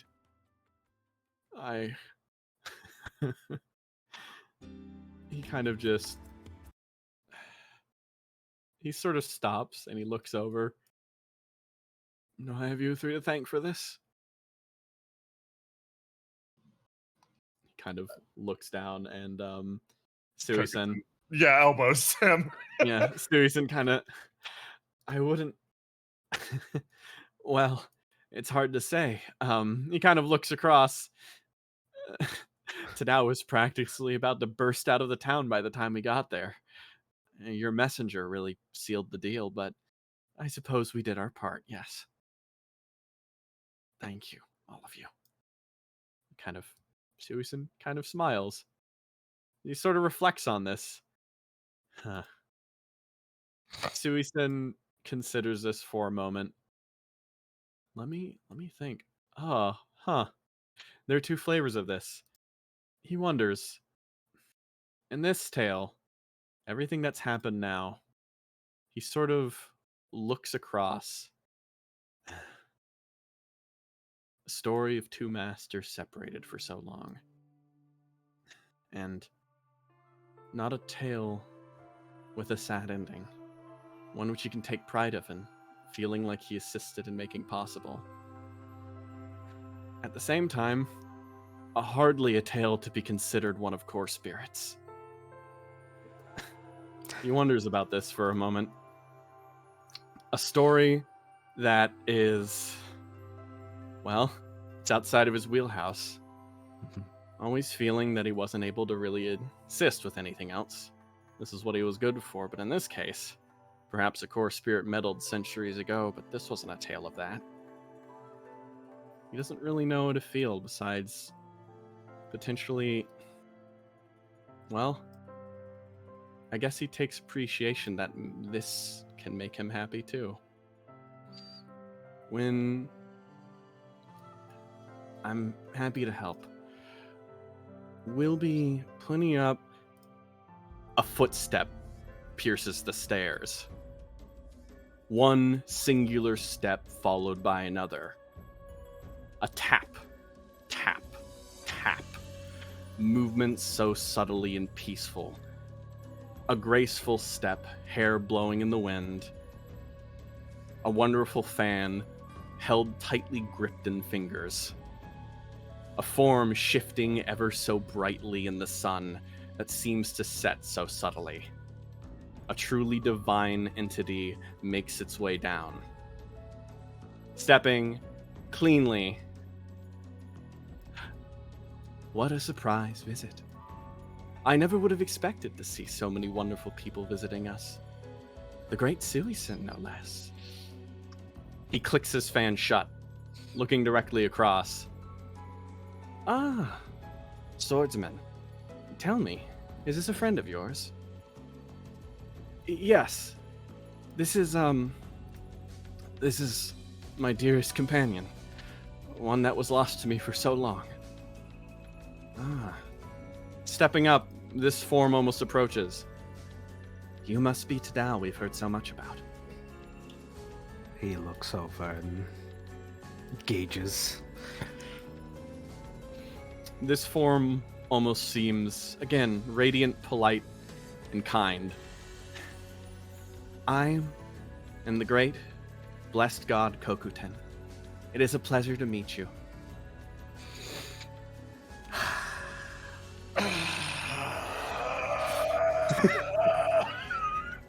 Unfurls fan. I guess he has to bark.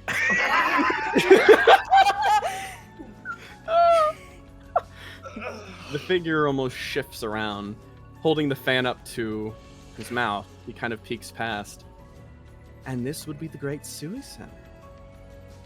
I've heard you make such fine traveling companions. A stare pierces directly down.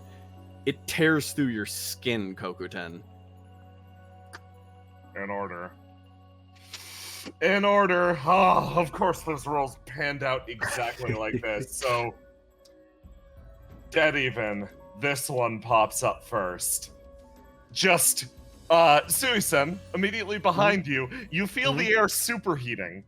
Then you feel a vacuum. Just pure ripping winds behind you. And then in the next instant, it freezes solid, the air becoming chilling and misty behind you, and then, before you can turn, in an instant, you stare at her, and there's nothing.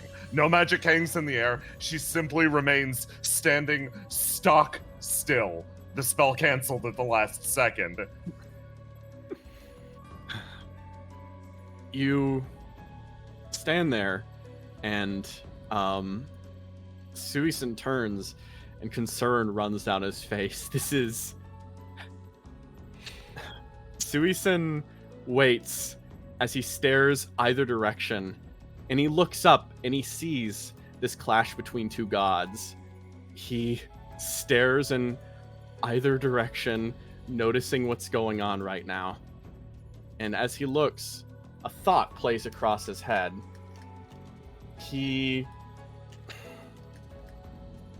As he comes to, he thinks about his journey here. He thinks about everything he's done, all the outcomes that could have happened, everything they've done. He looks across and he sees these two coming face to face. And one thing blares very clear in his head.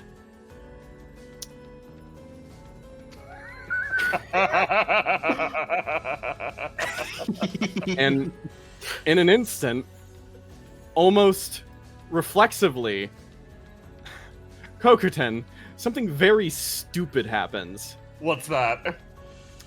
You notice almost a blur as everything stops, and staring directly in front of this figure, not another step not another step closer, please.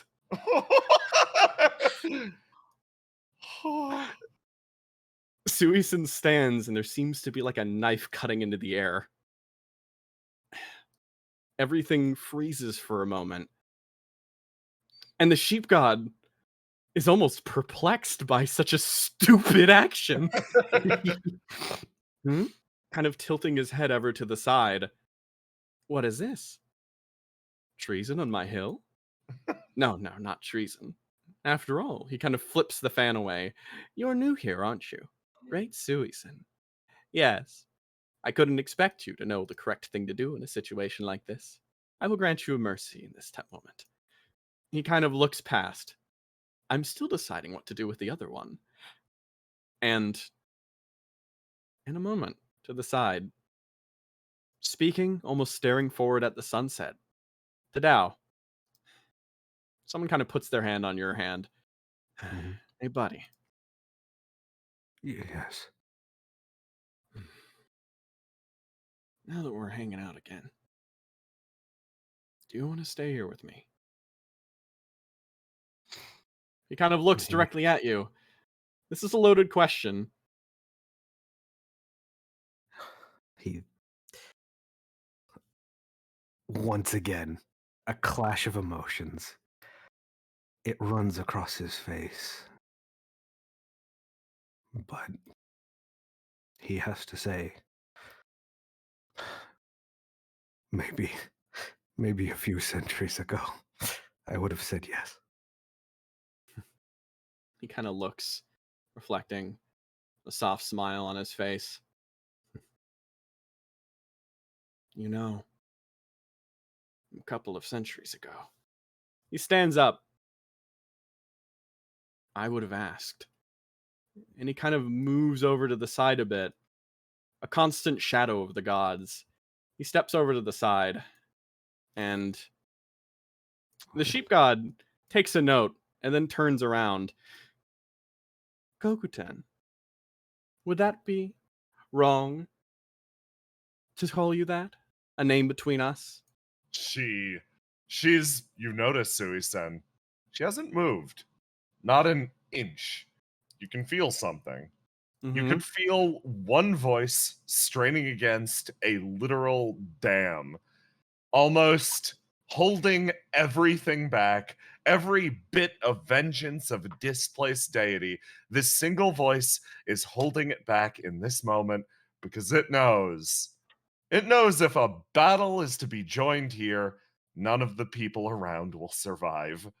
So it simply chooses to hold it all back to the best of its ability.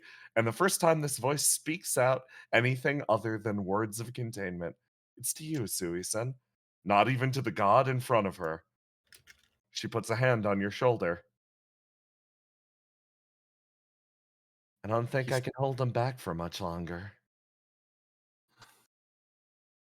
He considers that, and he kind of stops. His hand drops to the side. And then he turns over. And during this process,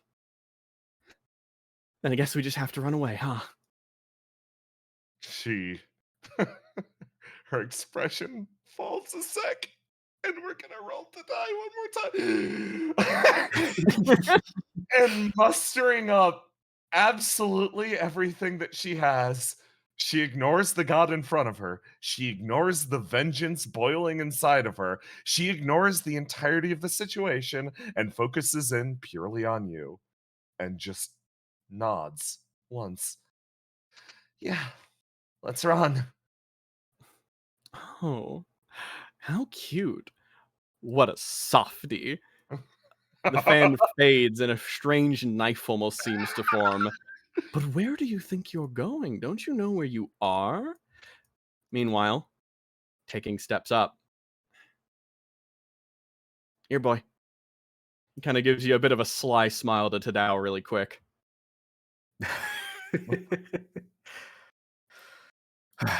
He gets up.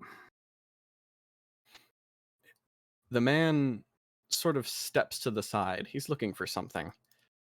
Ah, here it is. He picks up the weapon of his charge once more. He kind of looks at it again, and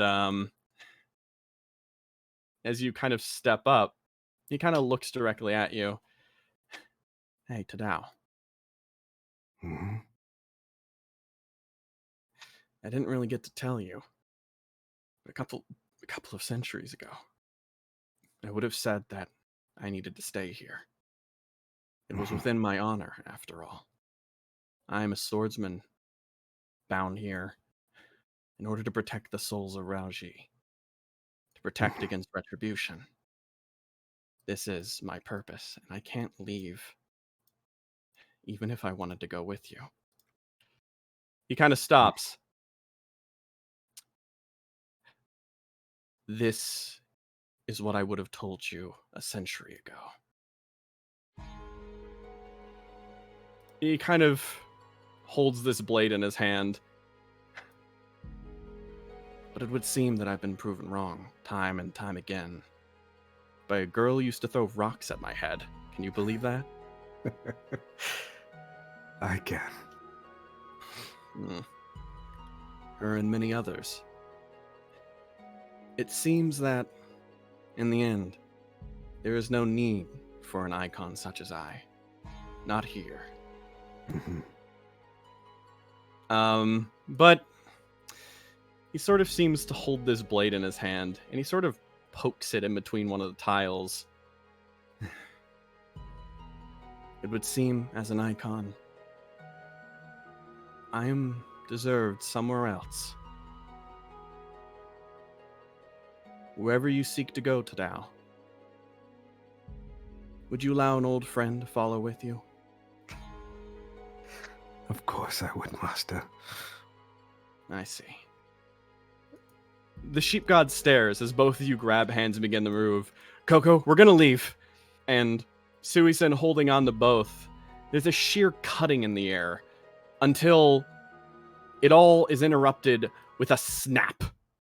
A sword shatters, something breaking apart, a gifted weapon granted to one who stood to protect the gods from the realms below.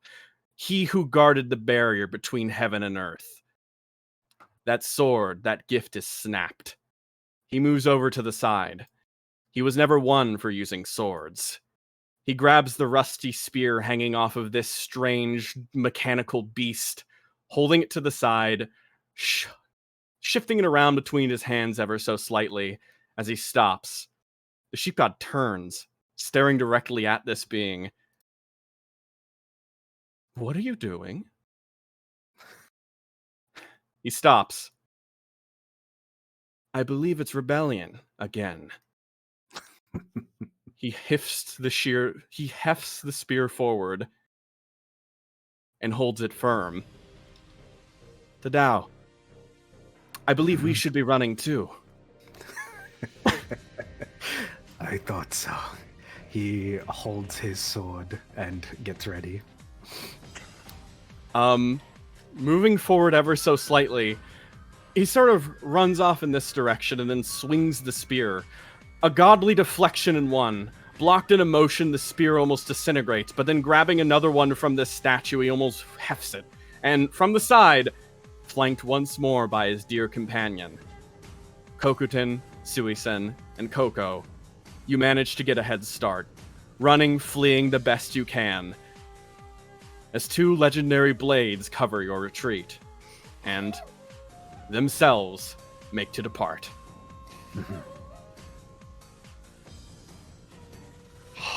And through 10 nights of fighting and fleeing, barely any rest, Rauji's capital once more faced crisis. And as time passed, those fleeing, chaos in the capital, order thrown to pieces, a scheme falling apart in the most unbelievable of ways. There's shifting movement somewhere across the way. As full weeks later, in a strange place, deep near the borders of Rauji, a spear touches the ground. Well, now, that was a bit of a mess. Don't you agree? Oh, God, my bones. Yes, it was a little bit of a mess, but it reminded me of the good old days. He kind of smiles back at that. And it did. You both walk forward ever so slightly. So tell me, old friend, I don't think we'll be much welcome in Rauji again. He sort of stumbles forward. I see 2 roads that divide, and he looks at this broken apart spear in his hand. He kind of tosses it up, and it kind of lands on the ground. You know, in the past, I might consider that as our next destination. But do you have anywhere in mind? Thanks.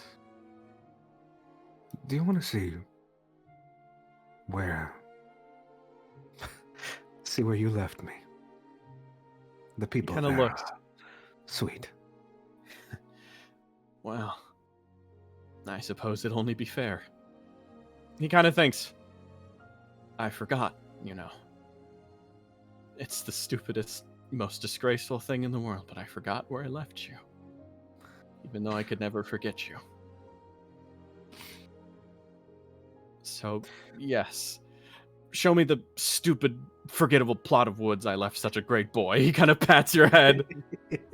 He goes, it was not stupid. It was a place surrounded by cats. And that's where I call the conclusion for this session.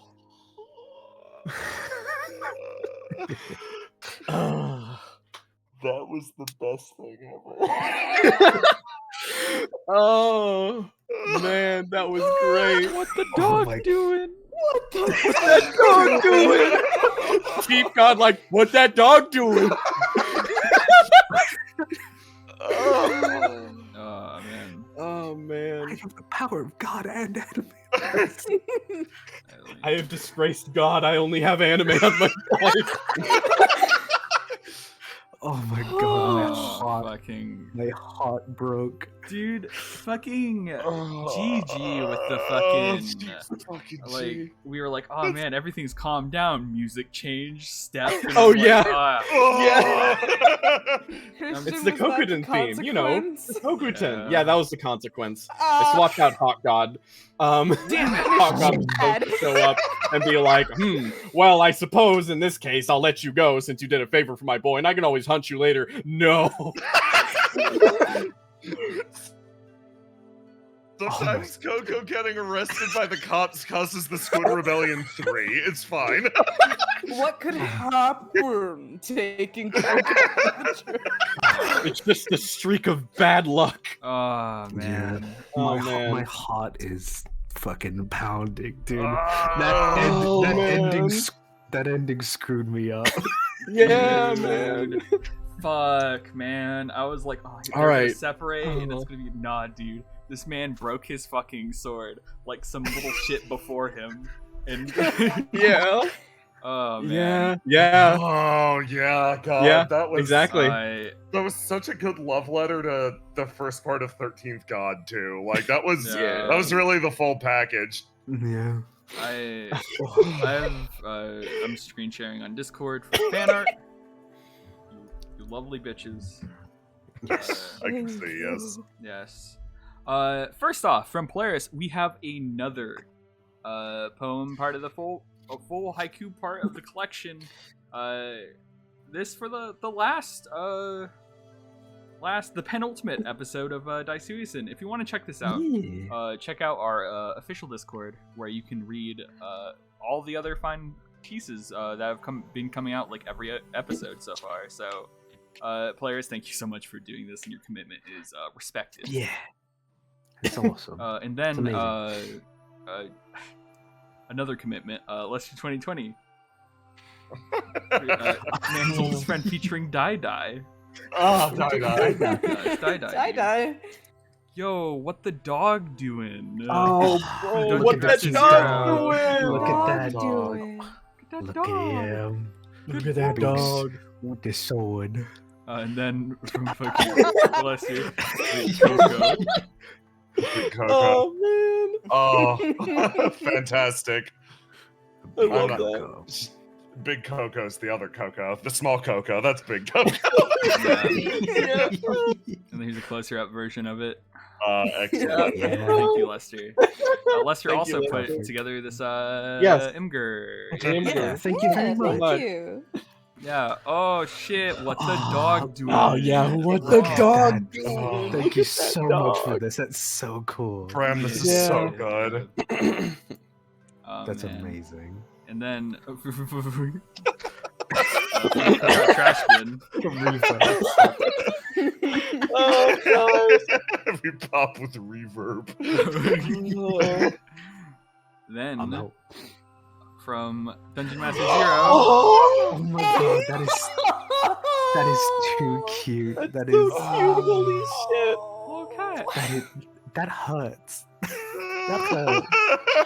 hurts. And then from Lester 2020. This is sad. Alexa, play Despacito Coco. Despacito. No, I'm hearing things. Oh! And then from Dungeon Master Zero. Oh, look at them. Oh, Oh, gosh. Jason got hit with the cat curse. Yeah. yeah. Cat beam. So like, yeah. Oh shit. Selecting now. Fuck yes. Yay. Good boy. Good boy. That's That's a such good a good boy. one. That's a I good- love him with his little sword. Thank Thank you very Leslie. much. Good boy. Oh shit. Yo, Poggers though? Oh. Get a room. Doggers. Doggers. Get a room. Jeez. Jeez. Thank you, Brim. Damn. Thank you, Brim. Then from Cookout Trash Bin, it's another fucking. Hey, now you're pretty big, you know. Has anyone ever called you an up dog? No, actually, what is an up dog? Not much. What's up with you? Oh, you're wonderful. Would you like to go to admin with me? Sure, I know a quick way there. You praise the Everybody sheep. mentioning the sheep god. Praise the sheep, you get fucking grief. You praise the sheep, you get the grief. Thanks, Lester.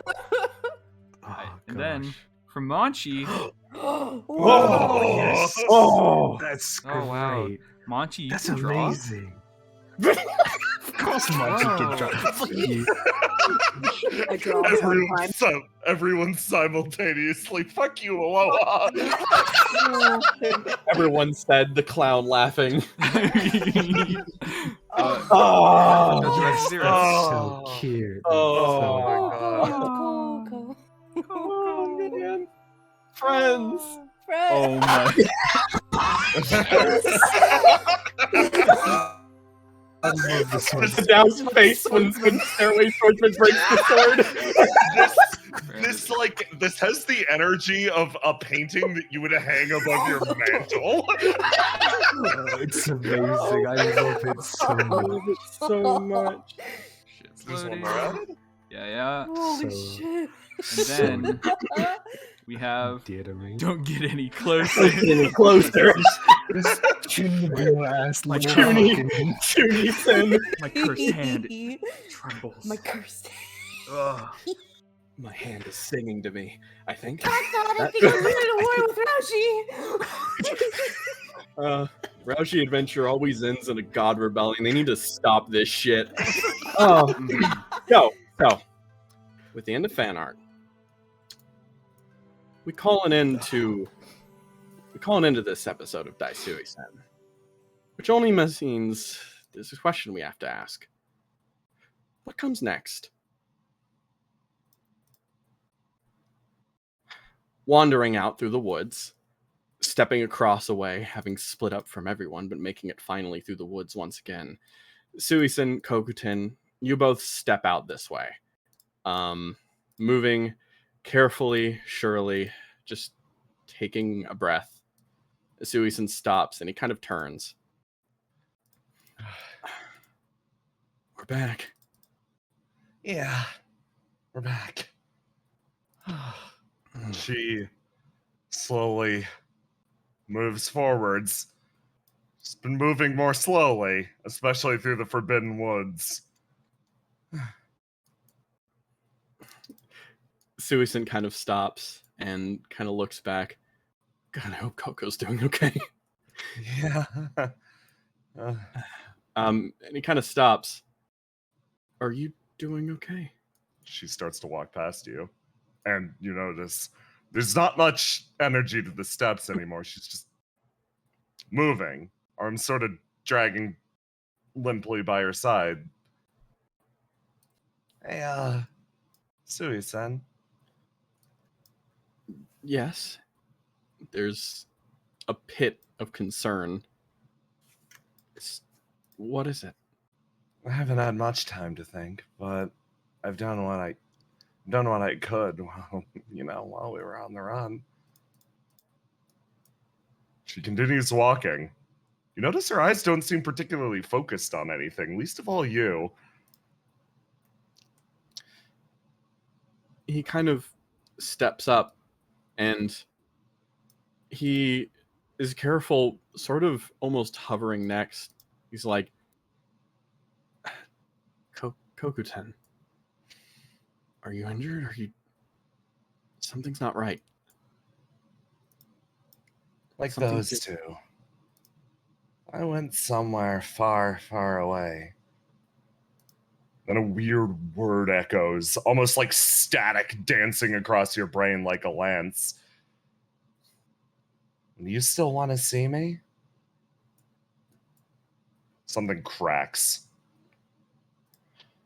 A mask breaking, giving way, losing form. There's just nothing for a second. A pure black abyss. As the Kokuten in front of you shatters to pieces. New shape takes its place. Oh. She, sort of cracks her neck. Oh. That's unfortunate. Hmm. She takes a step backwards and, looks down at herself. It's really early for me to come out. Suisen stops, and I'm gonna have him roll to do really quick. Roll to die for me. I've got to remove an attribute permanently. That's unfortunate. 1 second, and I've got to add a new one. Yep, perfect. Okay. Or, yeah. We're gonna hit roll to die. There we go. She seems to test herself. Stretches slightly. Looks down. Oh. I'm really glad you're still traveling with me. She looks. Oh, don't you recognize me? And with this, as cruel as it might be, he does. Couldn't recognize the other one, but this is one he can. He stops and he looks directly across. I thought you were... Why haven't you come out till now? Okay. Yes. I'm that core spirit you saved from being bound up in that tree so long ago now. I really have to thank you for that. He kind of stops. I just helped. That was mostly you. He kind of stops. There's an obvious concern.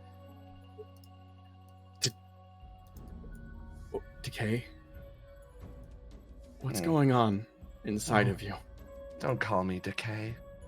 My name's Kokuten now. She seems to be getting a good balance of herself. She sort of scans your expression. Oh, you seem surprised. She thinks about this.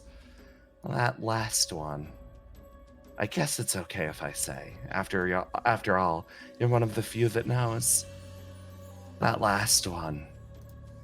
She has been struggling for a little too long, holding back a few too many voices. She was supposed to last another 100 years or so, but seems like she has been all used up. She starts to move in this direction. It's strange. I can't even hear her voice anymore. The others have... She goes quiet, and... Doop, let me do this again. So that's what's happening. She, turns and looks to you, Sui-sen. Kokuten as a being is made up of core spirits. A wide multitude of different spirits with different purposes. She holds up her fingers. A core spirit of divinity, perpetuity. Oh, wow. A core spirit of rage and wrath. A core spirit of mourning and remembrance. A core spirit of inevitability. All of them are wonderful containers to pick up aspects of a personality. She waves her fingers one after the other. Tell me, what kind of a container does nothing make? She raises a finger. He, surprisingly gets that as highest, and I think Suisen starts and speaks up. It was a good one. What do you mean quiet? Gone? Core spirits don't just... He stops. They shouldn't. He kind of steps up. Where is she? She pats her chest again. Sorry, but it seems like this little escapade finally broke her. She raises out a hand, and then something flares to life in her palm.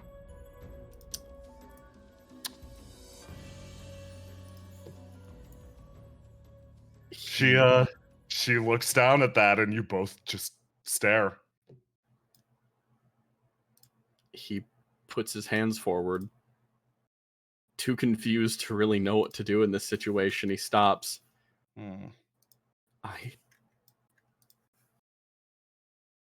That can't be right. Why? He kind of looks back at them. Why did that happen? Why? I don't get it. Why did the mask get removed? What? They were all screaming. They always do that, don't they? She sort of exhales through her nose. Core spirits are containers for will. We pick it up from others, we carry it with us, and we turn that will into whatever the people wish. She walks off in this direction. The creature known as Kokuten was something of a... We're something of an exception. We can pretend that we have a will of our own. We can really try. The mask fits snugly. She continues to move forwards, but we're all just acting on that will that we've absorbed over time. The one who's occupied primarily with rage has absorbed so much of the post-war fervor, it informs who she is. The one known as Mourning has absorbed all of that post-war depression. She looks back at Rauji and cries. Me, I've lived in my tree for long enough that I've simply absorbed Mitsudai's spirit. She taps the umbrella on the ground, decay dropping off of it. But if one were to give enough pressure to even me, she starts to, she creates an orb in her hands and starts to squeeze and squeeze and squeeze. All of that will would come pouring out. And then she lets go. Nothing would remain. Nothing to power the mask. She points to the little spirit, this vaguely popping, weak shape in your hands. That one from the very beginning. I have to wonder, what did it even want to do with the mask? A coarse spirit of nothingness. What goals could it have had? I'm not surprised the mask cracked and gave way. After all, when it was forcibly ripped off, what would be left? Hang on. Yeah, that makes a lot of sense. Yeah. He holds the spirit in his hand. It seems to float there ever so softly. He sort of stops. I think I've heard enough. He kind of holds this spirit close. And he I can't know for sure. It sounds like you've been silent up till now. It sounds like you're just curious. So maybe this message is not for you. He turns around. A mask must speak for those inside. So for those inside, he sort of holds the spirit in his hand. Maybe next time, you should be the ones to listen. He kind of holds the spirit. This one, nothingness. You say that's not a good container. He kind of, sort of just, I'll be back when it's filled again.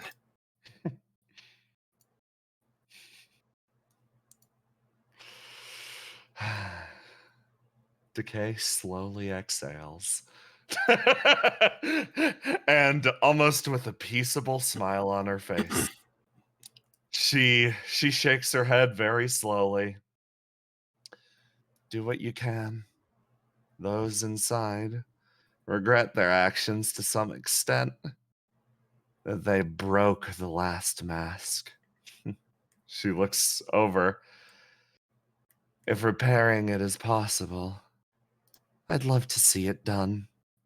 But just the same, for now, she points at that. You two, and that core spirit. That creature can no longer rely on the name of Kokuten. So I have to wonder, can you provide her something to rely on instead? He pauses for a moment and kind of reflects on that. Oh. All I can do is try. He kind of selects it, and once more, he nestles the spirit in his coat and sort of just kind of walks off, moving in this direction, stepping off away from the road a little bit. As the wanderer moves off again, not alone, never truly alone, but ever so silent. Next time on Daisuisen, the final session, the hero of nothing.